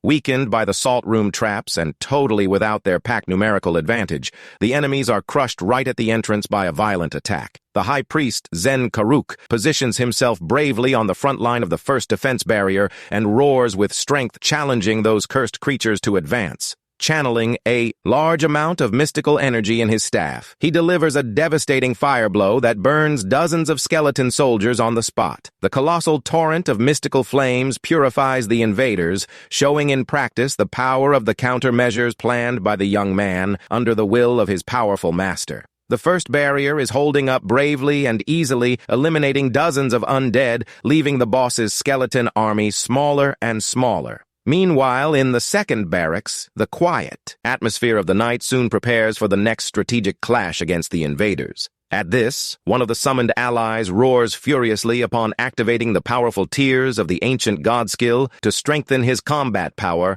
Under the command of this overwhelming water magic, dozens of skeleton soldiers, archers, and knights are purified and destroyed at once. With this ruthless rush, the number of remaining monsters rapidly drops to just over 1,000 enemies on the system's counter. At the same time, in the third barracks, a gigantic horde of undead with glowing red eyes relentlessly advances through the narrow corridors. But a mystical warrior descends from the skies like a blue lightning bolt to intercept the monster's march with a devastating aerial attack. This brutal aerial rush happens because Gano's legendary crow's wingbeat skill is activated at the exact moment by the system. The cuts of black and blue energy tear through the enemy lines, sending more than 70 monsters straight to the grave in a matter of seconds. 14 more skeleton knights turn to dust with the blow's impact, dropping the total of remaining invaders to 937. Now the attention turns to the fourth barracks, where the last defense group prepares under the beautiful starry night sky. There, the lizardmen warriors form an impenetrable wall of shields and spears, receiving a nice swarm bonus from the system. The furious skeletons run desperate toward the barrier, without imagining they are marching straight into a perfect trap. The clash between the two forces is brutal, but the solid shield barrier of the lizardmen holds the enemy advance without yielding a single centimeter. With the defenders' well-aimed counterattack, another massive wave of undead soldiers, knights, and archers is totally annihilated. With this excellent defense, the overall counter of surviving monsters impressively drops to just 881. Kim Han-ul observes everything from his room, quite satisfied, thinking that the weakening by the salt room left the battle very easy and under control. However, the hunter's countenance suddenly changes when he remembers a very problematic and dangerous detail about these monsters. On the battlefield, a mysterious and terrifying red energy begins to drip from the feet of the terrible enemy boss's armor. The Skeleton King raises his staff and begins to channel a massive spiral of red magic that distorts the entire space around him. This blood mist rapidly spreads throughout the castle, enveloping each of the barracks in an extremely evil and oppressive aura. In the middle of the flames and corridors, the shattered bodies of the undead begin to regenerate with a terrifying red glow. Sensing the sudden change in energy, the allied high priest turns, startled upon realizing that something very bizarre is about to happen. The other defense monsters also stand completely in shock and begin to sweat cold before that terrible magic pressure from the enemy. On the Prota's computer screen, dozens of red danger warnings begin to flash frantically and with annoying noises. The system alerts that Boss Iramatus is casting the resurrection of the undead, but Kim Han-ul just gives a confident smile, confirming the plan. Kim Han-ul comments that this is why he hates facing undead, while the Skeleton King extends his hand and coldly orders everyone to rise again. obeying their supreme leader's command. The bones scattered on the floor begin to join again to recreate the terrible soldiers. The allied high priest watches that macabre scene open-mouthed, unable to believe the enemy army is coming back to life. After all, no matter how many times these creatures are defeated, it just takes a resurrection spell from a high-level boss to change everything. And in the blink of an eye, the invader counter returns to the maximum mark of 1,200 completely healed and intact monsters. Surrounded and out of breath, the defenders now need to deal with the entire skeleton army with full strength again. He gets desperate upon noticing his allied warriors are with their life bar very low and won't endure another long combat. But what the enemy didn't expect is that a blue portal would suddenly open right in the middle of the battlefield, bringing a special item. Without hesitating a single second, the allied high priest eagerly bites the mystical energy sweet to regain his strength. The lizard wizard also bites his blue chocolate bar, feeling the magic energy return to his body instantly. Kim Han-ul confidently reveals he had already prepared a third fantastic countermeasure precisely to deal with this resurrection.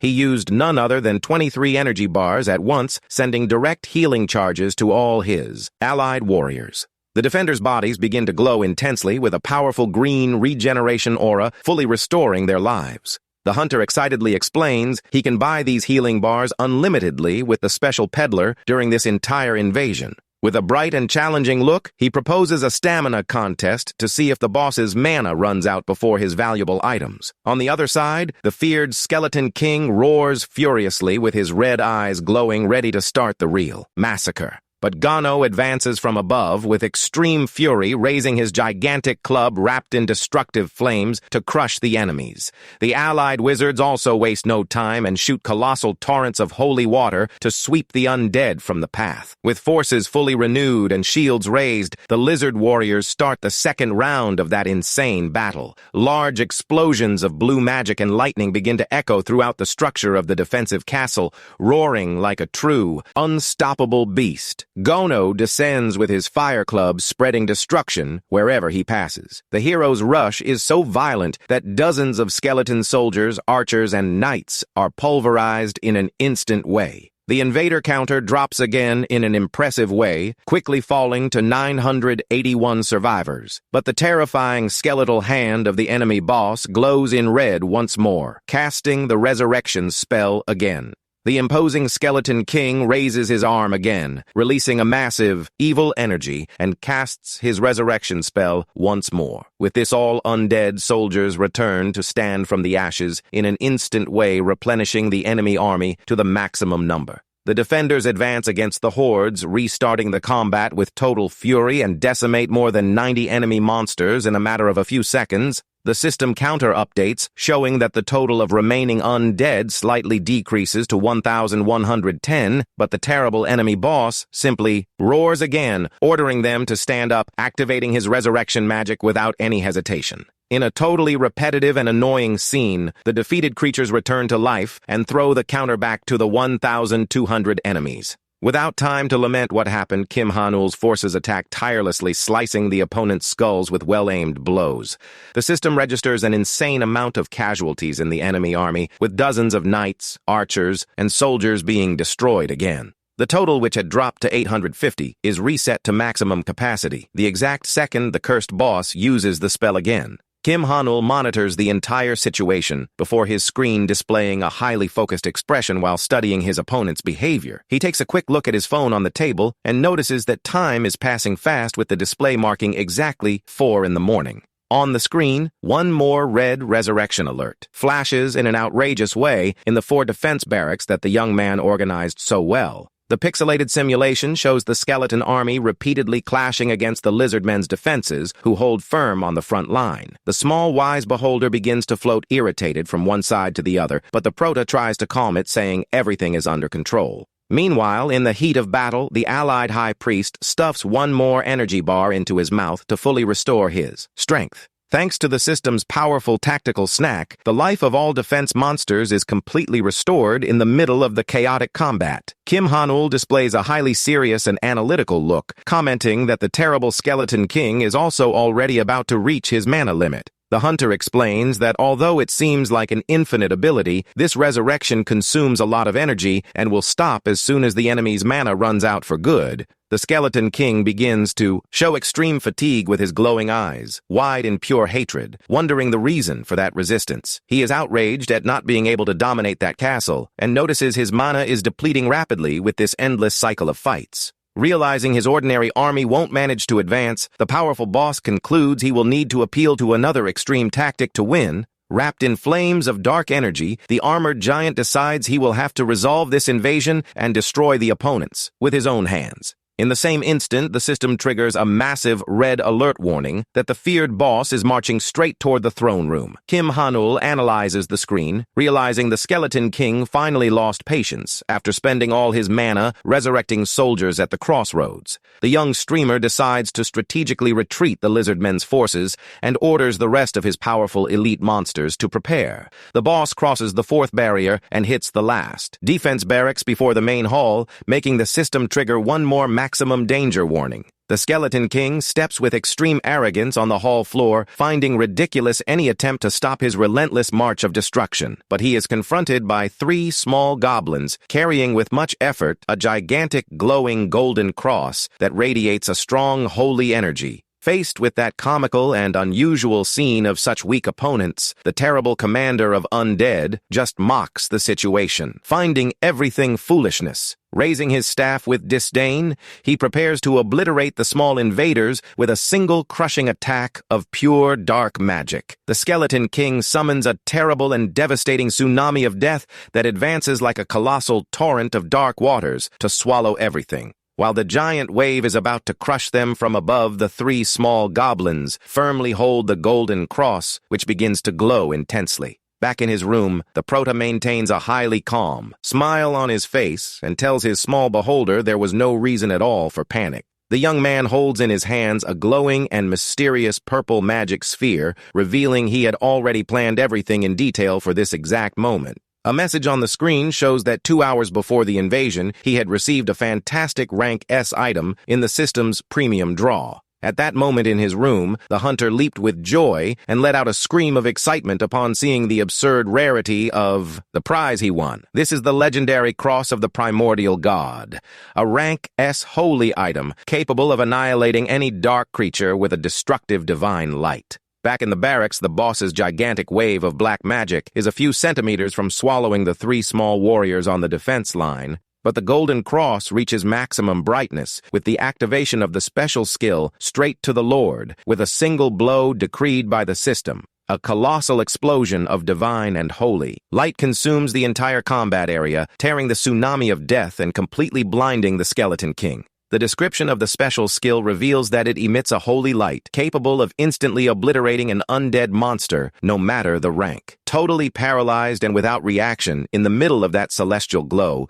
the giant villain notices the real danger and murmurs in disbelief that is impossible. The powerful king's bony body begins to disintegrate rapidly in the purifying light, while he lets out one last cry of despair and agony. The beam of divine energy sweeps all the darkness from the hall in an absolute way, eliminating any trace of evil magic that covered the castle. The holographic panel confirms the critical hit with the wonderful news that the feared boss Iramatus was totally obliterated from the field. Next, the system warns in a cold way that the valuable cross of the primordial god fulfilled its heroic role and was completely destroyed after use. As a price for the use of this powerful magic, the system also decrees the tragic end of the 3 small goblin warriors who held the holy artifact. Kim Han-ul places his hand on his face in a brief moment of respect, quietly lamenting the sacrifice of his dedicated green helpers in the battle. But with a highly relieved and grateful look plastered on his face, he acknowledges that thanks to their unwavering bravery, the mission was accomplished with perfection.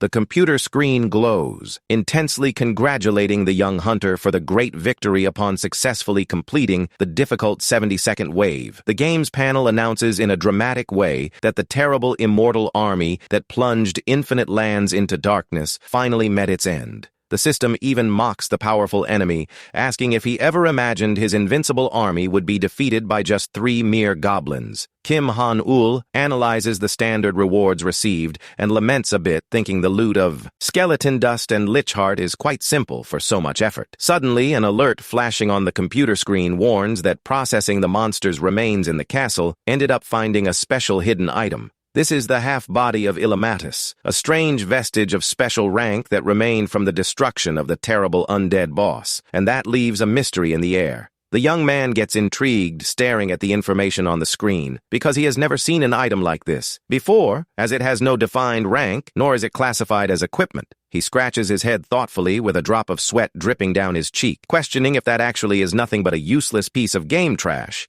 But in that same instant, a new light signal begins to pulse on the mystical interface, immediately catching the young tactics master's attention. A sly and very satisfied smile appears on Kim Han-ul's face, indicating that he finally understood the true mechanic of that strange item. It turns out that the castle's special peddler wishes to buy the half-body of Illimatus and is offering the generous amount of 5,000 gold coins for it. With his eyes glowing in an intense blue of pure greed, the young man celebrates upon realizing the item definitely has a lot of value and utility within the game. He stands quite undecided about what to do with that precious relic, weighing if it is really worth selling everything on the spot or if he should save it for later. The hunter decides to ask advice from his faithful wise beholder, but the little monster just lets out some cute noises, indicating it also has no clue. He thoughtfully reflects on the item's mystery, knowing it would be much easier to decide if he could read the hidden description in some special way. Suddenly, he recalls a pair of glasses exclusive for the wise beholder in his inventory, capable of unlocking the little monster's advanced analysis skill, with a fantastic idea shining in his mind. The young man calls his small purple pet close with a friendly hand gesture.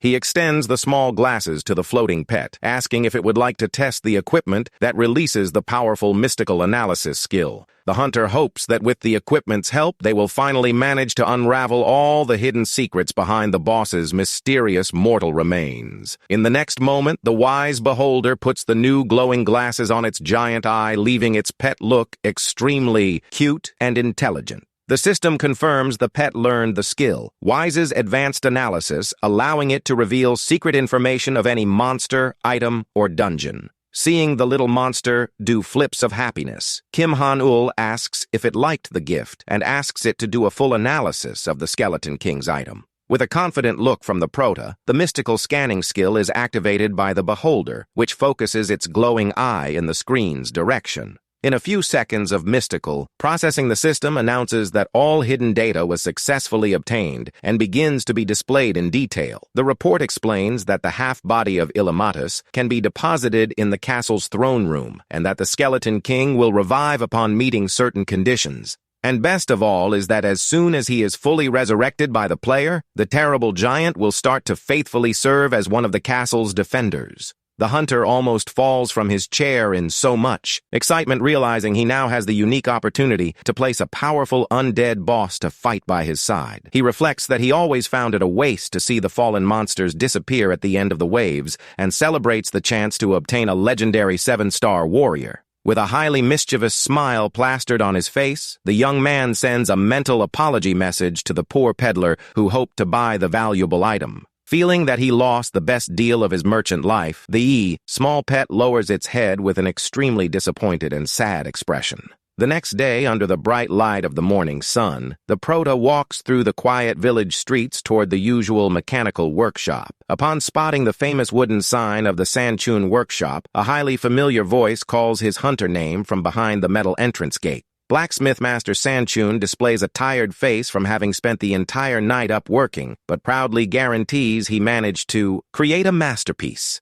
The young man gets extremely anxious to see the work's result, while the robust blacksmith enthusiastically invites him to enter and meet the new creation. Hunter Yoon Soo-ah follows them in silence with her arms crossed, surprised to see the veteran artisan so excited and dedicated to a project of that level. As he walks through the noisy corridors of the mechanical workshop, Kim Han-ul curiously wonders what type of equipment the veteran blacksmith managed to forge. He keeps imagining if by chance it would be a rapid-fire mana weapon, or who knows, an advanced technological armor suit for high-level combat. The hunter clenches his fists and takes a deep breath from so much anxiety, convinced that any artifact created by that blacksmith master will surely be incredible. The blacksmith master finally extends his calloused hand and reveals an extremely bright and decorated ruby brooch that emits an aura of holy power. The young man stands frozen in shock in the exact same second, widening his eyes upon realizing the masterpiece is quite different from the combat equipment he imagined. Yun Sua also lets out a murmur of astonishment and stares at the glowing accessory on the table with a face of complete incomprehension at the artisan's choice. This is the Brooch of Glory, a legendary Rank S item forged from the extremely rare bloodstone that emits vibrant colors throughout the hall. The hunter indignantly questions the reason the artisan spent such a rare stone to make a brooch instead of a powerful weapon or heavy armor. The blacksmith gets irritated and tells the girl to shut up, but the Protoss soon interferes, saying calmly that the final result is excellent and just the right way. The wise beholder activates the brooch's analysis, confirming it is a Rank S mental resistance item, which is exactly what the young man needed. Kim Han-ol touches the ruby with affection and sincerely thanks blacksmith Sanchun, praising the accessory for being the perfect equipment for his fighting style. Displaying a grin from ear to ear and holding the glowing brooch with much pride, he happily confesses he loved the look and utility of the item. The blacksmith master lets out a sigh of great relief and smiles in a friendly way, commenting he had a strong positive hunch during the entire forging process. The description of the Brooch of Glory reveals that it clears the user's mind and grants total immunity against negative mental effects, being able to be used by summons. The young man celebrates a lot for having in hands the dream item of any summoner hunter, since there are very few units of this legendary brooch in the world. He makes a confident gesture heartily, thanking for the blacksmith's help, who just lets out a good laugh. Proud of his client's satisfaction, Sanchun says goodbye to the young man outside the workshop, asking him to make good use of the brooch, while he finally goes to take his well-deserved rest. Sitting on a wooden bench with his gaze fixed on the massive city, the hunter celebrates. Relieved for having secured his first own Rank S item, he reveals with a nostalgic smile that he used to climb to the top of that hill behind his house whenever he felt tired or overwhelmed by life. The memory shows him spending several nights up alone on that same bench, observing the urban lights when fear of the future kept him from sleeping. In those difficult times, all the hunter could do was climb to the hill in the early morning and stand staring at the beautiful landscape to try to calm his mind. But now, looking at Sol from up there with his faithful wise beholder floating by his side, all his old worries seem incredibly small. The small floating pet lets out a cheerful sound, agreeing with its master, who smirks, acknowledging that things really have changed for the better now. Sensing a strong and imposing mystic blue energy aura around him, he declares with determination that he is no longer that weak and helpless youth of the past. A blue notification appears revealing that the last requirement to unlock the audience with the Sovereign spell was precisely to craft a Rank S item. The system confirms that the mission was met thanks to the brooch created by Sanchun, fully releasing the new and awaited skill for immediate testing. The hunter activates the mystical spell immediately and reads the description, warning that now he can talk directly with the Sovereign to understand the castle as the digital communication channel begins to connect. The young man gets quite anxious to clear up all the doubts he accumulated during the battles. The projection shows the beautiful Sovereign sitting majestically on her pixel throne in the Castle of Illusions, leaving the young hunter not knowing where to start talking. However, he is caught by surprise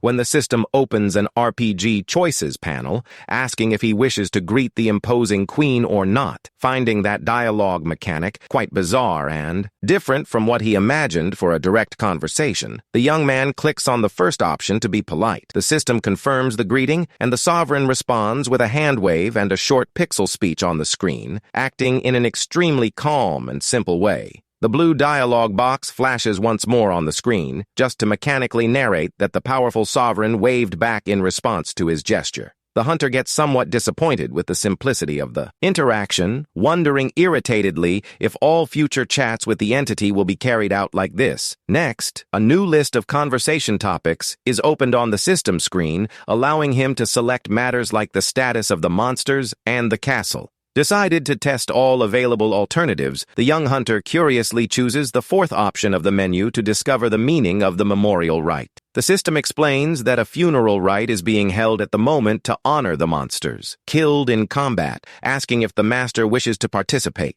The young man narrows his look immediately, recalling the 3 small goblins who gave their heroic lives to activate the Rank S cross in the last combat. He silently acknowledges he would never have managed to survive and pass the last great enemy horde without the brave sacrifice of that trio of warriors. Without hesitating a single second, the young man extends his index finger and clicks on the holographic screen, confirming his immediate presence in that solemn ceremony. The blue panel glows intensely, emitting a strong transition light to indicate that the player's participation in the funeral rite was accepted by the system. The projection shows a lit campfire in the center of the castle with all allied monsters and the sovereign herself gathered in respectful silence around the fire. Kim Hanul bows his head and makes a sincere mental thanks to the small souls of the Green Warriors, acknowledging they were the saviors. With his hand flat over his chest in a gesture of extreme respect and admiration, he solemnly promises he will never forget their bravery and loyalty. The system issues a statement warning that the sovereign thanks for the master's presence in the ritual and asks if he would like to continue the previous conversation. He confirms at the same time because he knows very well he still needs to get several crucial answers about the mysteries involving his own system. However, upon testing all the other topics available in the menu, he receives only fragmented and bureaucratic reports about the general conditions of the castle. One of the warnings details that the fortress is repairing the damage of the last combat and that the reconstruction will take 2 days if he doesn't send more mana stones. Sighing a bit tired of receiving only robotic answers, the hunter notices that the only remaining option he hasn't clicked yet is the casual conversation one, without many expectations of getting anything useful, but decided to try to the end. He clicks on the casual option, asking how the sovereign is feeling today. The panel displays the image of the sovereign, who responds in a quite direct way in her text bubble that she is doing very well in the castle's daily tasks.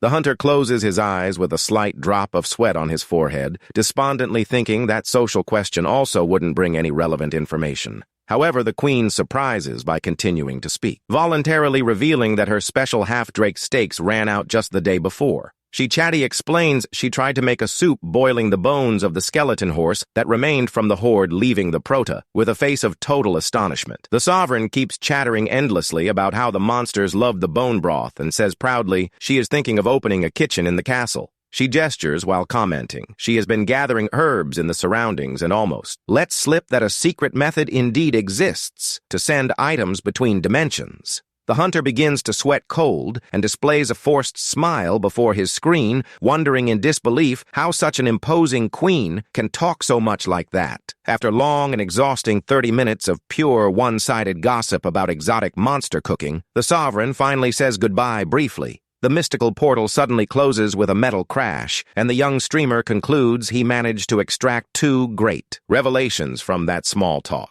The first of them is very clear on the screen, with a bonus showing that the sovereign's affinity and friendship level with him increased by 1 point thanks to the chat. The young man focuses his thoughtful gaze toward the city's horizon, while the wise beholder floats curiously, waiting to hear his second discovery. He thoughtfully concludes that the castle's general conditions are much worse than he thought, and that the fortress will hardly endure the next invasions. Under the bright light of the full moon that illuminates the starry sky of that quiet night, the hunter whispers to himself that he will need to think up a genius plan. A short time later in his dark room, the young man turns on the computer equipment to start a surprise live stream for his channel. The young man's virtual avatar appears in the digital arena, greeting his small community of loyal viewers who enthusiastically celebrate his return.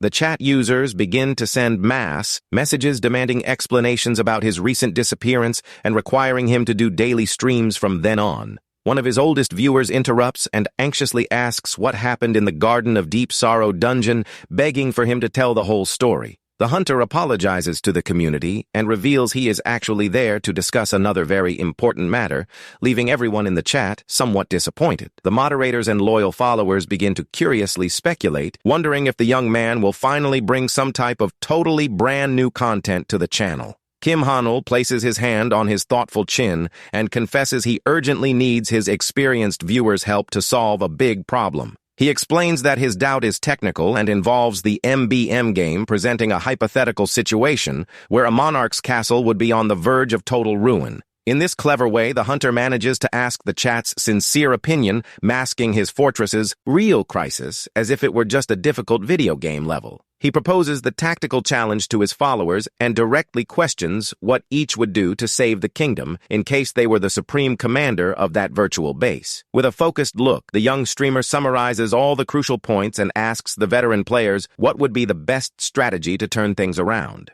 One of his followers analyzes the conditions and jokingly responds that without proper soldiers or defensive structures, the only logical way out would be to give up for good and close the game. But user Baldy is the strongest, fully disagrees and states it is possible to win, using the accumulated gold to hire new monsters and crush the horde in quantity. The Prota ponders that he thought about this pack alternative, but counters recalling that summoning about 100 ordinary creatures would spend all his money very fast. The legendary bald hunter appears in the chat with a genius suggestion indicating that the perfect solution would be to simply summon a single minion capable of generating another 100. He cites the famous creature known as Ant-Man, guaranteeing with much certainty that putting this insect summoner on the field would solve the problem on the spot. Kim Han-ul's eyes widen upon having a great revelation, and he surprisedly questions how he could forget such a classic and efficient summoning unit from his arsenal. He concludes that capturing this ant monster would solve the castle's army problem, but begins to rack his brain thinking in which place of the real world he could find it. Taking advantage of the conversation's direction about dungeons and monsters, Baldy is the strongest casually asks if the young streamer also acts as an official hunter.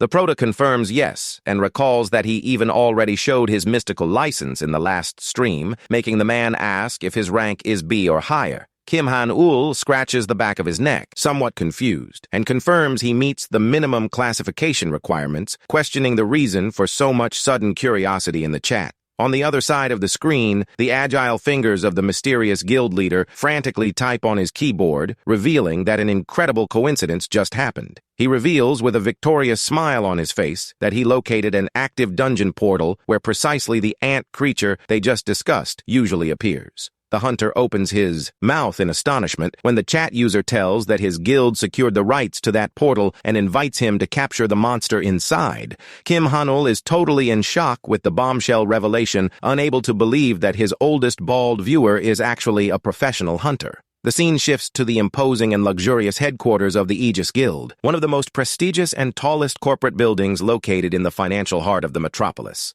Inside his luxurious office, the robust guildmaster slams his arms on the table, irritated, and lets out a curse, visibly stressed with management problems. He deeply laments while analyzing the newspaper news, fearing to lose one more highly talented hunter to the powerful rival guilds Sanare and Pungbak. The article focuses on the likely transfer of Kim Han-ul to the competing guilds, even displaying secret photos of the young man in business meetings in cafes. The bald man complains alone with his arms crossed, not understanding why no one acknowledges that the Aegis Guild has the best tactical information and resources in the entire country. He stands thoughtful, staring at the wall with his gaze half closed, racking his brain in search of a good way out, because he highly desires to recruit Kim Han-ul to his team. Suddenly, the door to his room is violently flung open by a young blonde and very energetic girl with pigtails on her head, shouting for her boss. The imposing guild leader gets startled by the abrupt invasion and displays a face of few friends, tired of his blonde subordinate's jokes and lack of manners.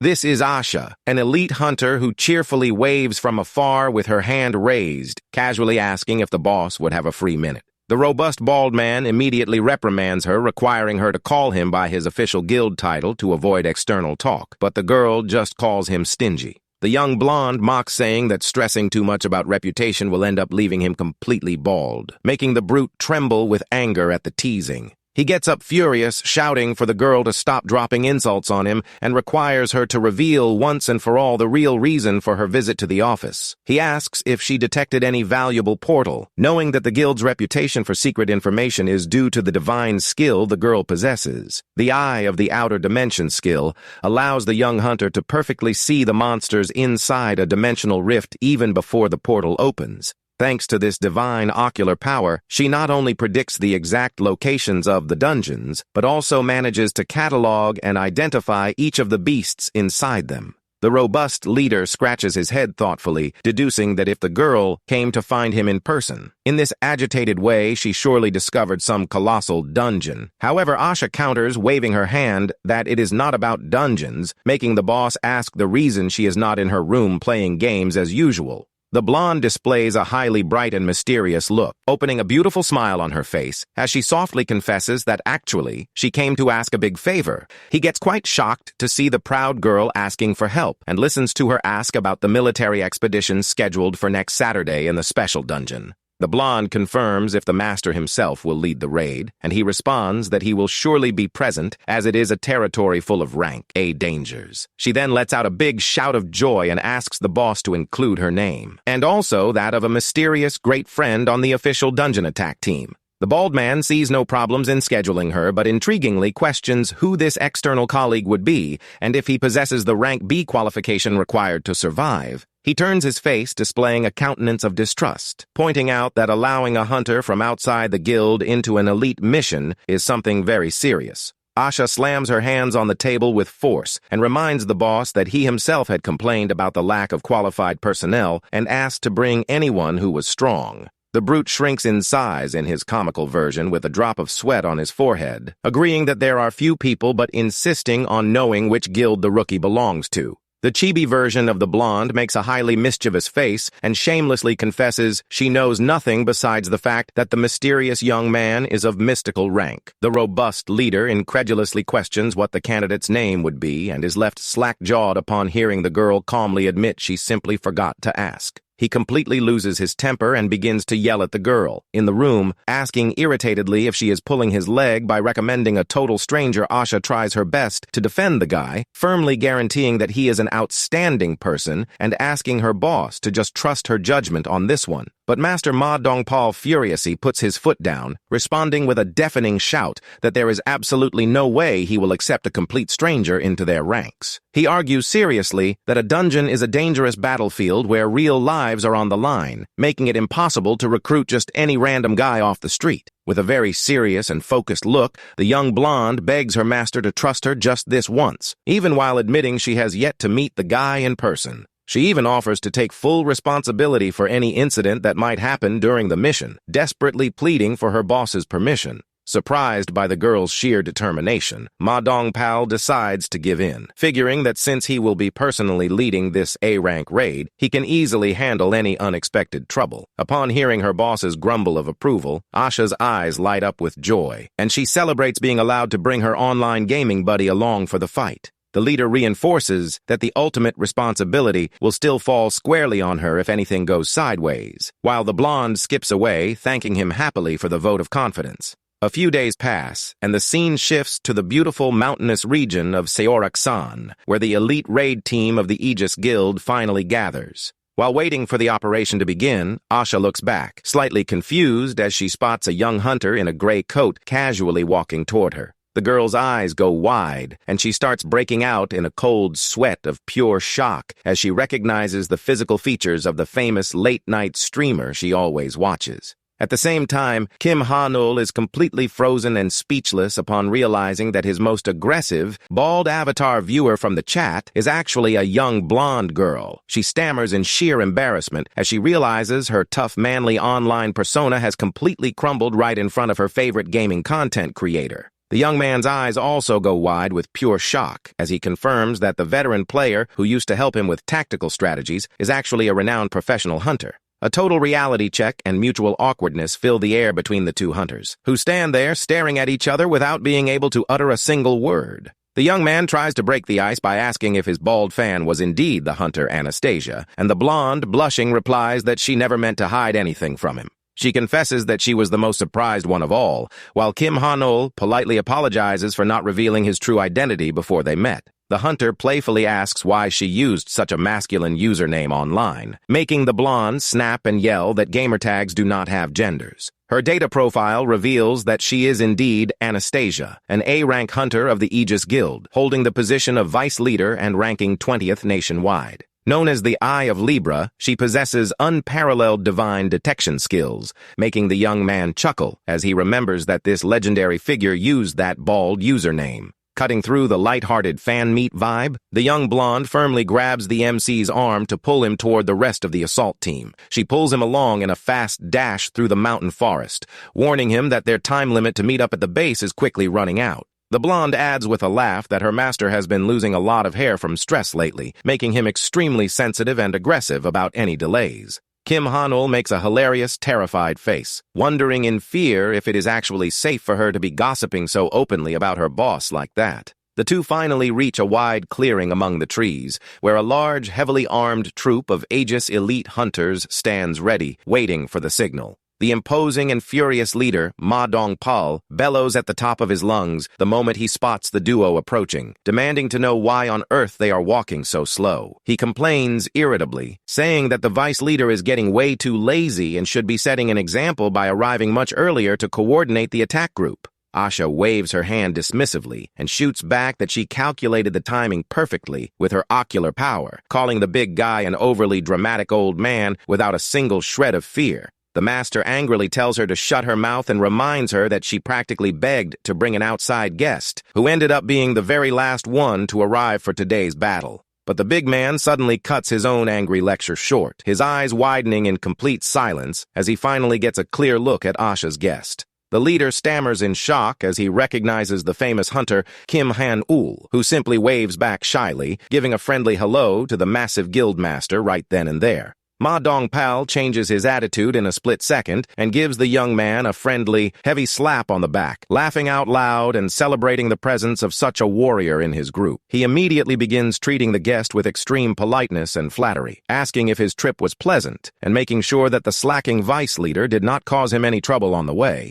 Seeing her bald boss's blatant hypocrisy and sudden shift in behavior, Asha makes a highly indignant face, grumbling quietly to herself about him. The wind begins to blow harder across the mystical clearing, kicking up dust and indicating that dimensional energy is about to rip through the fabric of reality. While reloading and adjusting the scope of her imposing assault sniper rifle, the young hunter hears the MC approach her to start a conversation. Kim Han-ul sincerely thanks her for the opportunity, leaving the blonde a bit confused and surprised by such a polite gesture of gratitude right before a battle. He explains that he knows how incredibly difficult it is to include a mysterious, unaffiliated hunter in an official elite raid of such a high rank. Asha smiles and replies warmly that they have known each other online long enough to not be considered strangers, adding that she trusts his good character. She tells him not to worry about it because the invitation was made from the bottom of her heart, leaving the young man touched to see he was invited purely out of goodwill.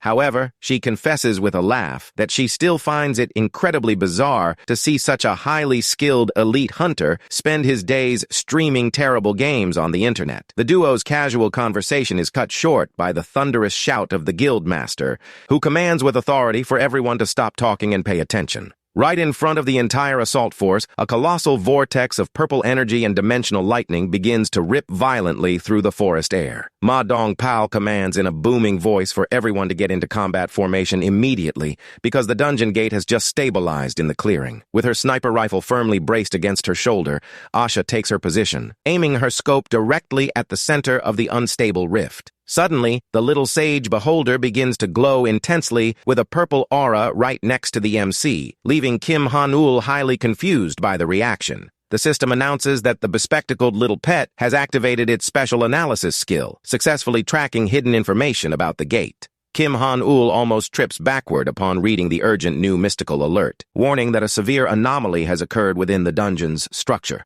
The panel reveals that the creature waiting inside the gate is actually the terrible burrowing fly, leaving the young hunter completely shocked by the warning. He realizes with dread that the dungeon monsters have changed at the very last minute, trying to quickly figure out a way to alert Ma Dongpal without exposing his secret system. With time running out fast, Kim Han-ul yells Asha's name, reminding her that her divine visual skill is the legendary Eye of Libra. He deduces that her ocular power can expose the gate's deception, calling out for her to analyze the dungeon's information once more. The hunter finds the sudden request strange, but listens as the MC warns her with absolute seriousness that a terrible change has taken place inside. Her beautiful blue eyes go wide with extreme doubt, unable to comprehend how a stable gate could suddenly change its entire nature like that. Murmuring that such a thing should be technically impossible, Asha decides to activate her ocular power, focusing her glowing mystical sight directly on the rift. But her confident expression completely shatters the very second her mystical vision reveals the true, hidden beasts waiting inside.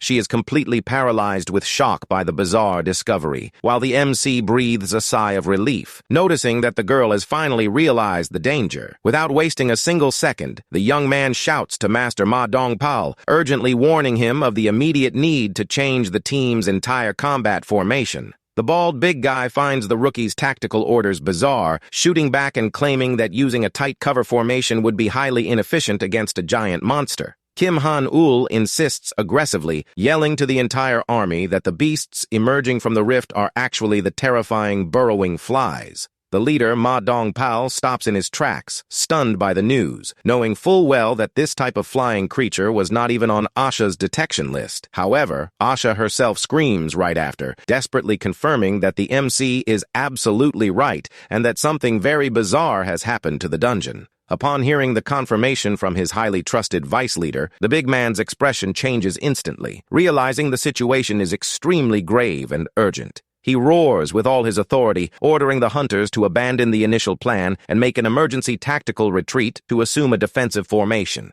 The other guild soldiers look at each other in utter confusion over the sudden last-minute change of plans, hesitating to obey Ma Dongpal's command. Seeing his subordinates' hesitation, the big man bellows furiously, demanding everyone to move immediately before the gate opens completely in the clearing. The hunters finally snap out of their daze and shout in unison, clashing their shields together as they hurry to position themselves in their new defensive lines. The MC sighs in relief that they avoided an initial disaster with the formation, holding a glowing blue gem in his hand to prepare for the upcoming battle. With a sharp and determined look, the hunter unsheathes his glowing golden sword while the system confirms that the residual soul copy skill is ready for use. In the very next split second, the colossal portal of purple dimensional energy explodes with violent lightning, announcing the enemy invasion. Ma Dongpal roars with absolute fury, commanding his entire troop to hold the line and prepare for a violent clash against the flying monsters. An endless, terrifying horde of giant black flies with glowing red eyes begins to pour from the gate like a literal plague of doom. The frontline warriors instantly panic upon confirming with their own eyes that the flying menace is indeed those mutant flies. The leader tries to calm his troops, shouting that despite the identification error, those flies are still just weak D-rank monsters. The leader's eyes begin to glow with intense orange flames of pure power as he activates his special Guardian Descent skill for the fight. The massive bald man's back muscles expand terrifyingly, completely ripping his dress shirt apart and releasing an unreal amount of destructive energy. An imposing, gigantic, mystical spirit bear rises behind him with the activation of the forest stance. As the hero lets out a deafening roar, he leaps straight into the middle of the flying swarm, delivering a devastating ground punch that sends a colossal, destructive shockwave throughout the clearing. The impact is so violent that the spirit bear's flaming energy claws reduce dozens of those mutant flies to ashes in the blink of an eye. Kim Han-ul watches this display of extreme strength, highly impressed, praising Master Ma Dongpal for fighting like a true S-rank warrior. However, the young man notices that the absurd amount of remaining flies still represents a mortal threat, even for such a powerful warrior fighting all on his own. Wielding his golden sword of light with extreme agility, the young hunter charges forward, slicing through the giant insects as he runs to back up the Aegis leader. But the MC suddenly halts his steps and clenches his teeth in fear, noticing a highly bizarre detail coming directly from the dark sky of the portal. A truly colossal, unbelievable number of mutant black flies begins to pour from the rift at a speed 1,000 times faster than before. The entire squad of guild hunters tries to fire back, causing multiple explosions, but the sheer volume of insects in the air is so absurd that it begins to overwhelm them. Asha leaps acrobatically, firing precise shots with her sniper rifle at the heads of the flying enemies to force a path forward. In the middle of her shots, the young blonde's eyes automatically glow intense blue once again as she deciphers the nature of that terrifying gate. She stammers in complete despair, confirming that they are dealing with a mystical fusion gate, something extremely dangerous and rare in the hunter world. The system details that unlike ordinary dungeons that disappear on their own once all the beasts exit, this type behaves very differently. A fusion gate will never close, continuing to spawn monsters endlessly until a group of brave warriors enters the rift and defeats the supreme boss. She screams desperately to alert Captain Ma Dongpal, warning him that the insect horde will never end unless they invade the portal to eliminate the boss. The blonde proposes that they both invade the dimensional rift immediately to resolve the situation and ensure the plague stops spreading into the real forest. But in the very next split second, a silent, giant fly emerges from behind the girl, its sharp claws ready to strike her down. In a lightning-fast display of pure skill, Kim Han-ul appears right in front of Asha, delivering a devastating golden slash that cuts the insect's body clean in half. While wiping the blood off his sword blade with a sharp motion, the young man declares with absolute seriousness and authority that he will also be entering the portal rift. Asha tries to stop him out of concern, reminding him that she only brought him along to help him level up safely, but the young man replies that he did not come here to be carried. He asserts with determination that his goal here is to slay the boss monster to get what he needs, asking her to please trust in his potential. Locking eyes with her, the young hunter makes his final request, demanding that she include him in the assault squad entering the mysterious fusion portal. Seeing that unyielding, heroic conviction in Kim Han-ul's eyes, the blonde finally gives in and nods in agreement, confirming the plan. Ma Dongpal beams with joy, knowing the young man's combat prowess, and loudly commands the elite trio to invade the mystical rift immediately without looking back. Ma Dongpal announces that he will enter with the other two to defeat the boss, leaving team leader Kim in charge of the external area. Team leader Kim Yong-tae accepts the command immediately, shouting at the top of his lungs to confirm his captain's orders. Meanwhile, the powerful warrior clenches his massive fist, now enveloped in intense flames, ready to begin the invasion. The elite trio of the raid group braces themselves before the chaotic portal, while dozens of flying beasts cover the entire sky. Ma Dongpal yells for them to charge, leading the rush toward the portal with a wild, battle-hungry look. Asha provides cover right behind him, firing extremely powerful rounds from her sniper rifle into the fly swarm. The group charges forward with everything they have, eliminating the beasts in their path with simply flawless coordination. Kim Han-ul observes the situation with total calm, moving with agility while his partners clear the way ahead. With that, the three of them leap together into the mysterious portal, enveloped by glowing circles of energy as they fall. They finally land on the rocky floor of a dark cave after passing through the dimensional rift of the fusion portal. Ma Dongpal is taken aback, beginning to analyze the dark environment as he realizes this place is very different from what he expected. Asha then turns on the tactical flashlight attached to her weapon to pierce the darkness, while the captain warily scans their surroundings. The flashlight beam reveals they are inside a long underground tunnel that seems to stretch endlessly into the deep dark. At that moment, Kim Han-ul summons his Sage Beholder to use its scouting skill and identify the dungeon monsters. The MC flashes a confident smile upon seeing that his system has successfully located the great ant queen, Amur. The ant queen Amur is revealed to be the most powerful insect-type monster, a living factory capable of spawning an entire army. The system warns that even the simplest worker ants she breeds stand at over 2 meters tall. Kim Han-ul realizes that this colossal creature is exactly what he needs to strengthen his own lord's castle. Ma Dongpal remarks that this place used to be an ant nest, but feels confused about why so many burrowing flies are in the area. The captain admits he does not have the answer, but suggests they will likely figure everything out once they defeat the boss. Suddenly, Ma Dongpal walks further ahead and notices something strange lying on the dark floor of the silent tunnel. With a serious expression, he calls over his two companions to take a close look at his discovery. Kim Han-ul and Asha quickly approach, asking if the captain has just found some dangerous monster along the way. The MC walks calmly but finds it odd that Ma Dongpal looks so incredibly shocked by what he is seeing. Asha points her flashlight at the ground and lets out a gasp of extreme horror upon facing a completely bizarre scene. Before them lies an endless pile of giant ant corpses, and Kim Han-ul wonders if the creatures fought among themselves. But Ma Dongpal immediately dismisses that possibility with a tense look as he examines the details of the remains. He explains that every single one of those giant ants died by decapitating itself, and all of them on the ground are in the exact same state. Asha is horrified, having never seen monsters commit suicide, but Kim Han-ul asks her if she remembers host infection.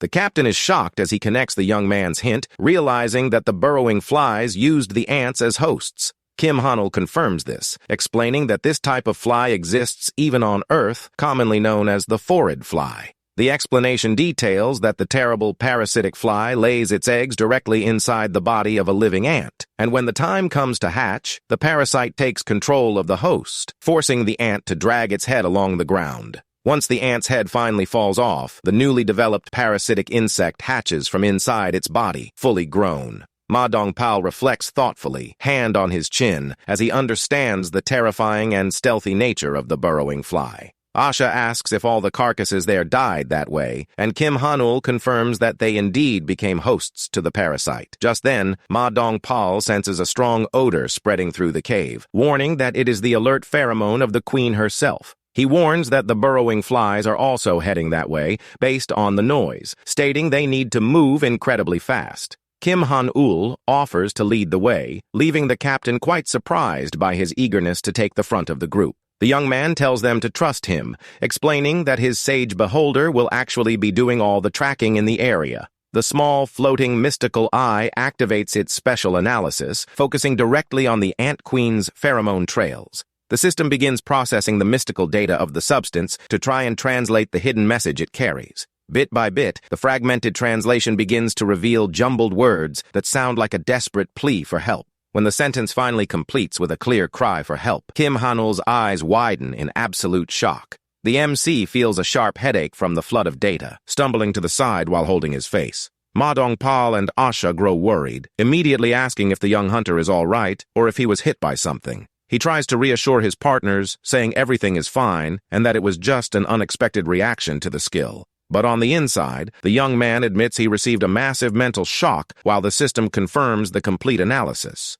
An alarming, repeating message flashes in his vision, revealing that the queen is desperately begging to save her child. The system screen becomes completely flooded with the same agonizing cry for help from the creature echoing in his mind. Meanwhile, the ant queen screams in pain inside the cave, surrounded by thousands of those terrible parasitic flies. Kim Han-ul runs at the head of the group, informing his companions that their target is just a little further down the tunnel. He leaps forward, delivering a precise golden slash that eliminates another giant insect trying to ambush the team. The MC tells them to keep moving forward without stopping, while the warrior duo destroys everything in their path. Asha fires lethal shots, while Ma Dongpal fiercely strikes the beasts with his devastating fire claws. Kim Han-ul knows they are on the right path thanks to the Sage Beholder, but senses a major problem arising right now. Master Ma Dongpal begins to break out in a cold sweat, clenching his teeth as he notices the atmosphere growing heavier by the second. Asha coughs with difficulty, realizing that the toxic miasma mixed in with the queen's pheromones is becoming far too strong.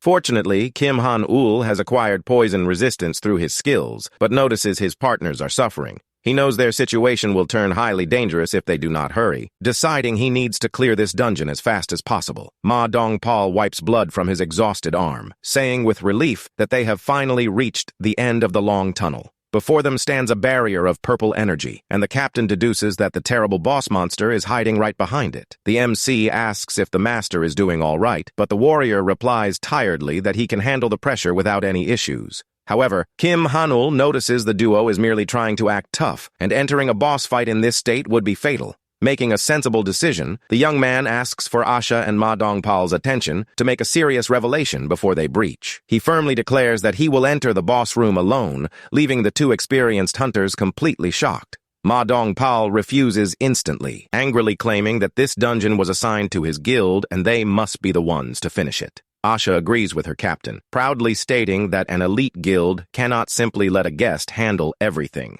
The young hunter reminds them that the poison is weakening them, but the duo insists they will overcome it through sheer willpower. Seeing that he will not be able to convince them, Kim Han-ul agrees to enter together, and the big guy smiles, prepping his flaming fist. He proudly introduces himself as the leader of the Aegis Guild, concentrating all his destructive energy to shatter the massive barrier. Captain Ma Dongpal charges at high speed, delivering a colossal fire punch directly against the wall of purple energy. The impact triggers an absurd explosion that shatters the barrier to pieces, opening the path into the Supreme Boss's nest. But the moment they step inside, they are hit by an unbearable wave of pheromones, forcing Asha and Kim Han-ul to back away, choking. Sensing the terrible, invisible danger in the air, Ma Dongpal roars desperately, ordering the young hunter to get behind him. The captain summons his guardian power, creating a glowing green energy shield to protect Asha's body from the toxic miasma. He asks if the girl is all right, and she replies with relief that she is, thanks to the quick protection of her leader's mystical barrier. Ma Dongpal turns to Kim Han-ul, mentioning that he can still create one more protective shield to ensure his safety as well. However, the young man does not even respond to the captain's call, standing completely still, staring into the darkness with wide eyes. At that exact moment, a chilling voice echoes, calling the MC's son and saying that he has finally come to visit his mother. The glowing green eyes of the Ant Queen emerge from the shadows, and she asks him to come closer because she cannot see. She begs for her supposed son to draw near so she can see his face while the trio stares at the colossal creature. Asha covers her mouth in horror at what she is seeing, wondering tremblingly what kind of aberration stands before her eyes. The young hunter cannot comprehend how a monster could look so grotesque and terrifying, even by dungeon standards. The Ant Queen laments the silence, asking with sadness in her voice why her beloved son is not responding to her call. A bizarre green liquid drips from the beast's massive, deformed face as she demands the young man approach her once and for all. She insists that he show his face to his mother and siblings, while hundreds of burrowing flies cover her body. Kim Han-ul ignores the danger, starting to step outside the protective shield while calling out to leader Asha in a very calm, cool tone. With that, the parasitic flies begin to agitate violently, sensing the young hunter's silent approach in the clearing. The MC warns them that the monsters about to appear are all allies he has tamed, asking them not to attack them. Asha and Ma Dongpal remain protected by the green barrier, confirming they understand without questioning the young man's orders. The young hunter keeps advancing with heavy steps, reflecting that ants or parasitic flies are all the exact same to him. He faces the colossal monster without showing a single drop of fear, declaring to himself that he does not care about the fate of those beasts. The MC opens his system menu and spends 1,000 gold coins to summon a unit of lizard men to fight by his side. A colossal blue summoning portal opens in the cavern skies, crackling with intense lightning as Kim Han-ul wields his golden sword. However, the young man makes a disgusted face looking at the Ant Queen, wondering why this scene is so deeply unpleasant to look at. The mystical portal glows with full force, releasing a massive amount of white smoke and blue lightning throughout the monster's nest. A powerful army of lizardmen warriors emerges from the portal, ready for battle, wielding shields and sharp spears inside the cave. Kim Han-ul, his eyes glowing blue, orders his allies to keep the flies from getting close, while he makes his way to the queen. Noticing the MC's intimidating and hostile presence, the Ant Queen finally realizes that this human is not actually her son. Through pheromone memories, a worker ant reports to the queen that their companions have begun contracting an unknown sickness. Worried about the situation, the Red Queen immediately orders them to do their absolute best to treat and cure the infected. The worker ant bows respectfully, confirming its sovereign's order, and leaves to care for its sick companions. A bright flash of light appears in the cave, indicating the passage of time while the terrible plague continues to sweep through the anthill. Shortly after, the servant returns in a panic, reporting that all the infected ants ended up taking their own lives inexplicably. In tears over the terrible tragedy, the sovereign laments the loss of her children and orders all bodies to be buried with the utmost care. Unfortunately, another worker appears trembling, warning that a completely unknown plague continues to spread unchecked throughout the area. The death toll rises at a terrifying rate, turning the anthill floor into a bloody pile of headless ant bodies. The Ant Queen Amur realizes with deep pain that her beloved kingdom is on the verge of ruin before her eyes if nothing is done to contain the plague. Right after, yet another of her valuable worker ants collapses listlessly on the cold ground, suffering from the terrible convulsions of the virus. The queen approaches one of her fallen servants in anguish, asking with sadness why she is so silent and unresponsive. Even while suffering immensely, the trembling ant begs with her final breaths for her queen to flee immediately to save herself. Completely confused, the sovereign shoots back, saying it makes no sense to flee her own kingdom, which she swore to protect with her life. However, before the ant can finish her warning, her head splits down the middle in a violent and bizarre fashion. A parasitic fly emerges from inside the carcass, mockingly declaring that all glory belongs to Her Majesty from now on. The parasite asserts that everything has returned to its proper place, and the queen's kingdom will continue to thrive forever under their command. With her eyes already altered by the virus, the ant queen smiles, believing the illusion created by the parasitic flies that infected her. The parasitic insect orders her to remain there protecting the nest, while the sovereign's mind sinks fully into the biological lie. Under the effect of mind control, the giant queen firmly asserts she will never flee and will protect her kingdom from any invader. Back in the reality of the battle, a gigantic whirlpool of mystical water begins to cleanse the nest while the queen's mind deliriously wanders. Meanwhile, Asha and Ma Dongpal continue to fight bravely on the front line to hold back the insect horde trying to close in. Kim Han-ul assumes an imposing stance, surrounded by his summons, while the queen's delusions about protecting her children echo through the area. The sovereign screams furiously, demanding that the hunters dare not desecrate her sacred kingdom any further with their filthy, violent steps. She roars deafeningly, channeling a massive amount of destructive power to try and crush the MC's mystical army. The entire nest shakes terrifyingly as a colossal purple shockwave spreads across the stone walls of the dungeon. The beast fires a violent blast of green acid poison toward the group, covering a massive area with her highly toxic substance. Seeing the imminent danger, Captain Ma Dongpal yells desperately for the MC to dodge the queen's acid attack immediately. The green, corrosive acid rains down from the ceiling like a deadly shower, destroying everything it touches and blocking the warrior's escape route. Without showing any concern, Kim Han-ul activates his incredible special skill, Tears of the Ancient, to neutralize the attack. A colossal whirlpool of water rises instantly, absorbing all the poison and spinning the substance into a flawless defensive shield. Ma Dongpal is left jaw-dropped, witnessing such an absurd technique, trying to comprehend the source of such power coming from the young rookie. He realizes with awe that the young man is not just blocking the poison, but also using the toxin itself to wipe the flies off the map. The queen screams desperately, demanding they stop that immediately, claiming no one has the right to destroy her beautiful kingdom. She roars, saying she will not allow anyone to hurt her beloved children, and tries to charge forward despite being severely weakened in the fight. With a cold look, Kim Han-ul activates the Tricheon defensive formation skill, generating a powerful blue shield around the lizard man. The hero begins to walk calmly in the midst of his summoned guards, while the mystical energy shield absorbs the enemy attacks. The hunter keeps his steps firm, deciding he needs to get a little closer to the ant queen to deliver the decisive blow. A colossal mutant fly comes crashing down from the cave ceiling, slamming violently against the blue barrier to try and stop him. However, the enemy attack is thwarted by a powerful strike that rips through the air, protecting the MC masterfully in the middle of combat. Gano's summon time expires, and Kim Han-ul thanks his loyal goblin companion as he returns to the mystical castle. He then turns to the lizardman leader, Zen Karuk, ordering them to stop the flies from approaching while he attacks. The lizardman warriors roar furiously and charge with their spears against the fly swarm, preventing the monsters from getting close. The hunter activates the Lord's residual image skill, adding Iramatus's legendary attributes directly to his own stats. Not satisfied with just that, he uses Vestige Copy to also absorb Gano's stats and one of his legendary close combat techniques. Activating the powerful Crow's Wings technique, the MC gains unreal speed, blasting off the ground enveloped in an intense blue aura.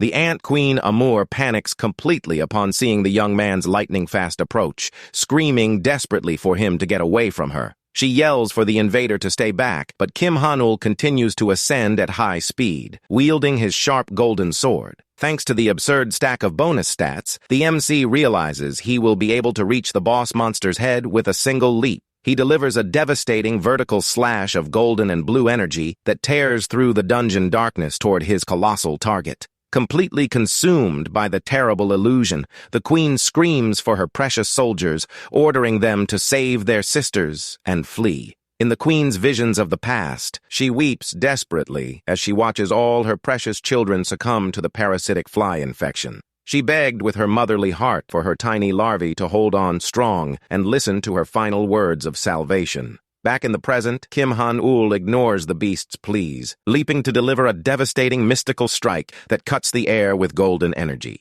The queen remembers how her glorious underground insect kingdom was built on a foundation of immense suffering and daily trials. She recalls when they shivered in the biting cold of winter, wandering exhausted in search of a safe place to establish their colony. And once they finally settled, they had to face and defeat countless wild invaders to defend the sacred anthill. That entire colossal empire of worker ants had cost far too much for the queen to accept it, ending in such a tragic way. The beast channels her fury, asking with hatred if the young invader has any idea of all the suffering they had to endure up to this point. Kim Han-ul gives a sympathetic smile and replies calmly that he knows nothing about it, but will do what is necessary to resolve her pain. With a serene look, the MC declares that the only thing he can do for her now is to free her from this endless suffering once and for all. The hunter delivers a definitive strike of light, successfully eliminating the parasitic fly that was controlling the ant queen's actions. In the clearing outside, the swarm of burrowing flies suddenly drops dead to the ground, leaving Ma Dongpal and Asha extremely surprised by what just happened. Asha analyzes the situation and deduces that Kim Han-ul must have successfully killed the parasite that was manipulating the queen's body inside the dungeon.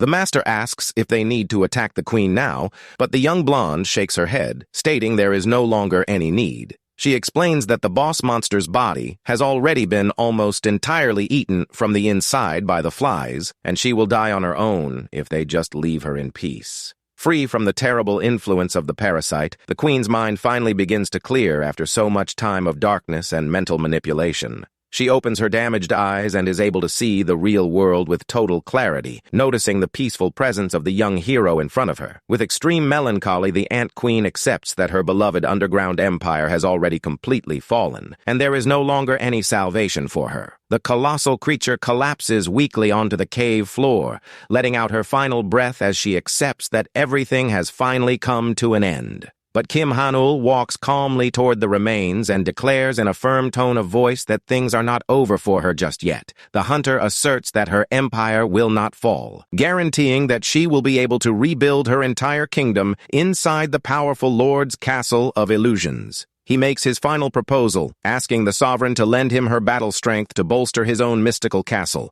The Ant Queen is filled with hope, emotionally asking if it is truly possible that she can give her beloved children a dignified life once again. With the young man's confirmation, the creature joyfully accepts the contract, beginning to be enveloped in a bright, warm, golden light energy. She declares with all her conviction that this time she will protect her new empire with tooth and nail, while her body dissolves into power. The system confirms on a glowing blue holographic screen that the sage beholder has successfully completed the detailed analysis of the pheromones. The MC picks up the glowing soul gem left on the ground, praising his small floating companion for the excellent scouting work. Looking at the mystical crystal in his hands, he thanks the Ant Queen, saying he looks forward to fighting together as allies from now on. The young hunter says his goodbyes, mentioning they will meet again at the Lord's castle, while the crystal glows and vanishes in a whirlpool of water. The system announces that the special soul has been sold, rewarding him with a premium gacha ticket along with 5,000 gold coins for his pocket.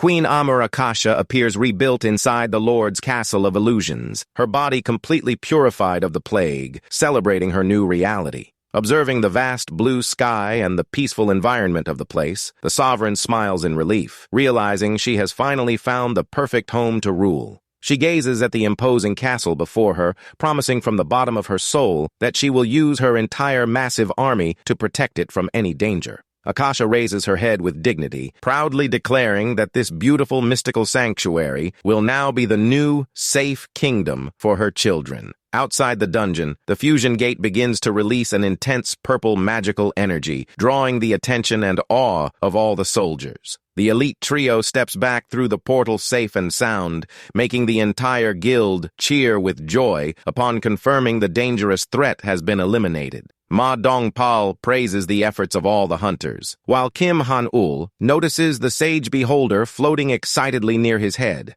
The small mystical eye displays a system alert, revealing that it has just discovered the true reason why the portal suffered that anomaly. The report warns that the gate changed due to external interference, detailing that it found a highly suspicious item in the boss's loot. The hunter watches curiously as the holographic screen loads the detailed information about the glowing red gem he obtained in the dungeon. The mysterious item is revealed to be the interference fragment, which possesses the bizarre property of generating anomalies and forcing new paths inside dungeons. The young man is extremely shocked to realize that an item capable of intentionally altering and corrupting stable portals in the real world actually exists. He reflects on the infinite dangerous uses of that object until he is interrupted by Ma Dongpao, who calls out to him in a very friendly tone. The MC turns around, confused, and the big guy cheerfully explains that he called him over to deliver a special gift as a reward for his massive help. The robust captain extends a red pouch containing concentrated queen pheromone, asking the young man to accept this valuable combat loot.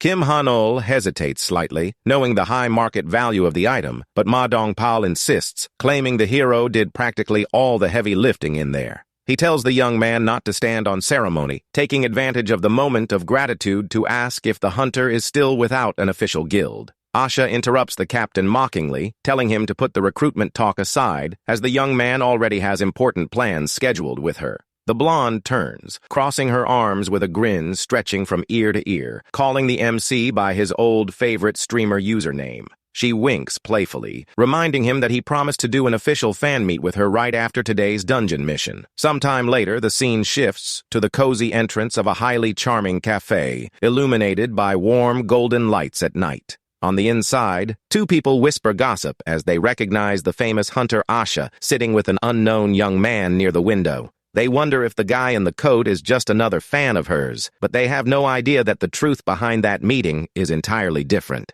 Asha gives a mischievous smile, playing with her blonde hair, revealing in a secretive tone that things are actually the complete opposite of what people think. The hunter points her finger at the young man, shyly confessing that she is the one who has become a massive fan of his incredible combat talent. She says she is shocked to discover Kim Han-ul's secret identity, praising him for his outstanding performance in the middle of that dungeon. The blonde asks where those fantastic summons came from, but the MC brushes it off with a laugh, saying it is just one of his many skills. Asha reflects thoughtfully that each of his powers seems completely unique, questioning what his true reason could be for hiding all of this. She finds it bizarre that someone with such massive combat potential spent the last few years just working on live streams of failed games. Kim Han-ul lets out a sly grin, responding mysteriously that he had his own personal reasons for acting that way. He explains that this was why he did not reveal his identity during his streams, asking her to keep his true power level as a hunter a secret. Asha agrees to keep her lips sealed for now, but demands in exchange that the MC schedule a new fan meet with her very soon. Kim Han-ul lets out a soft, friendly chuckle, accepting the condition while the girl makes sure he will indeed keep his promise. She gives a sweet smile, taking the moment to sincerely thank him for his heroic help during the raid of that dangerous dungeon. She formally declares as the vice leader of Aegis that the group would have lost their precious allies if he had not shown up to save them. The young hunter smiles warmly, gently asking the girl not to worry about it, as he only did what needed to be done. Later that same night, the MC returns to the comfort of his home, ready to focus on his next evolutionary goals. Sitting on his bed, Kim Han-ul opens the integrated system to sync his monster defense game account to real life. The system asks if he wishes to begin preparations for the new wave of attacks, utilizing the newly acquired space development ticket. He spends 1,500 gold to build the manufacturing room in his secret base, celebrating as he sees the area expansion succeeded. Excited about his sanctuary's progress, the hunter decides the ideal next step is to check the combat data of the new Ant Queen. A detailed screen reveals that the 4-star legendary Queen Akasha has been officially integrated as a new defender of the Lord's castle. Her passive skill, Kingdom Construction, guarantees that an entire defensive barracks is automatically created whenever she is deployed. The system details that activating the technique immediately summons 50 soldier ants, 40 cannon ants, and 10 legion commanders. The young man is impressed to read that this massive amount of ally troops will be fully restored for free at the end of each monster wave. Kim Han-ul celebrates wildly upon realizing that he will now have 100 new free 2-star warriors to defend him without needing to spend any gold. He plans his next steps, noting that from now on, it will be infinitely easier to resist the hordes and protect his castle. Suddenly, the young hunter notices a small, strange detail in the pixelated backdrop of his screen, right next to the sovereign's imposing throne. He rests his hand on his chin, highly intrigued, and decides to zoom in on the image of the system's holographic interface to examine the object closely. The young man lets out a sound of surprise, recognizing that the small pile of bones is actually the bust of the lich he obtained previously. Kim Han-ul wonders why the statue is located right in the sovereign's audience chamber, deciding to tap the object to test it out. To his surprise, the system notifies him that he has gently patted Iramatus's bust, causing his mystical affinity to rise by 0.1. Confused by the affinity gauge, the young man reads in the instructions that upon reaching 100 points, the Lich statue will be permanently activated. The warning advises that overdoing the petting can reduce affinity, and the young man realizes with a laugh that he will have to pat the statue gradually to unlock it. At that very instant, a system notification pops up on the screen, informing him that the sovereign is requesting an emergency private conversation with him. He is quite surprised by the powerful entity's sudden request, wondering curiously what the reason for such a sudden call could be. The young man clicks on the screen, confirming the start of the mystical call, and the system quickly loads the audio setup for the voice chat. The pixelated version of the sovereign appears on her throne, starting the conversation in a friendly manner, warmly asking if he has had dinner tonight. Next, the system's holographic interface presents a list of conversation topics, displaying only the name of the new queen, Akasha. Deducing that the sovereign must be quite curious to know more details about the allied ant, the MC selects the option on the screen. The pixelated image transforms into a beautiful, high-definition view of the sovereign, who draws near, revealing she wishes to ask a question. The system confirms that the Grand Sovereign of Illusions wishes to question him about something important, and the hunter agrees to listen with full attention. She questions what the young man's true opinion is regarding Queen Akasha, who fought bravely until her very last breath to protect her empire. But despite all her heroic and desperate dedication, she ended up failing completely and losing everything she built at the end of the war. Locking her gaze directly onto him, the sovereign asks with seriousness if someone who has lost her own kingdom truly deserves to be called a lord. The system's blue holographic panel displays that the mystical sovereign of illusions is questioning the young man about what the qualifications of a leader are. Kim Han-ul crosses his arms, realizing right away that this is not a simple question and is actually a profound test of values. The system presents only two direct options for a response regarding whether the queen is qualified or not, and the young man wonders if he should simply choose one. However, a new notification appears, revealing that the mystical entity insists on hearing his detailed thoughts on the matter of leadership. The system's voice input is activated, requiring the hunter to state his answer aloud and explain his entire line of reasoning for his choice. Without hesitating, the MC nods his head and decides to immediately reveal his honest answer to the powerful sovereign. He firmly asserts that there is absolutely nothing complicated to think about regarding the Ant Akasha. The young man declares aloud that the new ally is indeed a great and worthy lord, and the system confirms in blue that he has deemed her qualified. He explains that he does not understand much about the rules of leadership, but guarantees that the queen's heroic effort to save her people says it all. For Kim Han-ul, fighting bravely with all of one's strength until the very last second is more than enough to make her an incredible lord in his eyes. The sovereign smiles in an extremely gentle manner and kindly thanks her young master for dedicating his precious time to listen to her.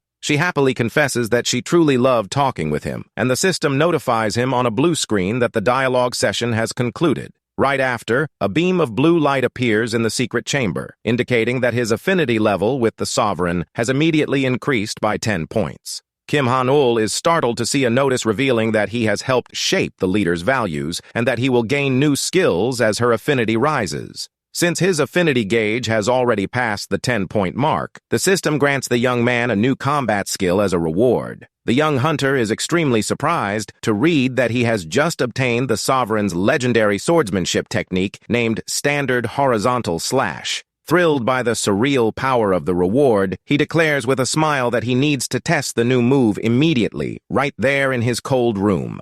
Kim Han-ul assumes a firm stance and wields his golden mystical sword, which begins to emanate intense flames of pure destructive energy. He executes a rapid motion, delivering the powerful horizontal sword strike that cuts through the air, generating a glowing trail of mystical fire. However, in the middle of the slash, the young man senses the colossal force of the accumulated energy and desperately tries to halt the motion to avoid a disaster. The hunter's blue eyes go wide in complete shock as he feels the absurd scale of the destructive power behind that combat technique. A colossal shockwave cuts through the walls of the room, leaving a deep black fissure, and the MC mutters in terror at such strength. He sighs in relief, wiping sweat from his forehead, realizing that by a very narrow margin, he avoided causing a terrible, destructive accident inside his own home. The young man admits, with a tense smile, that if he had not pulled back his mana flow in time, the damage would have been infinitely worse.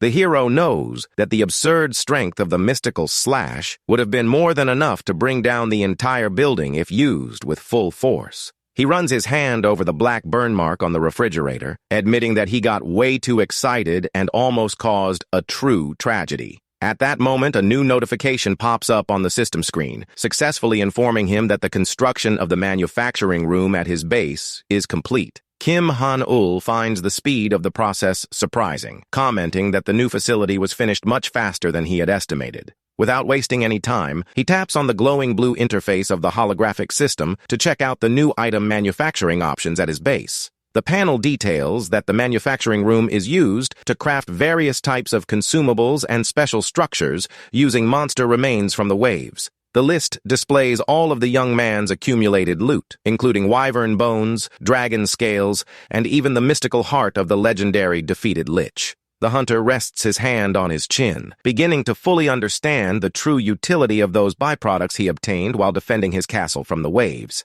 Curious, he wonders what he can actually produce with those rare materials, and the system displays a prompt offering to load the list. Finding it an excellent opportunity, the MC taps the option on the screen to immediately load the complete catalog of available creations. The panel glows intensely, releasing beams of blue digital light that float in the air while the young man waits anxiously for the data to display. The list reveals legendary resistance potions for poison, fire, and curses, while also detailing that all created items can be used without restrictions. The young man's eyes go wide in surprise as he reads that the crafted items have no restrictions, and he begins to hatch an ambitious plan in his brilliant mind. To test the system, he selects the option and immediately begins manufacturing a high-rank special light attribute enhancement scroll. The hunter watches in fascination as a physical golden scroll materializes directly from the blue energy portal in his room. He observes the glowing scroll sitting on his living room rug, confirming in awe that the object is indeed real and tangible. The young man picks up the mystical scroll with his hands and gulps, noticing the surreal quality level of the enhancement item he has just crafted. He opens the internet and confirms in shock that his light item is identical to those that cost a whopping 100 million won on the hunter market. Kim Han-ul lets out a sly chuckle upon realizing that he can simply produce an item that is worth a true fortune in the hunter world for free. Rubbing his hands together greedily, the MC wonders if the other poison and curse resistance potions hold the same high value. Without hesitating, he begins tapping the options on the screen, starting the mass production of dozens of supreme-grade poison resistance potions. Right after, the hunter clicks to produce several legendary resistance potions against ancient curses and devastating fire attacks. A colossal rain of glowing, colorful potion bottles begins to pour endlessly from the digital mystical portal onto his bedroom floor. Dozens of vials pile up in a gigantic heap on the rug, and the young man laughs, confirming that his mass production plan succeeded with ease. The hero checks the official charts and notes that supreme health, mana, speed, and healing potions cost tens of millions of won on the real market. Kim Han-ul holds one of the red vials with a smirk, confirming that his homemade product is identical to those in the most expensive shops. Observing that endless pile of liquid treasures, the MC celebrates, knowing he is about to become a millionaire the easy way. Sitting in his computer chair, the young man begins to analyze the situation seriously, knowing that selling rare items like these individually is difficult. He ponders the ideal place to sell the potions without having to pay the abusive fees of auction houses, considering the idea of using a guild. However, the hunter notes that he is not yet ready to join any major guild, and suddenly spots a curious post on an online forum. The forum thread details desperately how a young hunter was severely deceived and scammed by a major sponsoring guild. In the comments section, forum users warn with laughs that the young man's career as a hunter is done for, calling that guild truly malicious. Upon reading those warning messages, Kim Han-ul lets out a smirk, realizing he has just found the perfect opportunity. He knows full well that these sponsorship guilds act dishonestly, luring naive rookies with empty promises of support and massive profits. but behind the scenes, they hide abusive and fraudulent contract clauses designed specifically to enslave the hunters. The cruel leader of the Black Dog Guild holds a wooden bat lined with nails, mocking the hunter and saying that his peaceful life is officially over. On the office floor, the poor young hunter weeps in despair, begging the villain to please just let him cancel the cursed contract, but the mobster Juji-san merely lets out a cruel laugh and raises his wooden bat, ready to physically beat and punish the poor soul. Without any mercy, he delivers violent blows against the victims, who will never be able to break the abusive contract through ordinary legal means. They are forced to work as slaves on suicide dungeon missions under inhumane conditions until they are completely discarded. The villain delivers the final blow, throwing the injured hunter's body onto the cold floor while blood splatters against the chamber walls. Juji-san wipes the sweat from his tired face, adjusting his gold glasses with a cold expression of pure contempt for his newest victim. In a harsh tone, the mobster orders his henchmen to throw the unconscious young man out of there as quickly as possible into the dark. He comments with disdain that the victim is of no use anymore, while the henchman carries the bleeding body of the kicked-out young hunter away. Suddenly, the phone in his luxurious office begins to ring loudly, drawing the attention of the dangerous Black Dog Guild leader. Juji-san answers the call irritably, grumbling to find out who is calling and what urgent matter needs to be addressed at this hour. He is surprised to hear that a new high-rank hunter wants to sign a contract, questioning if they confirmed his details at the front desk. Upon being informed that it is a powerful, unaffiliated B-rank hunter, the villain orders with satisfaction to send him up immediately. He lets out a devious chuckle, celebrating the arrival of yet another naive hunter who will easily fall into his terrible web of scams and abuse. The scene cuts to the inside of the office, where the mob boss Juji-san begins his fake speech of support and welcoming for the rookie. The villain assumes an extremely friendly tone, greeting the young man by the fake name of Kim Woo-ju to initiate the proceedings. Disguised in dark sunglasses and a surgical mask, Kim Han-ul confirms his interest in obtaining sponsorship, and the villain smiles, pretending to be thrilled. However, the guild leader notices the silent presence of a short, hooded figure next to the young man, questioning who it is. The MC lies, saying the little hooded boy is his beloved son and that the little guy threw a tantrum to tag along to the meeting. He pats the head of Gano, who is cutely disguised in a plague doctor mask and a coat, asking him to sit and watch the deal. Finding the scene cute, the mobster laughs falsely, commenting that the boy must really love his father and accepts the creature's presence without suspicion. Juji-san rubs his hands together greedily, deciding to start his scam explanation regarding the rules of the Black Dog Guild. The villain details that his company signs monthly support contracts, guaranteeing raid intelligence and supplies for their allies. He asserts that the guild will purchase all items and byproducts collected in the dungeons for 15% above the market average. In a persuasive tone, the criminal explains that an item worth 1 million won will yield 1,150,000 won for the hunter. Kim Han-ul plays dumb, questioning if the guild actually makes any profit acting in such a generous and charitable way toward rookies. The scammer laughs, saying their profit margins are minimal, and reveals that because of this, he requires only one small essential condition to keep the business running. He places the paperwork on the desk, pointing his index finger directly at the hidden clause where the true trap of the sponsorship agreement lies. Kim Han-ul points to the specific section of the paper, calmly asking if the condition is indeed that controversial trade clause.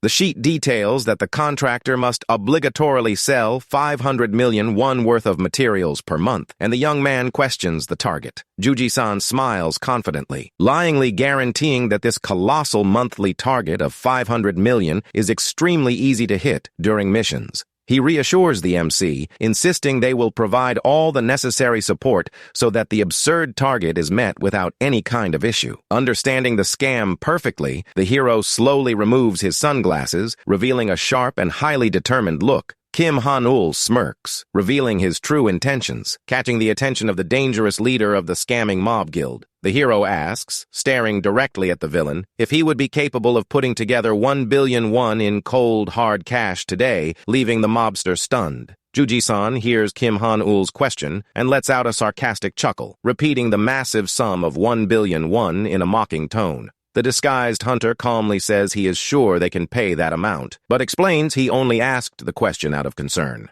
The villain boasts, saying some deadbeat guilds lie about their funds, but guarantees his guild makes all payments without exception. He tells the young man to rest easy as long as he hits the minimum monthly target, knowing full well on the inside that the young hunter will never achieve it. Juji-san knows very well that the raid info he will provide is fake, and any hunter who fails the target will breach the contract. The mobster secretly celebrates, knowing that victims who break the abusive agreement end up becoming slaves to his guild for the rest of their lives. The scammer smirks, believing he has successfully lured another high-level hunter into falling for his terrible financial trap. But Kim Han-ul raises his finger, saying there is just one more penalty clause he would like to review before signing the paper. He points out that in case of failure, the guild reserves the right to alter the terms as they please, questioning the true meaning of that punishment. Juji-san brushes it off, lying that it is just a standard safety clause to prevent breaches, telling him he has nothing to worry about. The young man counters, saying that is unfair to the hunter, demanding that the guild also face severe penalties should they fail to pay the profits. Angered on the inside by the persistence, Juji-san agrees to change the terms so his own guild is also punished if they commit any breach.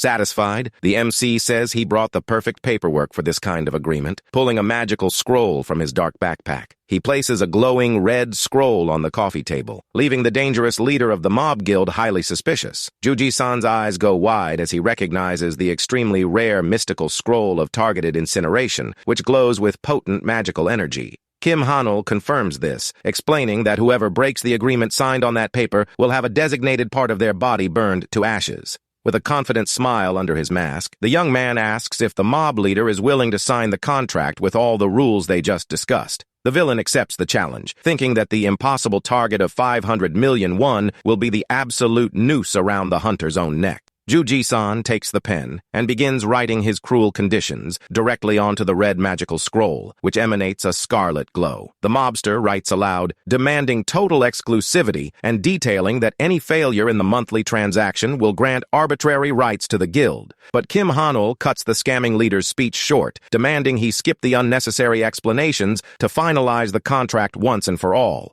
He signs the magical document with complete ease, showing absolute confidence in his decision to close the deal with the criminals. The two finalize their signatures on the coffee table, and the blue holographic system notifies them that the dangerous magical contract has been concluded. The hunter turns to Gono, who is cutely disguised by his side, asking his supposed son to pull the materials out of the backpack. Juji-san comments in surprise that normally his reception team would appraise the materials, but decides to make an exception for this B-rank hunter. Gono slams a glowing pink potion onto the glass table with full force, startling the criminal with the loud sound of the vial's impact. Juji-san flinches in surprise at the little helper's attitude, focusing his attention on the incredible, high-rank magical items placed on the table. The villain gives a forced smile, commenting that the young man must have gotten very lucky to find so many rare, high-level potions in the dungeon. Ignoring him, Gono continues to pull dozens of glowing, colorful vials out of his dark backpack, placing them all on the table. The guild leader notices the absurd amount of rare vials that keep coming out of the backpack, beginning to break into a cold sweat beneath his gold glasses. He watches paralyzed as more and more vials of supreme healing, resistance, and mana potions continue to appear endlessly. A gigantic mountain of valuable potions covers the entire glass table, leaving the villain completely shocked by the absurd quantity of items.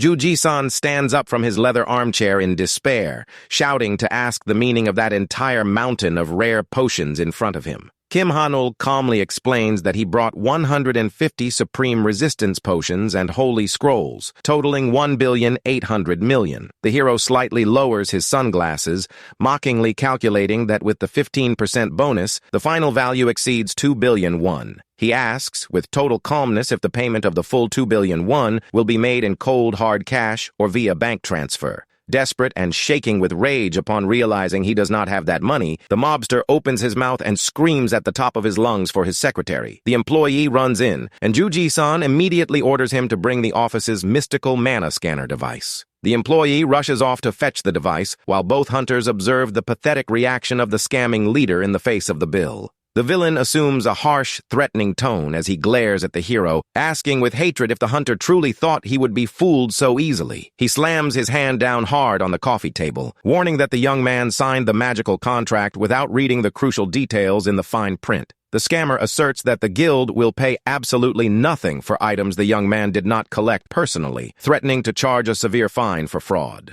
The secretary runs back, immediately handing the mana tracking scanner to his feared boss of the Black Dog Guild. Juji-san holds the white electronic device, explaining that the apparatus will detect if the items were collected by other hunters. He warns that the sensor will read the mystical signature of the potions, and that the hero will have to pay double the fine if the potions belong to someone else. The MC maintains his firm posture and says with a smile that he thinks that is great, leaving the mobster confused and unable to understand the source of such calm. He encourages the villain to scan all the vials at once, claiming that the ownership results of the potions are already more than guaranteed. Juji-san snorts irritably, thinking the hunter is just bluffing to save himself, and picks up one of the glowing red vials to test. The villain points the digital reader at the supreme red potion, promising to activate the contract breach clause and apply the terrible punishment. The electronic device emits beams of blue mystical light as it reads the potion, and Juji-san's eyes go wide upon seeing the bizarre result.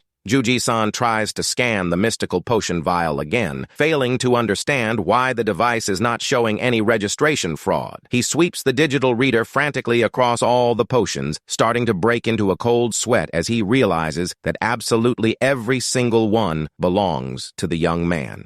Completely in shock and with no way out, the mobster merely mutters a swear word under his breath upon confirming that the mana scanner is not broken. The villain hurls the reader against the office wall in a rage, screaming out of control that this bizarre situation makes absolutely no sense. Juji-san bellows, demanding to know who he is, asserting that it is impossible for an unaffiliated B-rank hunter to possess supreme-level potions like those. He curses the day he thought he had caught a sucker, pointing his nailed bat irritably as he realizes he has been played in his own home. The leader of the scamming guild immediately orders his secretary to rip up the red mystical contract to cancel the deal by force. Secretary Huang Tai-yong channels his magical energy, concentrating all of his B-rank power to try and break the scroll's strong magic. The henchman activates his level 2 contract nullification skill to try and rip apart and neutralize the red scroll of fire. But before he can, Gono leaps off the sofa acrobatically at high speed, letting out his bizarre battle cry toward the henchman.